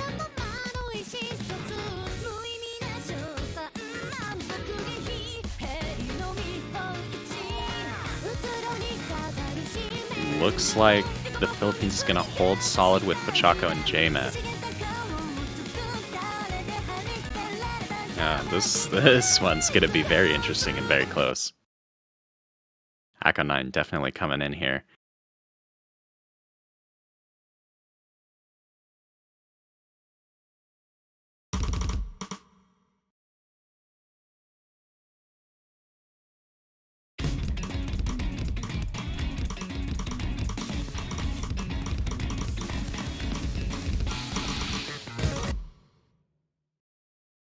Alright, we're going to have to sync the client just a little bit here.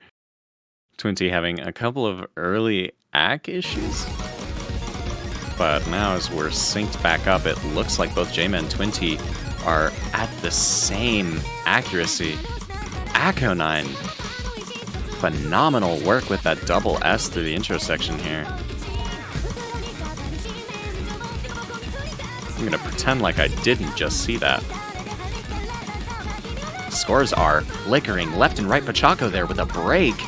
That's going to spell some trouble for the Philippines if there is no response from Russian Federation, but judging Akonine's UR and how comfortable they seem through this map, it's going to have to be something like a misread to see a miss from them. Twinty, on the other hand, also doing pretty solid, just teetering right below that 99% mark.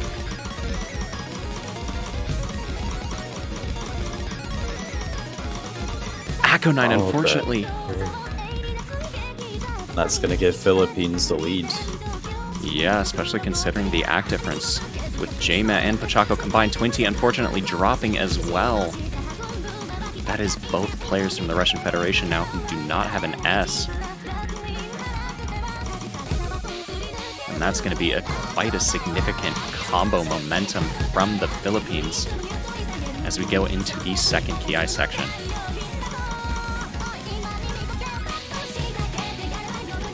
Yeah, so all eyes are on Jame now being the final player to hold a full combo.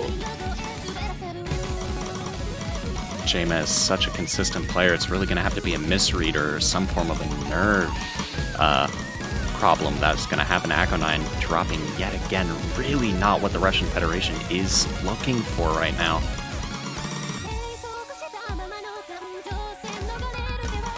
Jame now both with the highest combo and the highest accuracy, although picking up quite a few 100s as we get into the final Ki.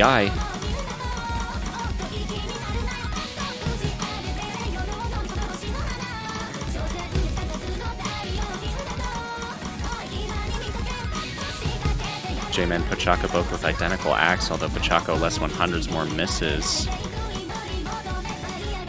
Twinty holding very strong after that one break, but that's really what they didn't need was breaks from both Akonine and Twinty, and with that map ending, we do see the Philippines taking that final point. So that means Philippines are winning this match against Russia. very, very well played to both of these teams. As normal, the points that we see at the end of the match never really tell the full story of the players, of like each map and how close they all are. Right, like, I mean, so many extremely close calls where you can almost just attribute it to nerves robbing the Russian Federation of certain points. But yeah, again, congratulations to the Philippines here. This is not an upset as far as I'm aware, because the Philippines is the high seed. Yes, of that's the correct. Two. Yeah, so anyway, are we... I don't know if there are any matches still continuing. No, okay, so we're actually going to wait around just about 15 minutes for the next match. But Yeah, hope to see y'all in a little bit. I was Mr. Boo, commentating with Teasel, and hope you have a pleasant morning or evening. Yeah, thank you for joining us. We will be having Singapore versus the Netherlands in about 15 minutes, so yeah, make sure to be there for that.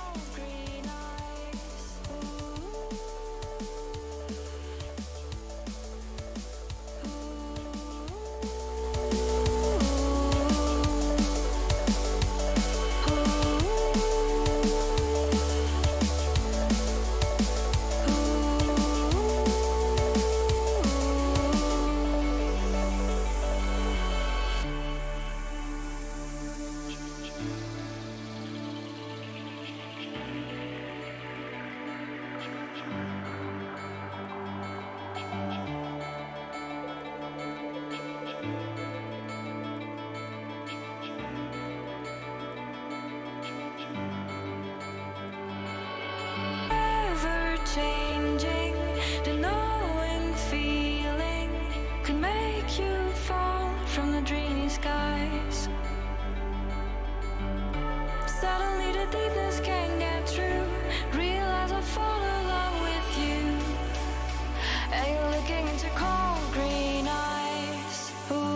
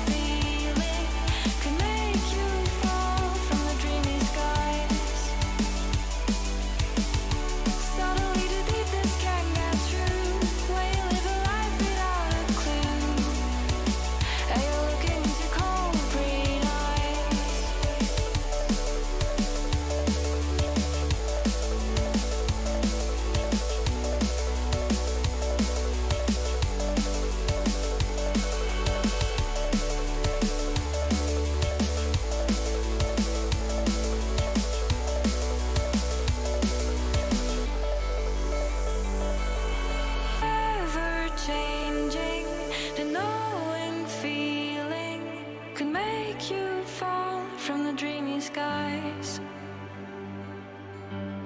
Suddenly the deepness can